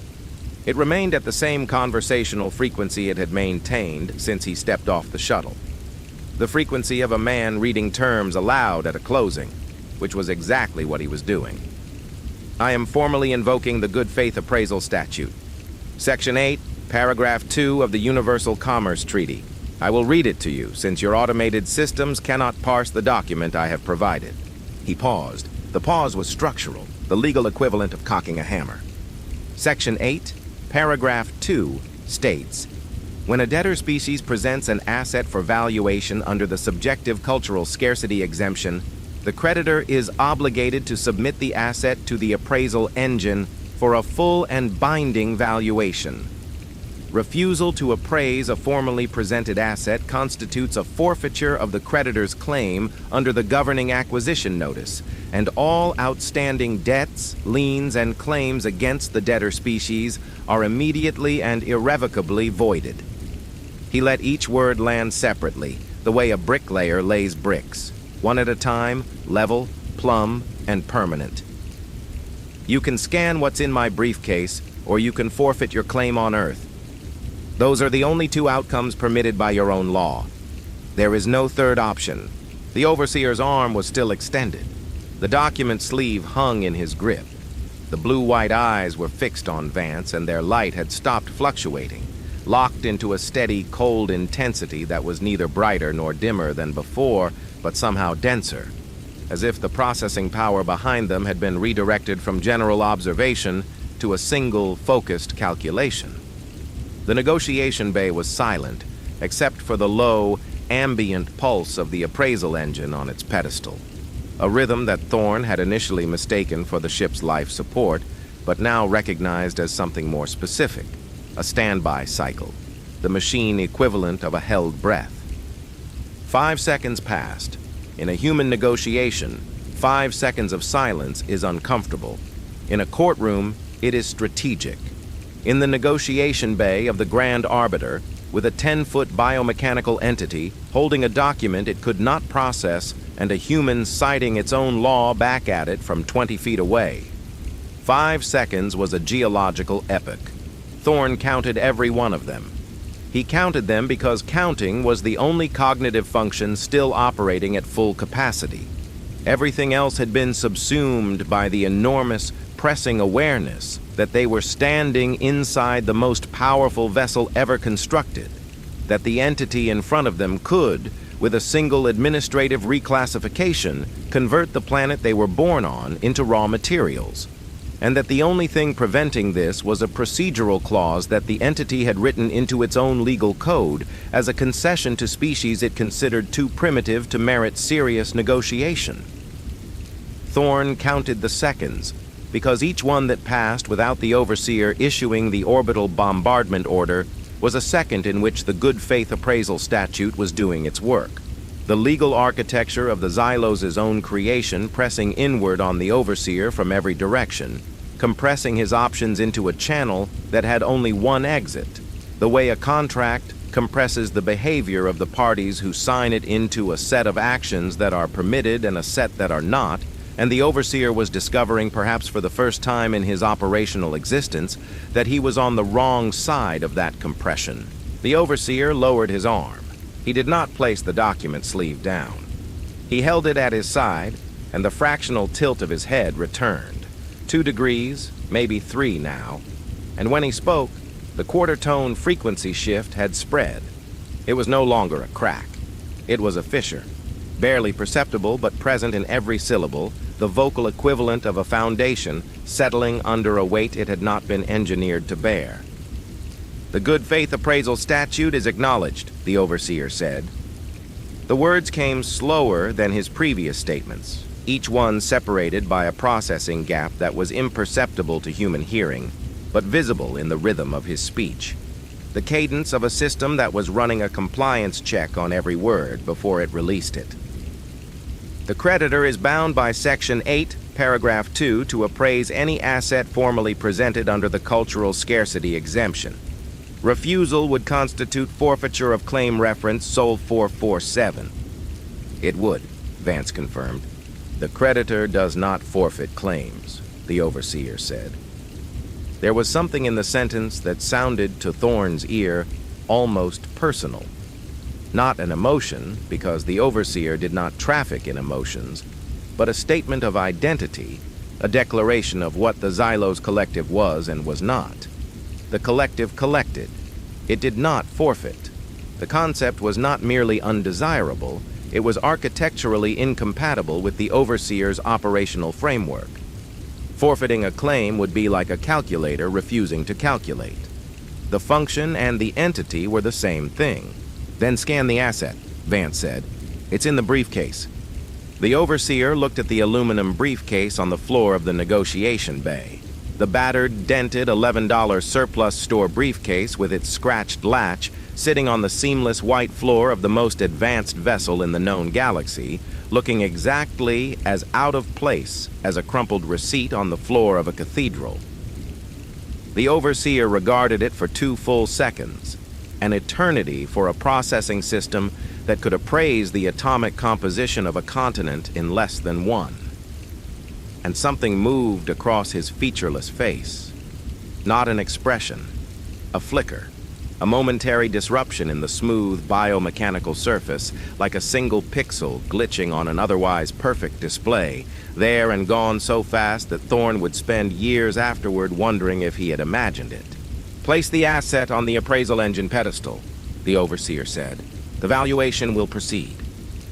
Behind the Overseer, the appraisal engine's blue glow intensified. The pulse quickened, the standby rhythm accelerating into an active cycle, a deep, resonant hum that climbed through the floor of the negotiation bay and into the bones of Thorne's feet, his shins, his jaw. The pedestal's surface brightened from within, the cold blue light sharpening to a white-hot point at the center, and thin lines of laser light scanning arrays, calibration beams, the preliminary geometry of a machine preparing to value the invaluable, extended outward from the pedestal's rim like the spokes of a wheel made of light. Vance picked up the briefcase. He walked the remaining 20 feet to the platform. He climbed 3 low steps that had extruded from the platform's surface at the Overseer's command, rising from the seamless white material as if the ship were offering him a hand. He set the briefcase on the edge of the pedestal, not gently, but with a deliberate, flat impact that produced a sharp metallic report against the alien surface. The sound of aluminum striking something that was not quite metal and not quite stone. A sound that filled the negotiation bay and came back from every wall at once, layered and amplified, the acoustic equivalent of a gavel striking a bench. He opened the latches. He lifted the lid. Inside, the evidence container sat beside the spent document sleeve's original position, and inside the evidence container, visible through the hard plastic, was the vacuum-sealed mylar bag. The socks, yellowed, stiff, faintly visible through clouded plastic like something preserved in amber that the world had forgotten to excavate. The appraisal engine's scanning lasers swept across the open briefcase, casting thin blue lines over Vance's hands, the container, the mylar, the faded NASA inventory sticker, cataloging, measuring, preparing. Vance removed the mylar bag from the container. He held it over the pedestal directly above the white-hot center point and looked at the Overseer. The Overseer's blue-white eyes were locked on the bag. The glitch, if it had been a glitch, did not recur. The Overseer was still. The engine was humming. The scanning lasers were waiting. "For the record," Vance said, "the debtor formally presents the following asset for full and binding valuation under the subjective cultural scarcity exemption. The valuation, once calculated, is final. The terms of the accompanying contract are in effect, and the clock is running." He placed the bag on the pedestal. The appraisal engine activated. The hum that had been building in the floor detonated upward through the pedestal in a single, concussive pulse of sound and light. Not an explosion, not a weapon, but the ignition of a processing cycle so vast that the ship's power grid visibly redistributed to feed it. The scanning lasers converged on the mylar bag from every angle simultaneously, thin blue lines crisscrossing the clouded plastic with the frantic, systematic geometry of a machine that had just been asked to read something it had never encountered before and was marshaling every resource it possessed to begin. The pedestal's surface blazed white, the negotiation bay flooded with cold blue light that turned Vance's cheap suit cobalt and Thorne's face the color of a man watching a fuse burn. The hum climbed in pitch, climbing past the range of comfortable hearing and into the register where sound becomes sensation. A vibration in the sternum, a pressure behind the eyes, the physical experience of a machine thinking harder than it had ever been asked to think. Vance stepped back from the pedestal. He did not run. He descended the 3 steps, walked to his briefcase, and picked it up. Then he stood beside Thorne, 20 feet from the platform, and watched the appraisal engine begin to do the one thing its creators had never imagined it would need to do: value the invaluable. Chapter 12, The Scan. The appraisal engine's scanning lasers held the mylar bag in a cage of blue light, and for 3 seconds, nothing happened. The lasers swept back and forth across the sealed plastic with the smooth, rhythmic precision of a system performing a preliminary assessment, cataloging the exterior, measuring the dimensions, identifying the substrate. Thorne could see the thin lines of light moving across the faded NASA inventory sticker, tracing the handwritten alphanumeric code that some government clerk had inscribed in ballpoint pen half a century ago, reading it the way the engine read everything, as data, as matter, as numbers waiting to be assigned. Then the engine's voice spoke. Not the Overseer, the engine itself. A different register entirely, flatter even than the Overseer's monotone, stripped of any quality that could be mistaken for personality. This was the voice of the algorithm. the pure output of a computational process that had been valuing objects across the galaxy for longer than human civilization had existed, and that had never once been surprised by what it found, because surprise required expectation, and the engine did not expect. It calculated. Initiating appraisal sequence. Exterior substrate. Polyethylene terephthalate film, vacuum sealed. Preservation status, intact. Proceeding to interior assessment. Vacuum seal breach required for material composition analysis. The pedestal emitted a thin, precise beam of white light, a cutting laser, surgical and controlled, that traced a line across the top edge of the mylar bag. The plastic parted with a faint hiss, not the dramatic ripping of a package being torn open, but the quiet, clinical sigh of a vacuum seal being broken by an instrument that considered the act a procedural formality as unremarkable as opening an envelope. The smell hit Thorne from 20 feet away. He had not expected it to carry that far, but the negotiation bay's climate control systems distributed the released air with frictionless efficiency, and within seconds, the molecules of a 50-year-old sealed environment were mixing with the sterile atmosphere of an alien warship for the first time since either had existed. The smell was not dramatic.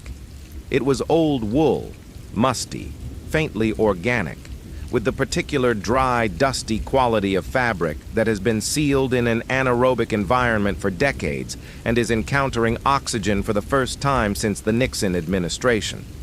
There was a sweetness to it, not pleasant, but biological, the ghost of human perspiration, degraded over half a century into its component acids and salts, a chemical memory of a living body that had worn these socks and sweated into them and shed skin cells into their weave during 21 days of government-mandated isolation.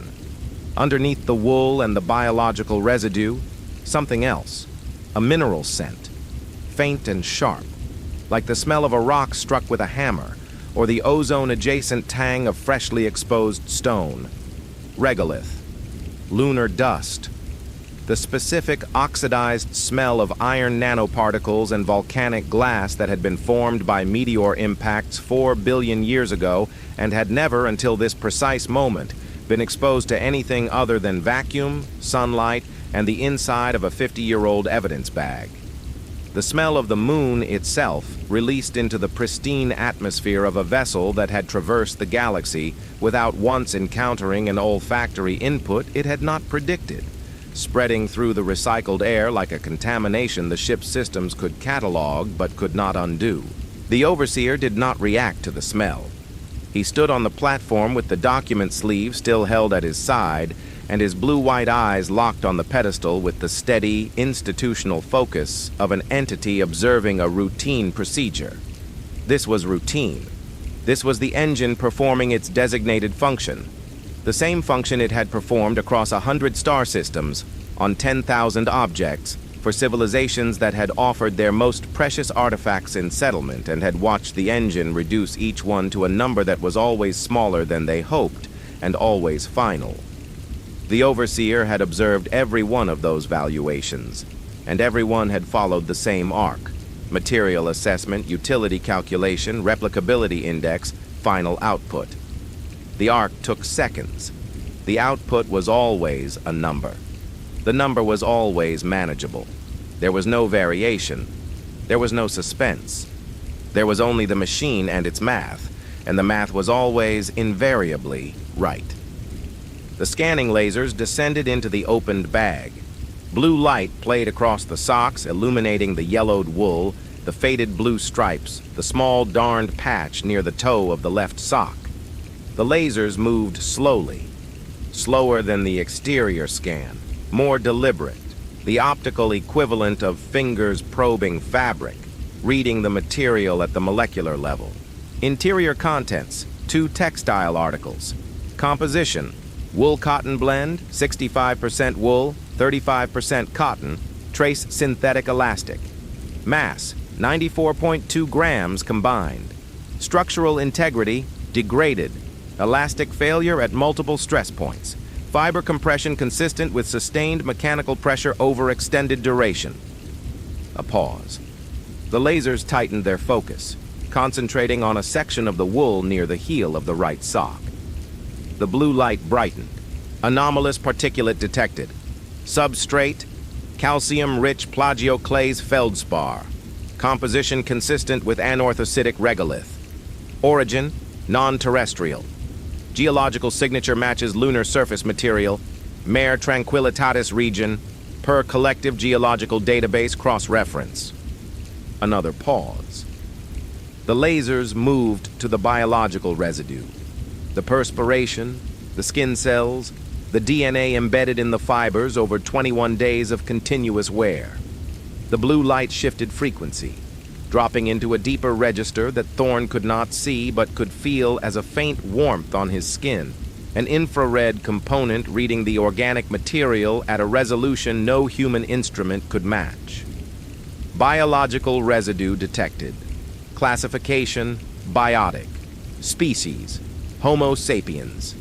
DNA markers indicate single individual. Cross-referencing biological signature with collective species database. 3 seconds passed. 5. 7. The engine's processing hum shifted pitch, a subtle upward movement, the acoustic equivalent of a system allocating additional resources to a query taking longer than expected. Thorne realized he was holding his breath and did not stop, because the alternative was breathing the air that now contained molecules of lunar dust and Neil Armstrong's degraded perspiration, and the awareness of that, of standing inside an alien ship while breathing the released contents of the most important evidence bag in human history, was doing something to his sense of reality that he did not want to explore while he still needed his legs to support his weight. Cross-reference complete.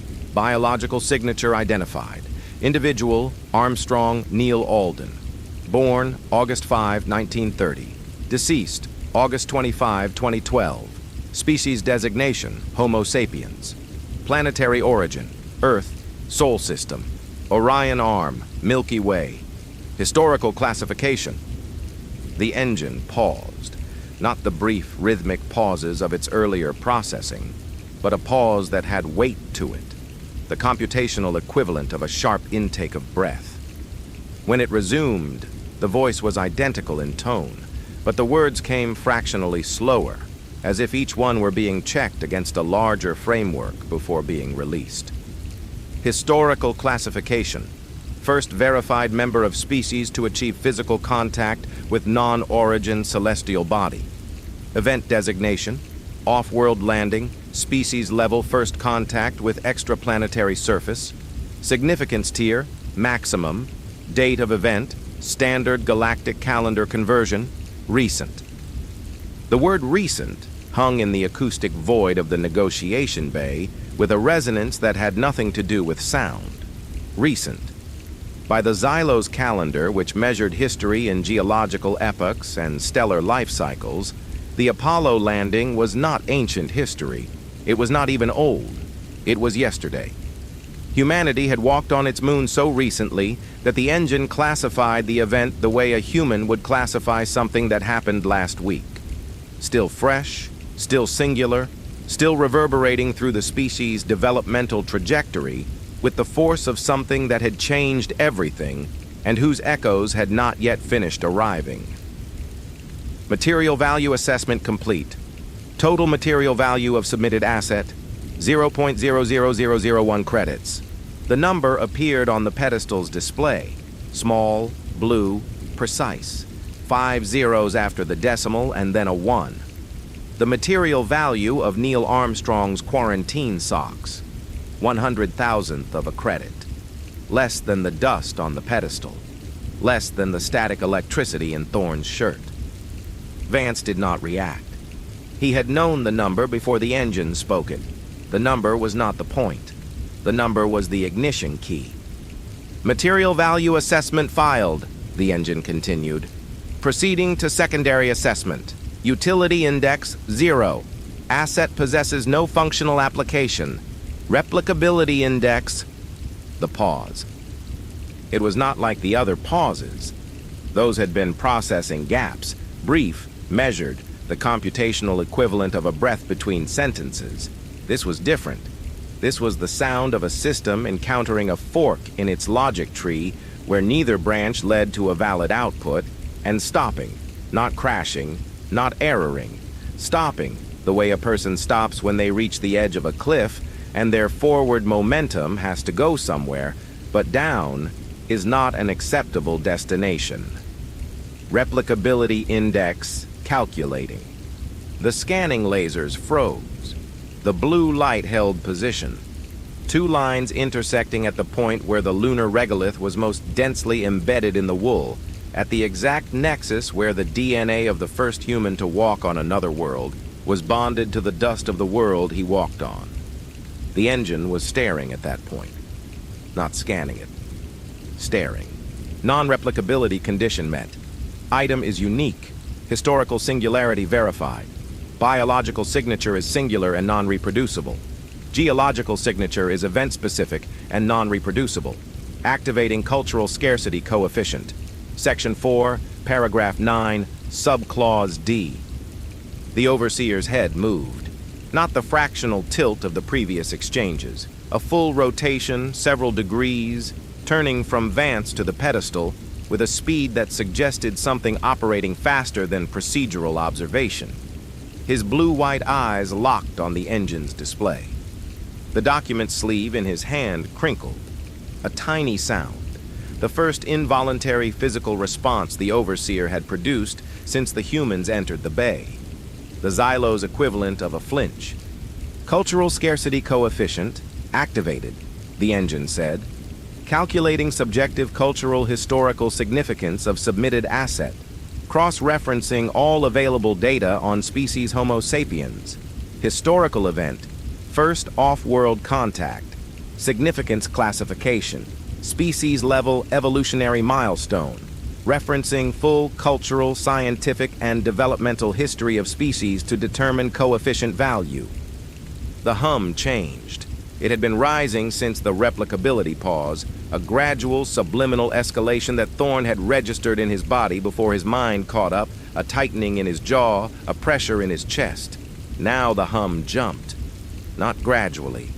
A step function increase audible to everyone in the bay, a deep, resonant throb that pulsed through the pedestal, through the platform, through the floor, and into Thorne's bones like the heartbeat of something enormous waking up. The display on the pedestal began to populate. Numbers, blue digits, precise and clinical. The material value, 0.00001, remained in the upper left corner. Below it, a new line appeared. Cultural scarcity, coefficient, calculating. The line flickered. A number appeared. 4 digits. Then it was gone. Overwritten by a larger number. 6 digits. Gone. 8. The digits were not scrolling. They were jumping. Each value replacing the last before the display could fully render it.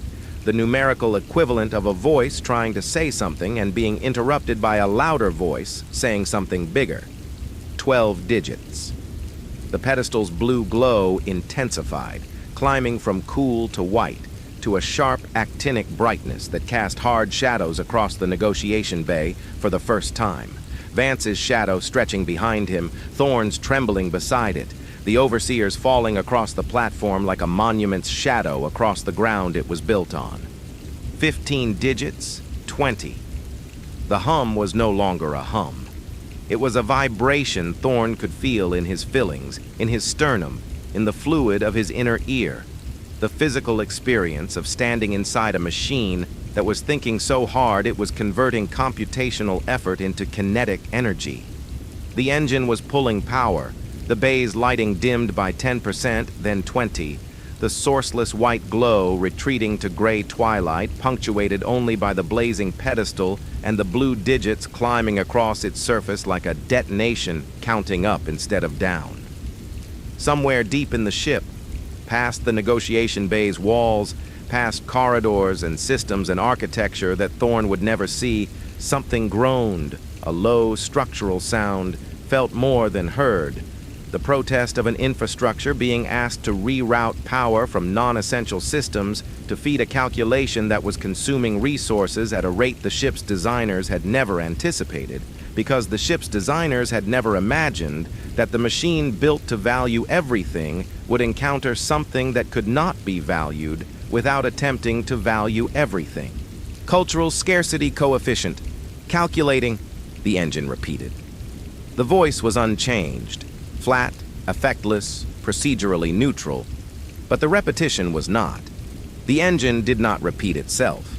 Repetition implied the processing had not completed, that the engine was still inside the calculation, still running, still attempting to reach a terminus that was receding faster than the machine could approach it. Calculating, 25 digits, 30, the number wrapped to a second line. The Overseer took one step back from the pedestal. One step, a single mechanical movement that repositioned him 6 inches further from the engine. In that step, in the geometry of that retreat, Thorne saw the crack widen into something structural. Not a recalibration, not a processing delay, a withdrawal, a physical retreat from a process that the Overseer had initiated 1,000 times and that had never, in the history of the collective's operations, required him to move away from. Material value, 0.00001 credits, the engine said, and for the first time since the scan began, something new lived in the voice. Not emotion, not distress, but a tonal artifact, a harmonic overtone produced by processing systems running at capacity, the sound of a machine straining against the architecture of its own design. Cultural scarcity, coefficient, calculating, calculating, calculating. The number hit 40 digits and did not stop. It wrapped to a third line on the display. The pedestal was blazing now, white hot at its center, and the scanning lasers had lost their clinical precision. They were jittering, oscillating in micro-tremors visible to the naked eye, the optical equivalent of hands shaking. The engine was still talking, still repeating, still calculating, and the number was still climbing, and the lights were still dimming. And somewhere in the architecture of the most advanced vessel in the known galaxy, a machine that had priced the value of 10,000 civilizations was discovering that it had never, in all its centuries of operation, been asked to price the one thing that its mathematics could not contain. Vance watched the number climb. He did not smile. He did not need to. The math was doing exactly what the math was supposed to do, and math did not require applause. There it is, he said quietly. Divide by 0. Chapter 13, Algorithmic Overflow. The number on the display had passed 50 digits and was no longer behaving like a number.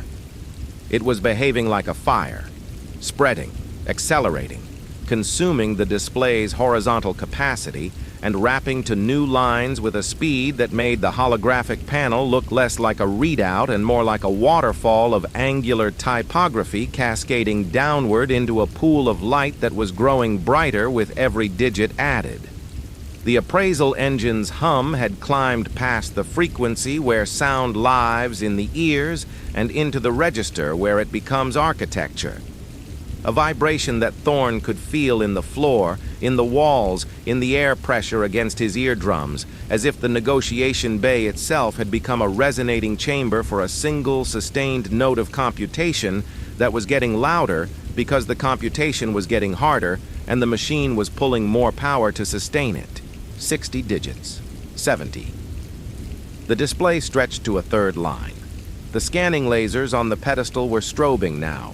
Not the controlled, analytical pulses of a system conducting a routine appraisal, but the rapid, irregular flashes of a machine running at the edge of its processing envelope, each flash a visible manifestation of a calculation cycle that was completing and immediately spawning a new, larger calculation.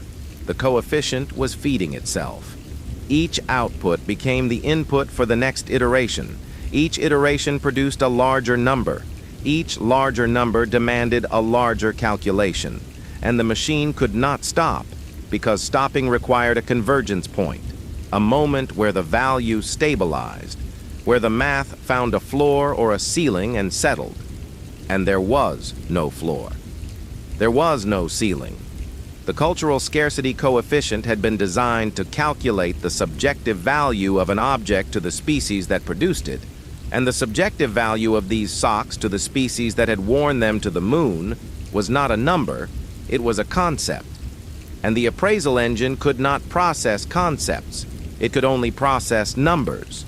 So it kept generating numbers, each one larger than the last, each one an attempt to express in quantitative terms a qualitative reality that existed outside the boundaries of any quantitative system. And each attempt failed, and each failure produced a new attempt, and the new attempt failed harder, and the machine accelerated. The ship's lights flickered. Not the localized brownout of a power redistribution, a full system-wide fluctuation that dimmed the sourceless white glow of the negotiation bay to a gray twilight and then restored it, twice, 3 times, in a rhythm that matched the engine's strobing and gave the impression of a heartbeat. The Grand Arbiter's environmental systems were competing for power with the appraisal engine, and the engine was winning.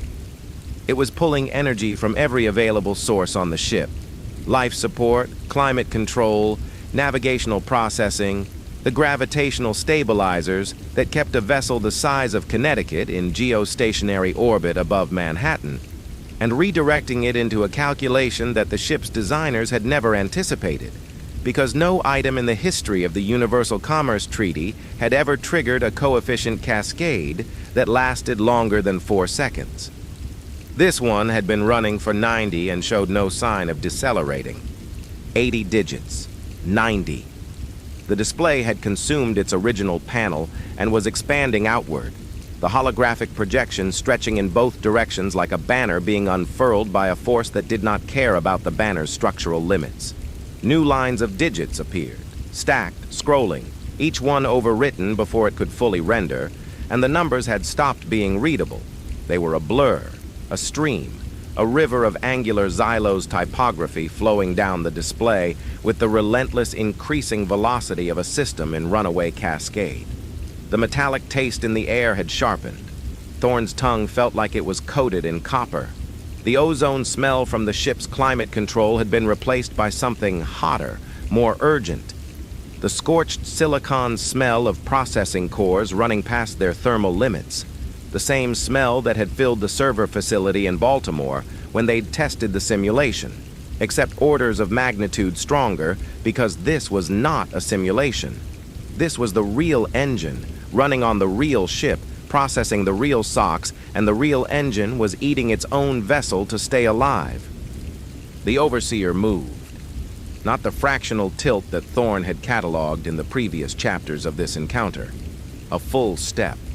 One stride backward from the pedestal, the biomechanical legs articulating with a hydraulic smoothness that was now, for the first time, perceptibly faster than his previous movements. Faster because the Overseer was not choosing to move quickly. He was reacting. The distinction was fundamental. Every action the Overseer had taken since the humans entered the negotiation, they had been deliberate, procedural, executed at a pace that communicated absolute authority over the timeline of events. This step was different.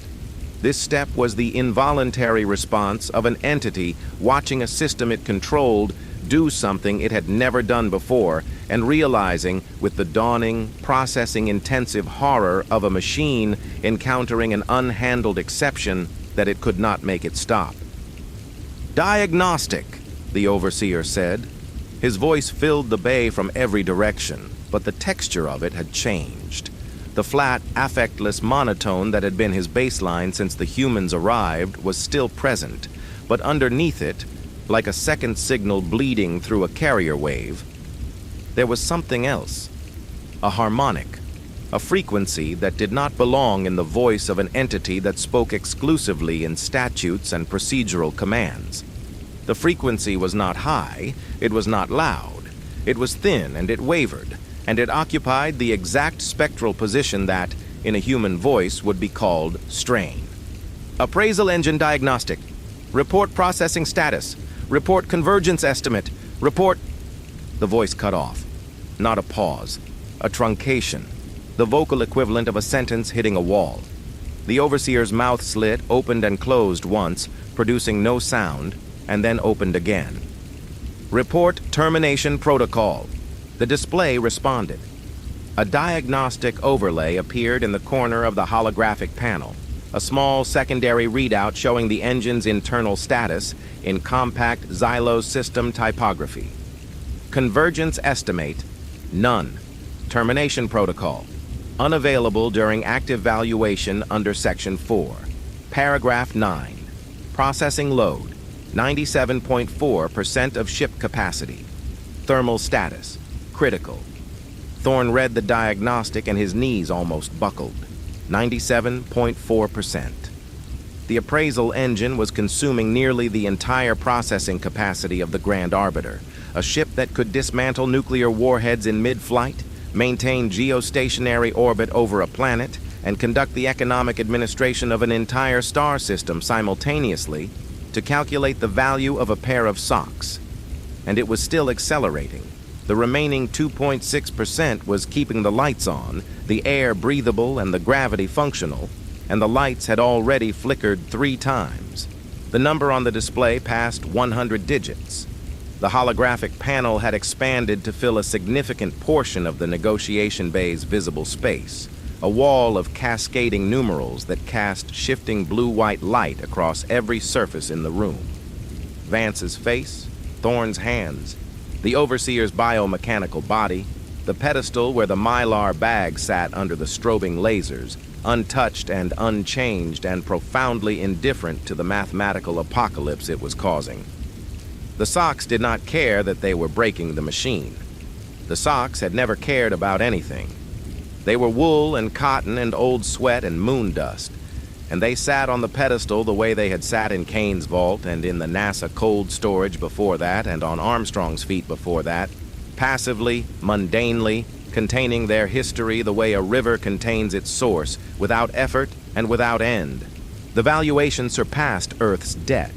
Thorne knew it because a secondary indicator on the diagnostic overlay, a comparison field that displayed the assessed value relative to the outstanding liability, flipped from red to green. The flip was instantaneous, unceremonious, a single pixel changing color on a display that was otherwise consumed by the cascade, and it meant that the socks were now worth more than the entire debt the Xylos had levied against the planet Earth. 4 billion years of retroactive solar energy charges, the warhead recycling fees, the compound interest, all of it, surpassed by a number that was still climbing and had no intention of stopping. Thorne wanted to shout. He wanted to grab Vance's arm and point at the green indicator and say something, anything, that acknowledged the fact that the plan had worked, that the math had done exactly what Vance said it would do. He did not. He stood still and watched, because the plan had not finished working. The math had not finished mathing, and the number was still climbing. It surpassed the Xylos sector's gross domestic product 11 seconds later. The diagnostic overlay added a new comparison field, assessed value relative to sector economic output. And the number in that field was a ratio that started at 1.2 and climbed to 3, then 7, then 20, then 100. The socks becoming worth more than the combined economic output of every civilization in the Xylos administrative sector with each passing second, each tick of the ratio. Another civilization's entire economic history rendered insignificant by a pair of tube socks with faded blue stripes. The Grand Arbiter's lights flickered again, longer this time, a full 2-second brownout that plunged the negotiation bay into near darkness before the systems recovered, and when the light returned, it was dimmer than before. Weaker. The sourceless white glow that had made the bay feel like the inside of a sterile, perfect thought had degraded to a murky gray that made the walls look bruised. The ship was dying. Not dramatically, not explosively, but the way a battery dies, steadily, irreversibly, the power draining into a calculation that would not stop because it could not stop, because the math had no end and the machine had no choice but to keep chasing it. A sound came from somewhere deep in the ship. Not the engine's hum, which was omnipresent, but something lower and more structural. A groan. A metallic, tectonic sound that traveled through the floor and walls, like the complaint of a hull under pressure. The kind of sound that spacecraft engineers design systems specifically to prevent, because it means that the forces acting on the structure are approaching the limits of the structure's ability to contain them. The Grand Arbiter, the most advanced vessel in the known galaxy, the flagship of an economic empire that spanned hundreds of star systems, was straining. Not from weapons fire, not from a collision, from arithmetic. The Overseer took another step back, then another. His movements had lost the hydraulic smoothness that had characterized every physical action since the humans arrived. They were faster now, less controlled, the biomechanical equivalent of a person backing away from a machine that has started making sounds it should not make. His blue-white eyes were locked on the display, and their light was no longer steady. It pulsed, brightened, dimmed, pulsed again, the processing cycles visible in the fluctuation of his own visual systems as his internal architecture struggled to simultaneously monitor the cascade, maintain his physical systems, and process the implications of what he was watching. The implications were simple. The implications were catastrophic. The appraisal engine was going to hit the hard cap, the maximum addressable value in the Xylos central banking system, the largest number their financial infrastructure could express, and when it did, the engine would auto-assign that value to the SOX to prevent a total ledger crash, and that value would be legally binding, and the SOX would become the most valuable object in the recorded history of galactic commerce, and the trade would execute automatically, and Earth's debt would be cleared, and the surplus, the difference between the hard cap value and the outstanding debt, would be owed to humanity, payable immediately, under the same enforcement protocols the Xylos used to collect from conquered worlds. The Overseer was watching his own machine bankrupt his own civilization in real time, and there was nothing in his operational framework, no statute, no override, no emergency protocol, that allowed him to stop it. The number hit the hard cap. The effect was instantaneous and total. The display froze. The cascade stopped. The strobing lasers on the pedestal locked into a continuous beam. The hum of the appraisal engine dropped from its screaming, ship-consuming pitch to a single, low, resonant tone. A bass note so deep it was less a sound than a geological event. The vibration of a machine that had reached the boundary of its own mathematical universe and was resting against it, pressing the largest number it could express against the wall of its own limitations, like water pressing against a dam. The ship's lights stabilized, not at their original brightness, but at the diminished gray that was all the Grand Arbiter could sustain after the engine had consumed everything it could reach. The structural groaning stopped. The metallic taste faded to a ghost. The negotiation bay, which had been a cacophony of flickering light and escalating vibration, and the raw physical sound of a machine trying to count to infinity, was suddenly profoundly still.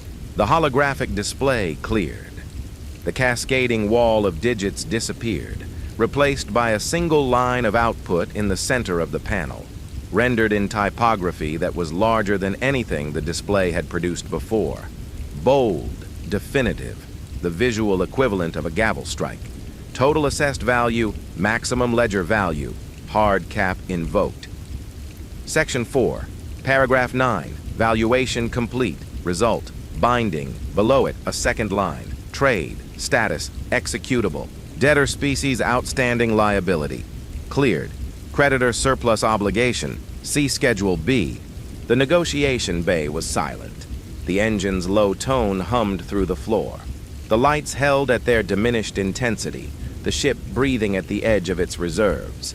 The mylar bag sat on the pedestal under the continuous laser beam, yellowed and stiff, and worth more than everything the Xylos Collective had ever owned. Vance looked at the display. He looked at the Overseer. The Overseer had not moved from his retreated position, 3 steps back from the pedestal, and his blue-white eyes were fixed on the single line of output with an intensity that was no longer automated. It was something raw, something that existed in the narrow, terrible space between processing an outcome and understanding it. "The valuation is complete," Vance said. His voice was quiet, level, and carried across the bay with the precision of a sentence that had been waiting to be spoken since the moment he first read the Universal Commerce Treaty in a bunker underneath the White House. "The trade is binding. Earth's debt is cleared." He paused. The pause was not structural. It was human.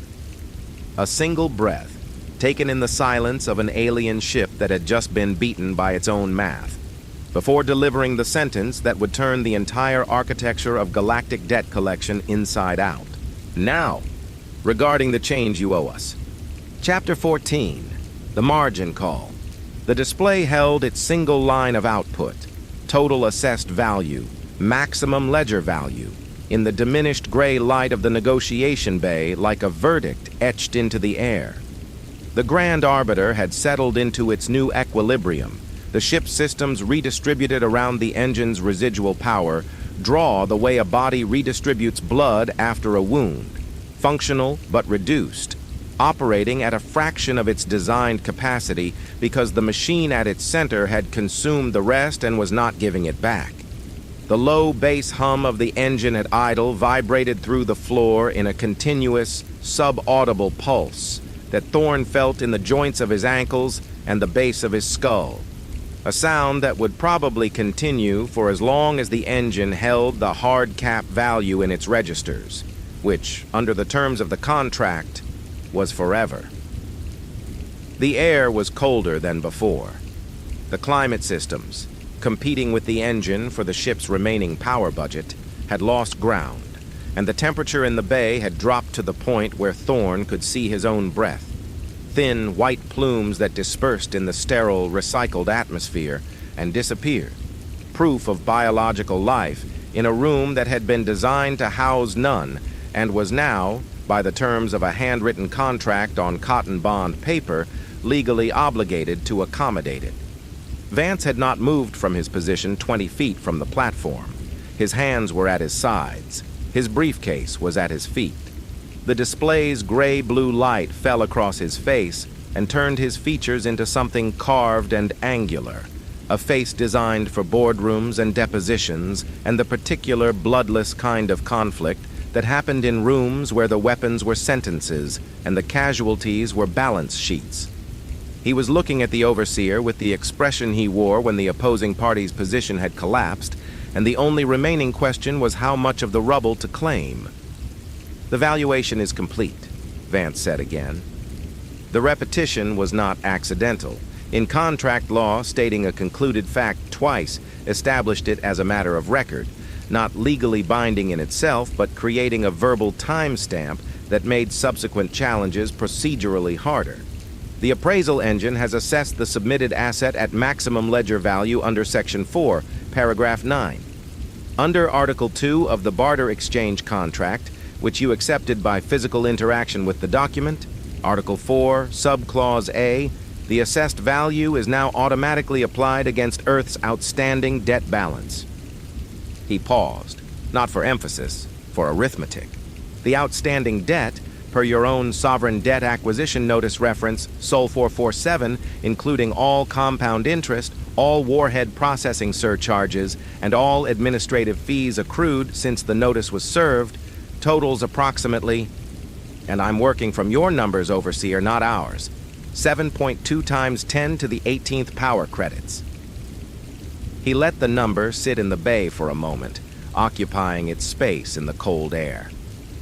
The assessed value of the asset exceeds that figure by a margin that your display was unable to fully render before the hard cap engaged, which means the trade executes at the hard cap value, Earth's debt is cleared in full, and the difference between the assessed value and the outstanding debt constitutes a surplus credit in Earth's favor.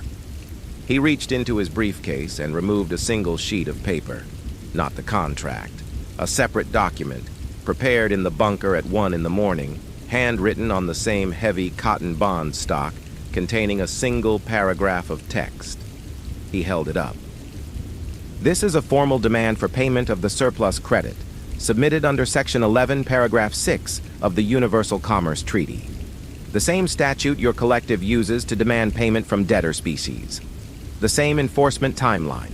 The same penalties for non-compliance. The same compound interest rate. He extended the paper toward the platform. It seems your machine has appraised our asset. We consider our debt settled. Now, regarding the change you owe us. The Overseer had not moved since the hard cap engaged. He stood on the platform 3 steps back from the pedestal, the mylar bag still sitting under the engine's continuous laser beam, and his blue-white eyes were locked on Vance with an intensity that had moved past the automated surveillance camera tracking of their earlier interactions into something more focused and more costly. The intensity of a processing system that was allocating significant resources to a single input because the input was producing outputs that the system's architecture had never been designed to handle. The harmonic in his voice, the thin, wavering frequency that had appeared during the cascade, was still present. It had not faded when the engine stabilized. If anything, it had deepened, settling into the Overseer's vocal output like a crack settling into a foundation, permanent now, part of the structure. The valuation is anomalous, the Overseer said. The words came with the same deliberate, compliance-checked cadence that had characterized his speech since the diagnostic failure.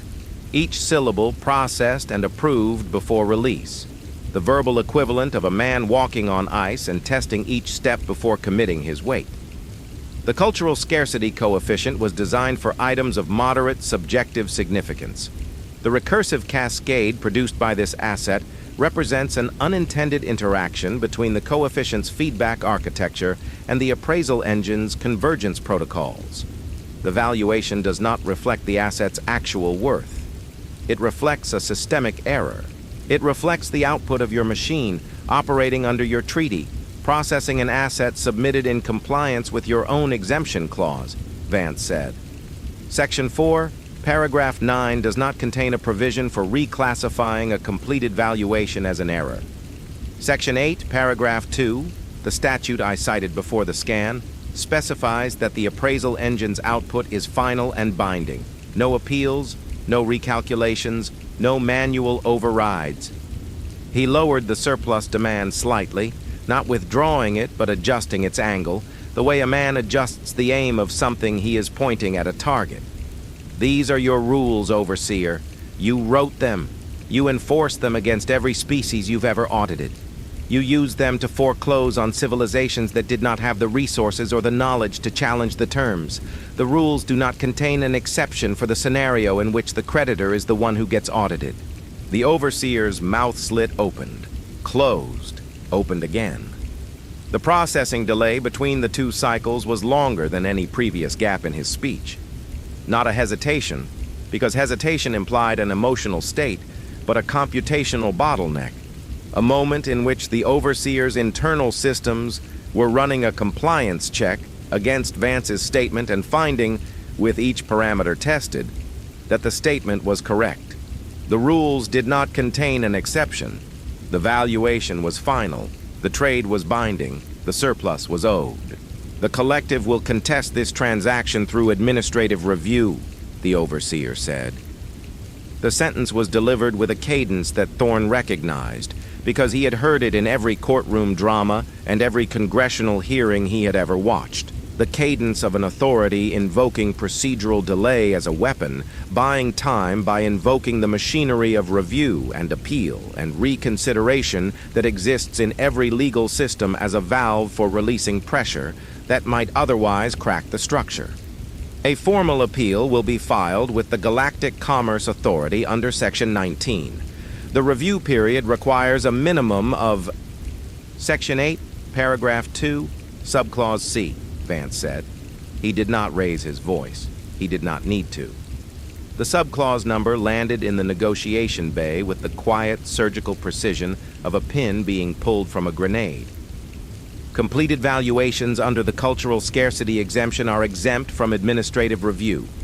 The Galactic Commerce Authority has no jurisdiction over Section 4 transactions once the appraisal engine has produced a binding output. You wrote that clause, Overseer. Your collective embedded it in the treaty to prevent debtor species from contesting low valuations after the engine priced their sacred artifacts at raw material weight. It was a trap door, and it was designed to only open downward. He paused, not for drama, but for the structural beat that separates the statement of a legal fact from its consequence. It opens in both directions. No appeal, no review, no administrative delay. The number stands. The Overseer's body went rigid. Not the composed architectural stillness of his baseline state. A different kind of stillness. Tighter, more compressed.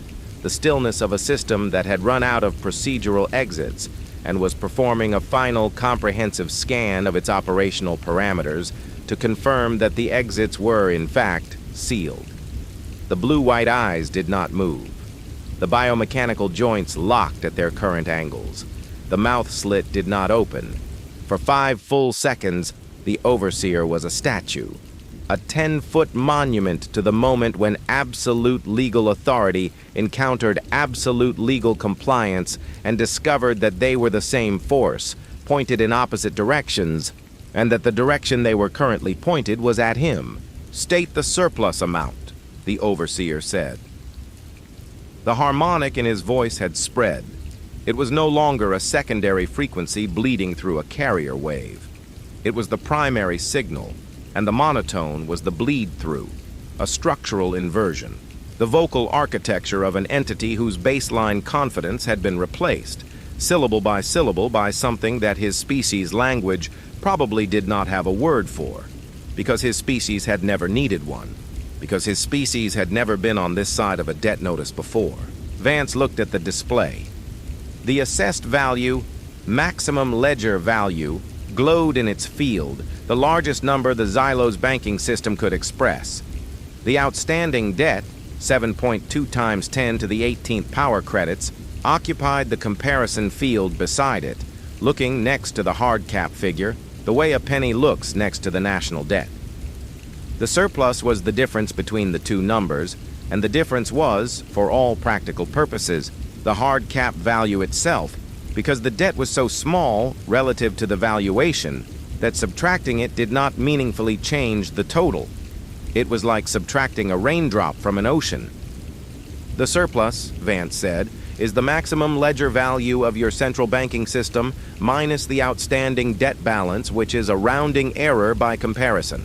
Payable to Earth under Section 11, Paragraph 6, with a compliance deadline of 30 standard galactic days and a compound interest rate of, let me check your own statute, 4.7% per cycle for non-payment.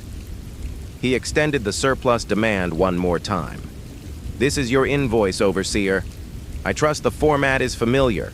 The paper hung in the air between them, a single sheet of cotton bond stock, handwritten, containing a demand for payment so large that the Xylos Collective's entire economic infrastructure could not satisfy it without liquidating assets on a scale that would collapse their administrative authority across every system they controlled.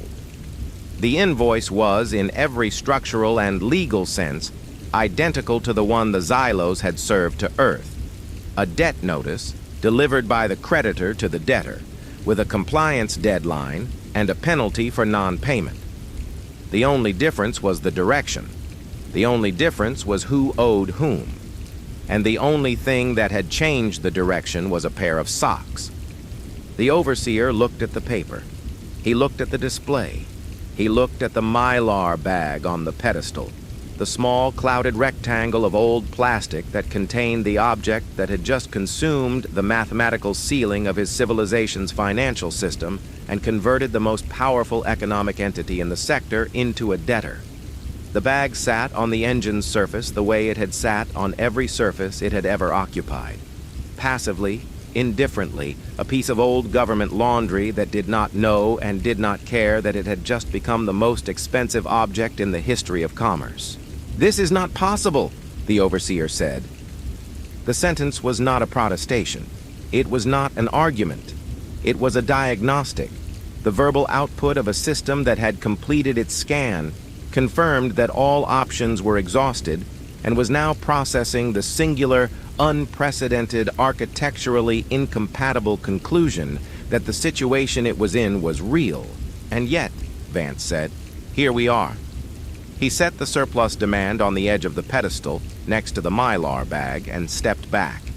The paper sat beside the socks, the invoice next to the asset, the demand next to the weapon, and together they occupied approximately 18 inches of space on a machine that could appraise the atomic composition of a planet. You have 30 days to pay. After that, the interest starts compounding. And I'm told by my colleagues who translated your treaty that your compound interest formula is, and I want to be precise here, extremely aggressive. He picked up his briefcase. He closed the latches. The sound was small and final, the same metallic snap that had accompanied every stage of this operation, closing the briefcase in the bunker, closing it in Kane's vault, closing it in this bay. Each snap a punctuation mark in a sentence that had been building since the moment the Grand Arbiter eclipsed the sun over Manhattan, and a drone delivered a receipt to the United Nations. We'll show ourselves out, Vance said. Thorne followed. His legs moved because Vance had told them to, and because the alternative was standing in a negotiation bay on an alien ship next to an entity that had just discovered it owed humanity more money than existed in its banking system, which did not seem like a place where lingering was advisable. They walked back across the 300 feet of empty floor, a distance that had felt like a death march on the way in, and now felt like a victory lap that neither of them was celebrating, because Vance did not celebrate, and Thorne was too busy trying to convince his cardiovascular system that the crisis was over, and his heart rate could return to a number compatible with continued existence. Past the pedestal where the socks sat under their laser beam next to a handwritten invoice. Past the Overseer who stood motionless on his platform, processing the first debt notice he had ever received rather than issued. Into the corridor that swallowed their footsteps and led them back toward the shuttle and the small, blue, ridiculous, irreplaceable planet they had just purchased the right to keep. Behind them, in the negotiation bay, the appraisal engine hummed its low residual note, and the display held its verdict, and the Overseer stood alone with a piece of paper and a pair of socks, and the dawning system-wide comprehension that the species he had come to liquidate had just liquidated him. Chapter 15, The Bureaucratic Checkmate. They had almost reached the corridor when the Overseer's voice filled the bay behind them. Not the measured, compliance-checked cadence of his previous statements, but something faster, something stripped of the processing delays that had characterized every word he had spoken since the good faith appraisal statute forced his hand. The harmonic was dominant now, the primary frequency of his vocal output, and the monotone underneath it had fractured into something that was no longer flat but jagged, the tonal architecture of an entity whose operational framework was producing outputs that contradicted each other at the structural level. The transaction is suspended, the Overseer said. Under Emergency Provision Section 23, Paragraph 1, Creditor Preservation Protocol, the Xylos Collective reserves the authority to suspend any transaction that poses an existential threat to the creditor's operational solvency. This transaction is suspended. The valuation is suspended. The surplus obligation is suspended. You will return to the negotiation platform and submit to a revised settlement process. Vance stopped walking. He did not turn around. He stood with his back to the Overseer, his briefcase in his hand, and spoke toward the corridor ahead of him, his voice carrying over his shoulder with the unhurried clarity of a man who had anticipated this exact move and had sealed the exit before the opposing party knew it existed. Section 23 was repealed, Vance said. Amendment 47 to the Universal Commerce Treaty, ratified by the Xylos Collective's own Administrative Council 18 standard cycles ago. The Creditor Preservation Protocol was eliminated because your collective determined that no legitimate transaction could ever pose an existential threat to the creditor's solvency. The provision was classified as redundant. It no longer exists in the active treaty. He paused. I read the amendments, Overseer. All of them, including the ones your own legal department considered too insignificant to index. The silence that followed was not the productive silence of a negotiation in progress. It was the terminal silence of a negotiation that had ended, delivered to an entity that had not yet accepted the ending. Thorne, standing 2 steps behind Vance, could feel the quality of the air in the bay change. A thickening, a pressurization, the atmospheric equivalent of a room getting smaller. The Overseer's blue-white eyes were locked on the back of Vance's head, and their light had intensified beyond anything Thorne had observed. Not the steady glow of processing or the flickering of computation, but a hard, bright, continuous blaze that cast sharp shadows from the pedestal and the engine and the platform's edges. Shadows that pointed toward the 2 humans like the hands of a clock converging on a single hour. "Turn around," the Overseer said. Vance turned, slowly, deliberately, with the controlled rotation of a man who understood that the next 30 seconds would determine whether the legal victory he had just achieved would survive long enough to matter.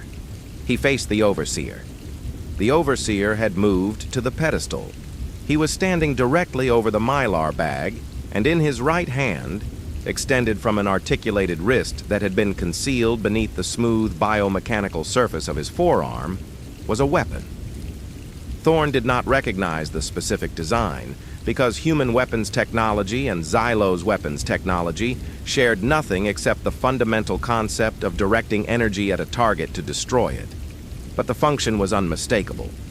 It was a thin, elongated instrument, approximately 18 inches long, that glowed from within with a white-hot luminance that turned the Overseer's hand into a silhouette and cast a circle of searing light on the pedestal's surface around the mylar bag. The air between the weapon's emitter and the socks shimmered with heat distortion, a visible column of thermal energy that smelled like burning ozone and ionized metal and produced a faint, high-frequency crackling that sounded like ice fracturing under pressure. The weapon was aimed at the socks.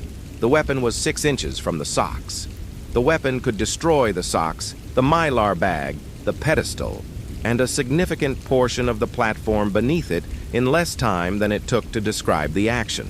"This transaction is annulled," the Overseer said. His voice had abandoned its last pretension of procedural authority. What remained was raw, not emotion, because the Overseer's architecture did not produce emotion in any form a human would recognize, but something functionally identical. The output of a system that had exhausted every legal, procedural, and computational option available to it, and had arrived at the single remaining variable that no contract, no clause, and no amendment could override: force, the original variable. The one that existed before law and after law and underneath law, the variable that every civilization in the history of the galaxy had eventually reached for when the architecture of reason failed to produce the outcome it required. The crackling intensified. The circle of light on the pedestal brightened. The mylar bag's surface began to ripple, not from wind, because there was no wind in the sealed bay, but from the thermal radiation pouring off the weapon's emitter, the heat warping the old plastic the way a candle flame warps a sheet of paper held too close. The socks inside the bag were visible through the distortion, yellowed and stiff and oblivious. 50 years of compressed history about to be incinerated by an alien who had run out of statutes. Thorne's body did something he did not authorize. It stepped backward. 1 step, 2 steps, his legs operating on the ancient, precognitive survival algorithm that moves organisms away from things that are about to explode. His hands were shaking. His vision had narrowed to the triangle formed by the weapon, the socks, and the Overseer's face, and inside that triangle, the math of the situation was both simple and horrifying. If the Overseer fired, the socks were gone, the asset was destroyed, the valuation was moot, and the entire legal architecture that Vance had spent 2 weeks constructing would evaporate with the wool. Vance did not step backward. Vance stepped forward. 1 step, toward the platform, toward the weapon, toward the circle of searing light and the crackling ozone and the 10-foot entity holding an energy weapon 6 inches from the only object that stood between humanity and foreclosure. The step was not brave, because bravery implies the overcoming of fear, and what Vance was doing was not overcoming fear. It was ignoring it, the way he ignored the size of opposing counsel's legal team, the way he ignored the reputation of the firm across the table, the way he ignored every environmental signal designed to make him feel small, because Elias Vance had never measured the strength of his position by how he felt. He measured it by what was written on the page, and what was written on the page was Article 3, Subclause C. "Overseer," Vance said. His voice was conversational, not calm, conversational. The distinction mattered. Calm was a performance. Conversational was a man discussing terms at a closing, which was what he was doing. The fact that the closing now involved an energy weapon and the possible incineration of the species' salvation notwithstanding. Before you fire that weapon, I need you to process one clause of the contract you accepted when you took the document sleeve from my hand. Article 3, Subclause C, the penalty of default. The crackling did not stop. The weapon did not lower. The mylar continued to ripple in the thermal wash. But the overseer's eyes, the hard, blazing points of light that had been locked on the socks, shifted. They moved from the mylar bag to Vance's face. The shift was fractional. The attention behind it was total. Article 3, Subclause C states, Vance continued, and his voice acquired the precise metronomic cadence that it acquired when he was reading contract language from memory, each word placed with the structural care of a mason setting stones into an arch. That in the event that either party destroys, damages, or materially alters the appraised asset during or after the valuation process, the full assessed value of the asset at the time of destruction shall be transferred as an irrevocable personal debt to the individual who authorized, executed, or permitted the destruction. He let the clause settle into the bay, into the crackling air, into the space between the weapon and the socks, extending to all legal descendants and designated heirs in perpetuity, under UCT Inheritance Statutes, Section 12, Paragraph 3. The overseer's weapon hand was steady. The circle of light on the pedestal was steady. The mylar bag was still rippling. Nothing had changed in the physical arrangement of the standoff. The weapon was still aimed, the socks were still 6 inches from annihilation, and Thorne was still 3 steps farther back than he had been 30 seconds ago. But something had changed in the informational arrangement. A new variable had entered the overseer's processing queue, and the variable was this: the assessed value of the socks, the maximum ledger value of the Xylos central banking system, would not disappear when the socks did. It would transfer to him, personally, to his lineage, to every descendant his biological or administrative architecture would ever produce, extending forward through time without limit and without appeal, a debt so large that the word debt stopped being adequate and became instead a kind of financial gravity, a permanent, inescapable force that would bend the trajectory of his bloodline around it for as long as his species existed. "Shoot the socks," Vance said, "and your great-grandchildren will be mining asteroids to pay for the lint." The sentence hung in the bay. It hung in the crackling air between the weapon and the mylar bag.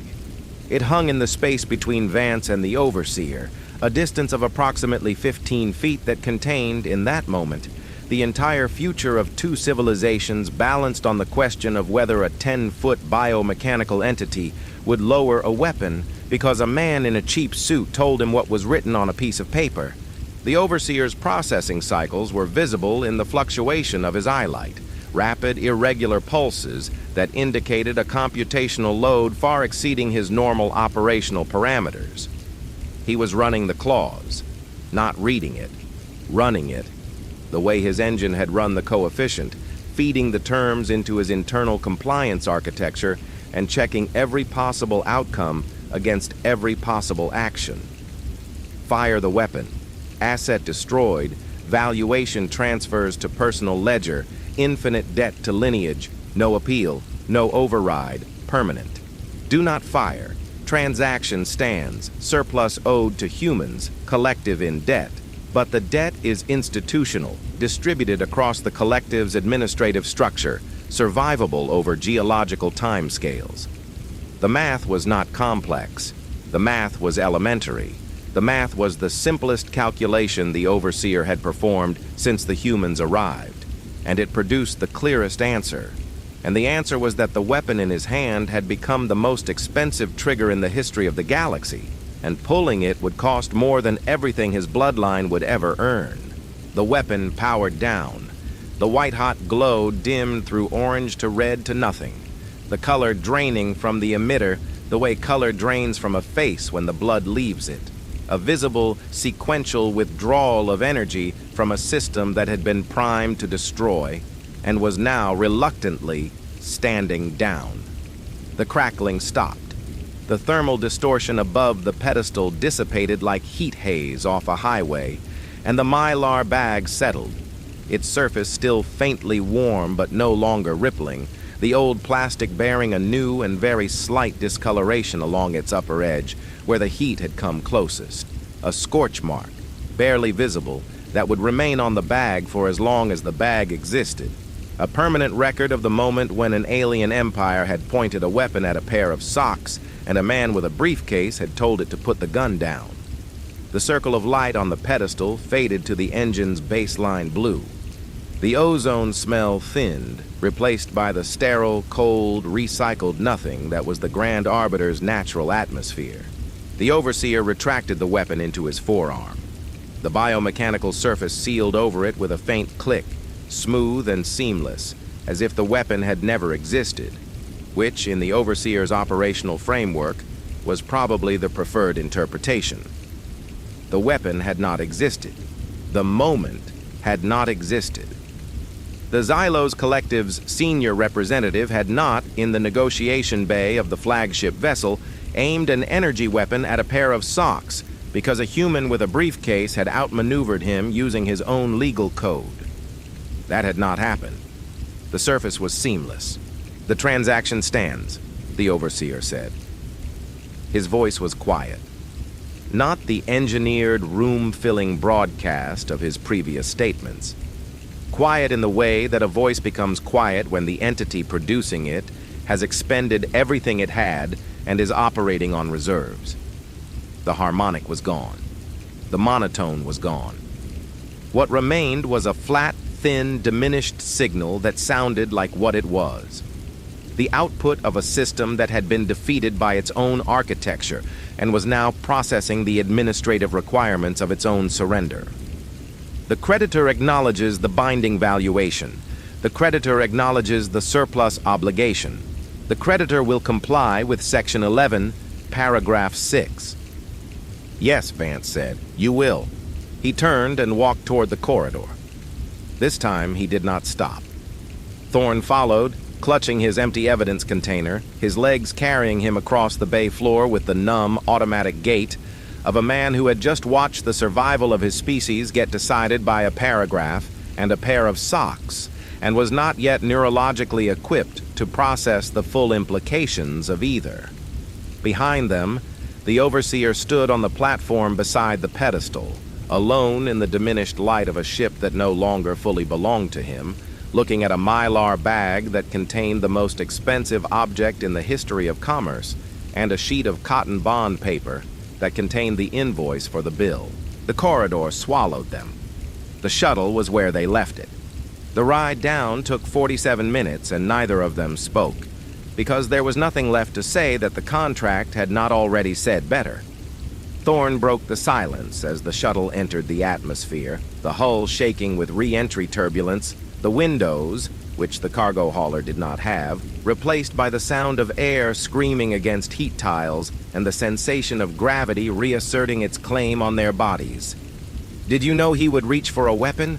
Thorne asked. Vance looked at his briefcase. The latches were closed. The briefcase was empty. Everything it had contained, the contract, the surplus demand, the evidence container, had been left on the Grand Arbiter, deployed, spent, and legally operational. Every foreclosure has a moment where the debtor reaches for something that isn't a pen, Vance said. That's why the penalty of default exists. It's not a clause, it's a leash. The shuttle descended through the clouds, and below them, still turning, still blue, still stubbornly and irrationally alive, was the planet that a pair of socks had just saved from repossession. Chapter 16, The Eviction Notice. The Overseer's attempt to contact Central Command lasted 4.7 seconds. Thorne knew this because the ship's internal communication system, which had previously been invisible and silent, produced a visible diagnostic when the call failed. A holographic error message that materialized above the platform in the same angular Xylos typography that had displayed the valuation, rendered in a shade of red that Thorne had not seen the ship produce before, and that communicated, in the universal visual language of systems that have stopped cooperating, that something fundamental had changed in the command hierarchy. Access denied. Authorization credentials revoked. Primary shareholder reclassification in effect. All command functions transferred to registered asset holder per Section 11, Paragraph 12. Automated compliance with surplus debt settlement. The Overseer stood on the platform and read the message. He read it twice.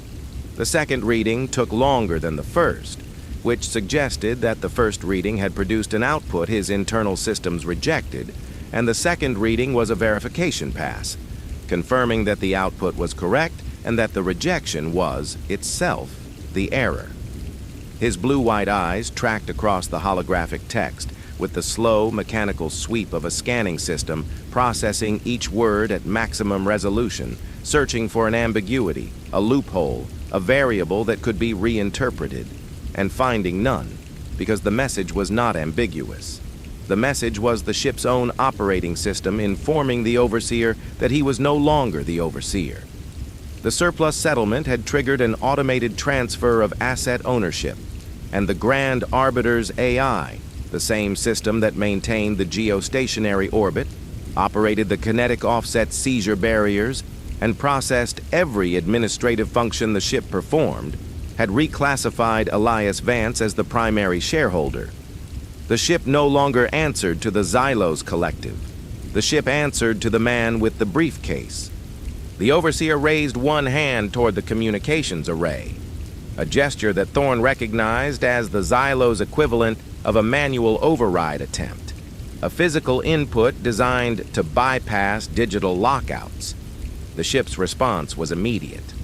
A second holographic message appeared directly below the first, smaller, more clinical, and carrying the specific tonal quality of a system that was not merely denying a request, but explaining with the patient procedural thoroughness of an automated compliance engine why the request could never be granted again. Manual override disabled. Former creditor personnel are classified as unauthorized occupants under Section 11, Paragraph 14.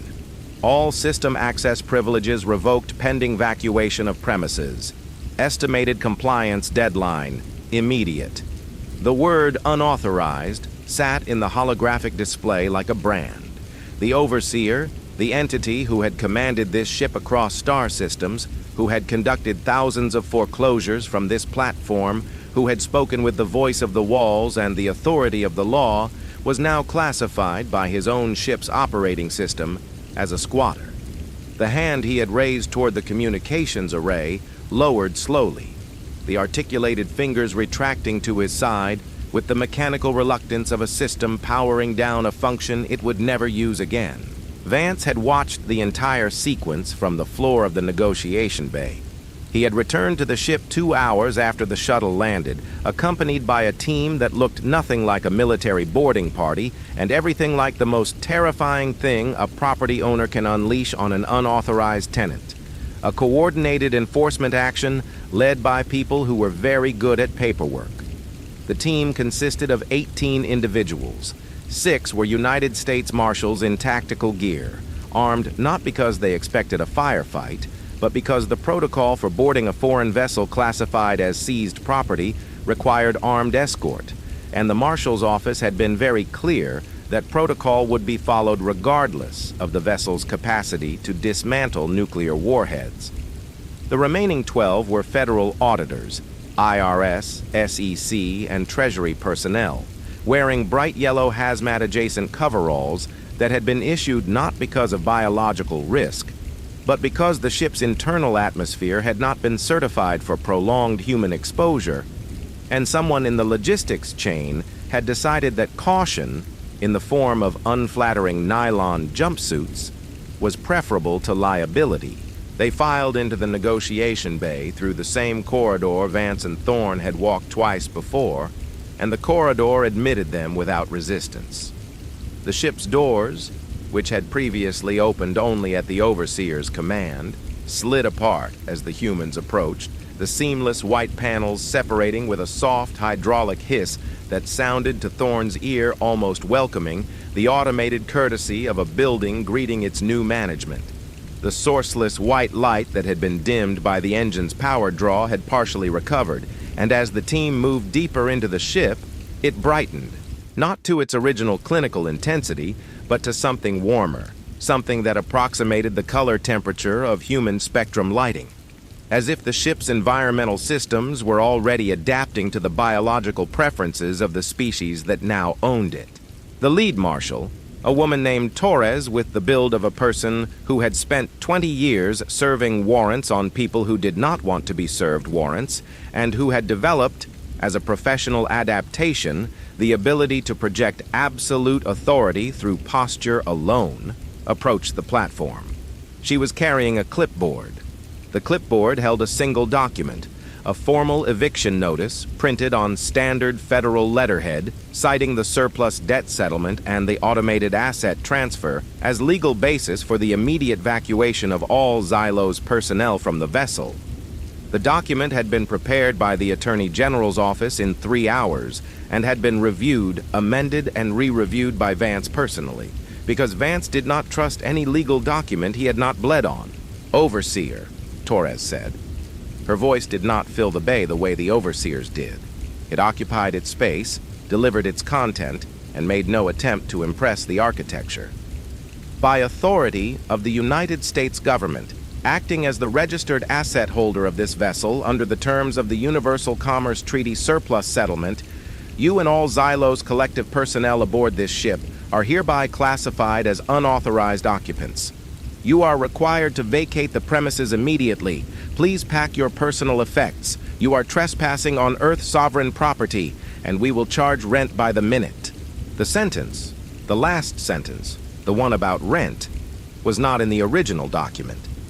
Vance had added it in pen in the margin 30 minutes before the shuttle launched.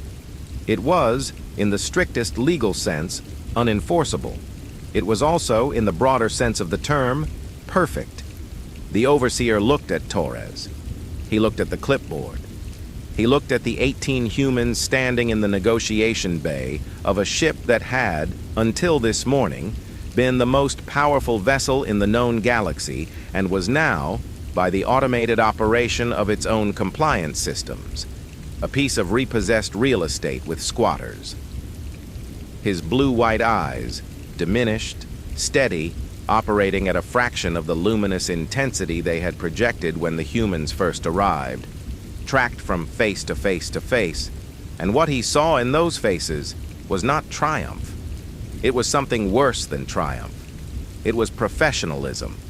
The detached, procedural efficiency of people doing a job they had done hundreds of times before, to people who had never imagined it could be done to them. The eviction took 6 hours. The Grand Arbiter's crew numbered approximately 300. Xylos administrative personnel, engineering units, legal processing entities, and the automated subsystems that functioned as something between staff and furniture. The automated systems were the simplest to deal with. The ship's AI, now operating under human authority, simply deactivated them, shutting down non-essential processes with the same clinical efficiency it had previously used to process foreclosure paperwork. The Xylos personnel were more complicated. Not because they resisted. The ship's compliance systems had locked them out of every operational function, including communications, navigation, weapons, and the doors to their own quarters, which now opened only when a human with a marshal's badge approached. But because 300 beings, each approximately 10 feet tall and accustomed to environments designed for their proportions, required a logistical operation that the combined resources of the U.S. Marshals Service and the Federal Auditing Team were not entirely prepared for. The solution was deeply, profoundly mundane. Cardboard boxes, standard corrugated shipping containers sourced from a government warehouse in Maryland and delivered to the ship via the same commercial shuttle service that had ferried Vance and Thorne to the negotiation. The boxes were approximately 4 feet long, 2 feet wide, and 2 feet deep, human-scaled, inadequate for Xylos physiology, and utterly indifferent to the dignity of the beings who were now using them to pack their personal effects. Someone in the logistics chain had also included packing tape and a marker for labeling, because the government warehouse operated on a standard moving supply requisition form, and the form did not contain a field for interstellar eviction of alien debt collectors, and so had defaulted to the same supplies it would provide for a routine office relocation. The tape sat on a pile of flattened boxes in the docking bay, unused, because the Xylos did not understand adhesive tape, and the marshals did not have time to explain it. The Xylos did not have many personal effects. Their culture, as far as Thorne could determine from observing the evacuation, did not place value on personal objects. Possessions were administrative assignments, not attachments. But each crew member had a small number of items: data tablets, calibration instruments, objects whose function Thorne could not identify, and these were placed one by one into cardboard boxes that were too small and too flimsy and too human for the hands that were filling them. Thorne stood in one of the ship's secondary corridors and watched a Xylos engineering unit, 9 feet tall, its biomechanical body designed for maintaining the ship's fusion core, fold itself into an uncomfortable crouch to fit a crystalline instrument into a cardboard box. The instrument was the size of a human forearm and glowed faintly from within with a light that was probably not decorative. The box was stamped with the logo of a moving company based in Bethesda, Maryland. The engineering unit placed the instrument inside, closed the flaps, and stood up.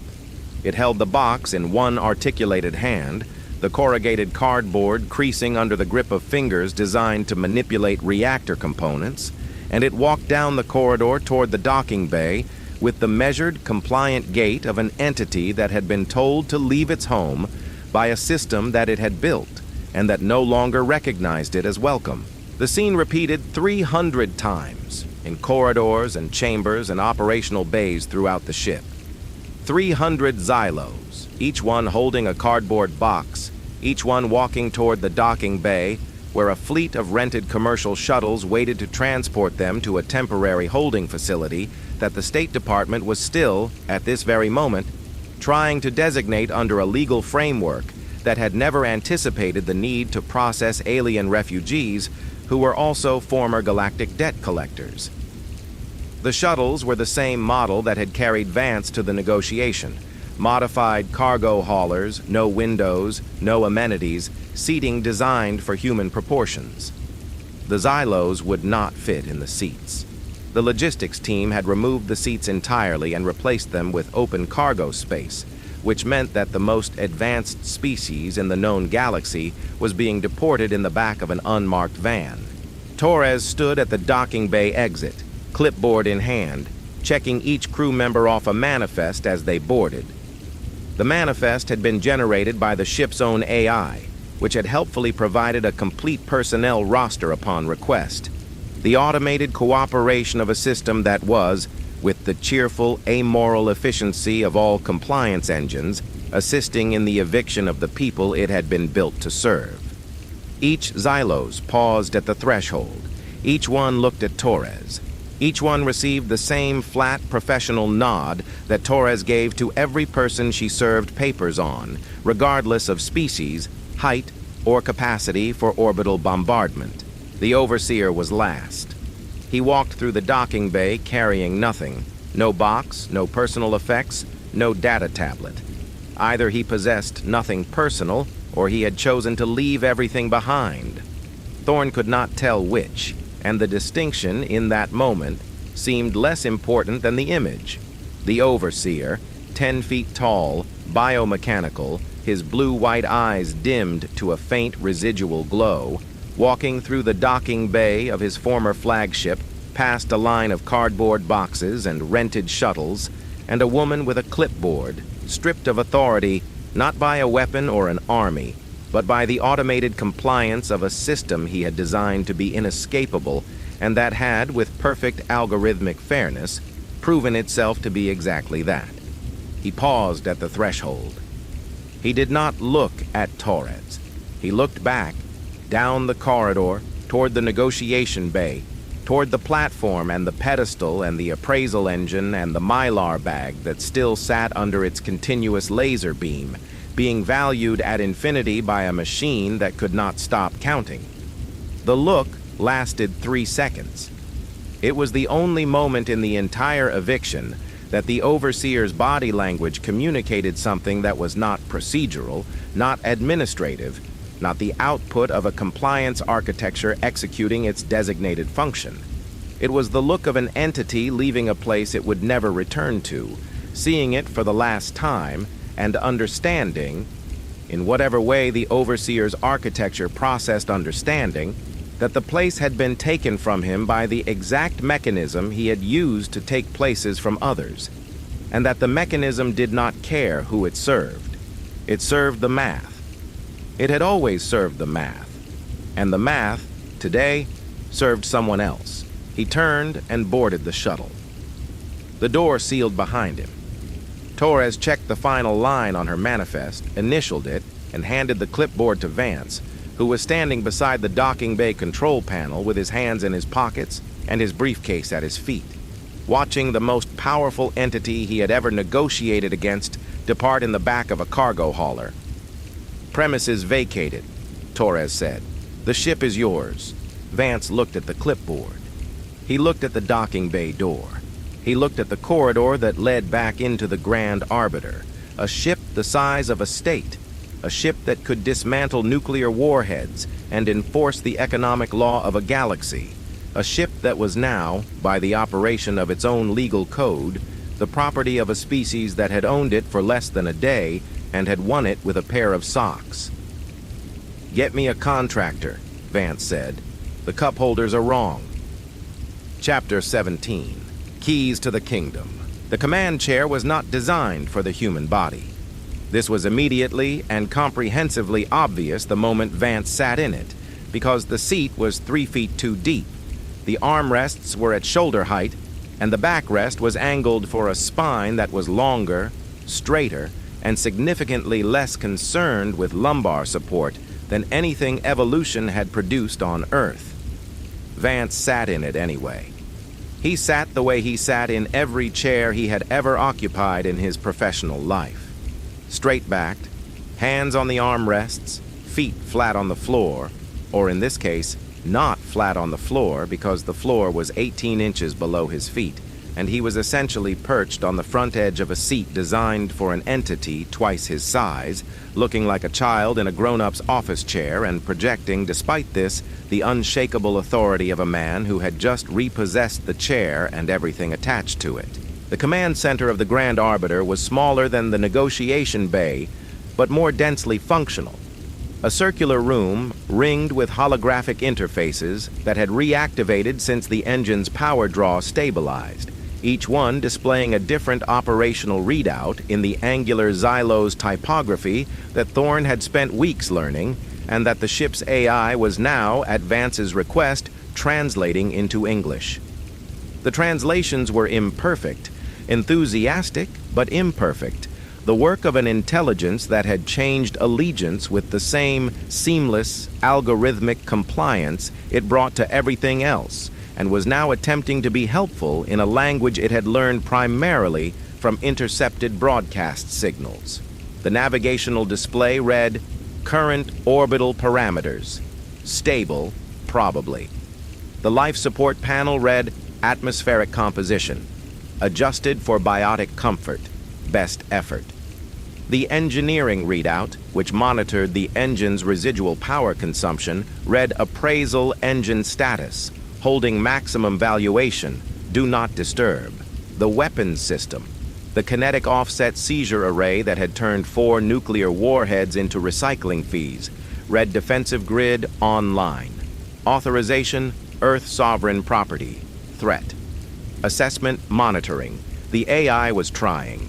It was doing its best with a language it associated primarily with situation comedies, political speeches, and a disproportionate number of advertisements for consumer products it did not understand.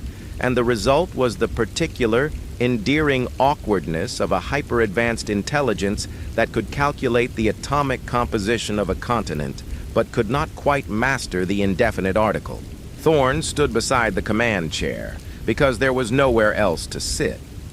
The command center had been designed for a single occupant, the Overseer, and the Xylos approach to command architecture did not include provisions for secondary seating, advisory positions, or the concept of a colleague standing nearby offering historical context. The Xylos commanded alone. They processed alone. The idea that authority might benefit from a second opinion was not a feature of their operational framework, which explained a great deal about how they had ended up here. The socks were on the center console, not in the Mylar bag. The bag had been removed carefully by a conservation team from the Smithsonian that had been shuttled up to the Grand Arbiter 6 hours ago with the kind of breathless urgency usually reserved for organ transplants. The team had handled the Mylar bag with nitrile gloves and acid-free forceps, had documented every step of the unsealing process with 7 cameras and a spectrographic recorder, and had transferred the socks, yellowed, stiff, faded blue stripes, darned hole near the toe, still carrying 50-year-old traces of sweat and skin and moon dust in their fibers, into a containment unit that the ship's AI had fabricated on request. The unit was a stasis shrine. There was no other word for it. It was a transparent, ovoid capsule approximately 18 inches tall, made of a material that the ship's AI described as temporally inert crystalline composite, and that Thorne, who had spent his career handling artifacts in glass cases, recognized as the most sophisticated preservation technology he had ever seen or would ever see. The interior of the capsule maintained a perfect atmospheric vacuum. The temperature was held at absolute stability. The socks floated inside the ovoid in a state of permanent suspension, weightless, motionless, preserved at the molecular level against any form of degradation for a period that the ship's AI estimated, when asked, as functionally indefinite, subject to the heat death of the universe, which is not currently scheduled. The stasis shrine glowed. A warm amber light emanated from its base, not the cold blue of the appraisal engine or the sterile white of the ship's environmental systems, but something softer, something that looked, to Thorne's eye, almost reverential. The ship's AI had chosen the lighting without being asked. It had assessed the object inside the shrine, cross-referenced it against its cultural database, and determined that the appropriate display protocol was one reserved for items of maximum sector-wide significance, a category that, until today, had been empty, because no item in the history of the Xylos administrative sector had ever achieved a valuation high enough to trigger it. The socks were the first. The socks were the only. And the ship, with the immoral, thorough, slightly bewildered helpfulness of a system that had changed owners and was doing its best to please the new management, had given them a shrine. Vance looked at the shrine. The socks floated inside it, suspended in their vacuum, yellowed and ordinary, and worth more than everything visible from the command center's displays. Every star, every planet, every piece of orbiting infrastructure in the sector. He looked at them the way he looked at every asset he had ever acquired, with the flat, evaluative gaze of a man calculating not what the asset was, but what the asset could be made to do. Then he looked away, because the socks were secured, and the asset was deployed, and there was work to do. and Elias Vance did not linger on closed transactions. The holographic display at the center of the command room showed Earth. Not a schematic, not a data readout. The actual planet, rendered in real-time visual feed from the Grand Arbiter's external sensors, rotating slowly in the black of space with the unconscious gravitational grace of a body that had been turning for 4.5 billion years and had not yet found a reason to stop. It was blue. It was white. It was the particular shade of blue that had no name in any language, because every language had been invented on its surface, and no language needed a word for the color of the place it came from. Thorne looked at it and felt something he could not immediately classify. Not pride, not relief, not the euphoria that the situation arguably warranted. Something quieter, something that lived in the same register as the feeling he got in the archives when he held a primary source document and understood, in the space between his fingers and the paper, that the past was not an abstraction. It was a physical thing. It had weight. It could be held, and it could be saved. 6 hours ago, Earth's orbital defense network, the patchwork of satellites, early warning systems, and ground-based interceptors that had constituted humanity's best attempt at planetary security, had gone offline. Not because it was destroyed or decommissioned, but because it was redundant in the same way that a bicycle lock is redundant when the bicycle is parked inside a bank vault. The Grand Arbiter's defensive grid, the Kinetic offset seizure array, the same system that had disassembled 4 nuclear warheads into neat plutonium cubes and charged the planet a recycling fee for the privilege, was now operating under Earth sovereign authority. The array was automated, omnidirectional, and covered every orbital approach, every atmospheric entry vector, and every deep space trajectory within a radius that the ship's AI described as sufficient, and that the Pentagon's analysts, when briefed, had described with a silence that lasted approximately 45 seconds before someone asked the briefer to repeat the coverage figures because the first reading had produced a number that the human brain refused to accept as real. The planet that had been defenseless against a single alien accounting firm 3 weeks ago was now the most heavily defended body in the known galaxy, and the system had been acquired not through military research or a defense budget or a single bullet fired, but through a real estate transaction involving a pair of socks, a mechanical pencil, and the most expensive piece of handwritten paper the universe had ever produced. The Xylos delegate's shuttle was visible on the long-range display, a small blinking indicator moving away from the Grand Arbiter, on a trajectory that the ship's AI had calculated for them as a final courtesy, aimed at the nearest Xylos administrative outpost, approximately 4.7 light-years away. The shuttle was rented.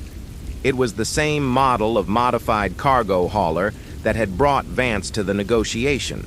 No windows, no amenities, seating removed.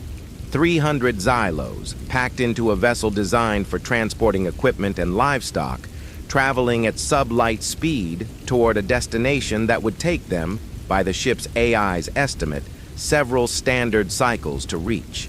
The most powerful economic entity in the sector, departing its former flagship in the back of a van, carrying cardboard boxes. Thorne watched the blinking indicator recede. It was moving slowly, painfully slowly by Xylos standards, the interstellar equivalent of being forced to walk home after having your car repossessed. He thought about the Overseer's final look back down the corridor. He thought about the engineering unit crouching to pack a crystalline instrument into a cardboard box from Bethesda. He thought about 300 entities who had arrived at Earth expecting to process a routine foreclosure, one of thousands they had executed, one of thousands that had gone exactly according to the script, and were now refugees, dispossessed by the same system they had used to dispossess others, carrying their belongings in containers manufactured by the species they had come to liquidate. He thought about whether they would learn anything from this, whether somewhere in the bureaucratic architecture of the Xylos Collective, someone would add a footnote to the Universal Commerce Treaty that read, "Do not foreclose on species that keep socks." He doubted it. The Xylos did not learn from experience. They learned from data. And the data from this event would be processed, cataloged, and filed in a system that would classify it as an anomaly, because the alternative, classifying it as a precedent, would require acknowledging that their own legal framework contained a vulnerability, and vulnerabilities were not compatible with the Xylos' image of themselves. There was a word for what Thorn was feeling, and the word was not pity, because pity implied a moral asymmetry that did not exist here. The Xylos had built the trap. They had baited the trap. They had profited from the trap for longer than human civilization had existed. The fact that the trap had finally closed on them was not tragic. It was arithmetic. And if there was one thing the Xylos should have understood, it was arithmetic. The command center was quiet. The holographic displays hummed their soft, translated English. The stasis shrine glowed its amber glow. Earth turned on the central display, blue and white and stubbornly, irrationally present, orbited now by a ship the size of a state that answered to a man in a cheap suit who was sitting in a chair that was 3 feet too deep for him and did not care. Vance was making notes on a legal pad. The mechanical pencil moved in small, precise strokes. The same pencil, the same handwriting, the same angular shorthand that had drafted the contract that had saved the planet. The notes were not about the planet. The notes were about the ship. Operational requirements, staffing projections, maintenance schedules, legal frameworks for the classification of a captured alien vessel under international maritime law, which was the closest existing precedent and which Vance had already identified as inadequate and was drafting amendments to. The conversion of a vessel designed for interstellar debt collection into something that could be practically administered by a species that had owned it for less than 12 hours, had not yet figured out how to operate the doors manually, and was already, based on the number of calls Thorn had fielded in the last hour, fielding competing claims from 14 nations, 6 corporations, and one deeply confused insurance adjuster who wanted to know whether the Grand Arbiter was covered under Earth's existing orbital liability framework. Vance was not celebrating. Vance was administering. Because the acquisition was complete, and the asset was secured, and the next phase was always operations, and operations required a legal pad and a pencil, and the total unwavering focus of a man who understood that winning was not the end of the process. Winning was the beginning of the paperwork. Thorn looked at the stasis shrine one more time. The socks floated inside it, weightless, timeless, glowing in their amber light, a pair of yellow, darned, government-issue tube socks that had been worn by a man who walked on the moon, sealed in a bag for 50 years, sold at a black market auction, locked in a billionaire's vault, repossessed by the IRS, scanned by an alien machine that could not stop calculating their worth, and enshrined in a capsule that would preserve them until the stars burned out. They were the most valuable object in the history of commerce. They were also, still and forever, just socks. The gap between those two facts, between what they were and what they meant, was the gap that had broken the Xylos, because the Xylos had built a civilization that could measure everything except the distance between a thing and its meaning, and that distance, it turned out, was infinite. "Thorn," Vance said without looking up from his legal pad. "Yes? Get a contractor up here by Tuesday. The cup holders are too small for a coffee mug, and I want a window that opens." Thorn looked at the man in the oversized chair, making notes with a mechanical pencil on a legal pad in the command center of the most advanced vessel in the known galaxy, requesting a window. He looked at the socks in their shrine. He looked at Earth on the display, turning its ancient, patient turn, defended now by a technology it had not built, owned by a species that had won it with wool and stubbornness and the absolute bone-deep, irrational human refusal to accept that a number on a screen was the final word on what anything was worth. A species that looked at the most perfect accounting system in the galaxy and said, "You forgot to count the socks." He picked up his phone to call a contractor.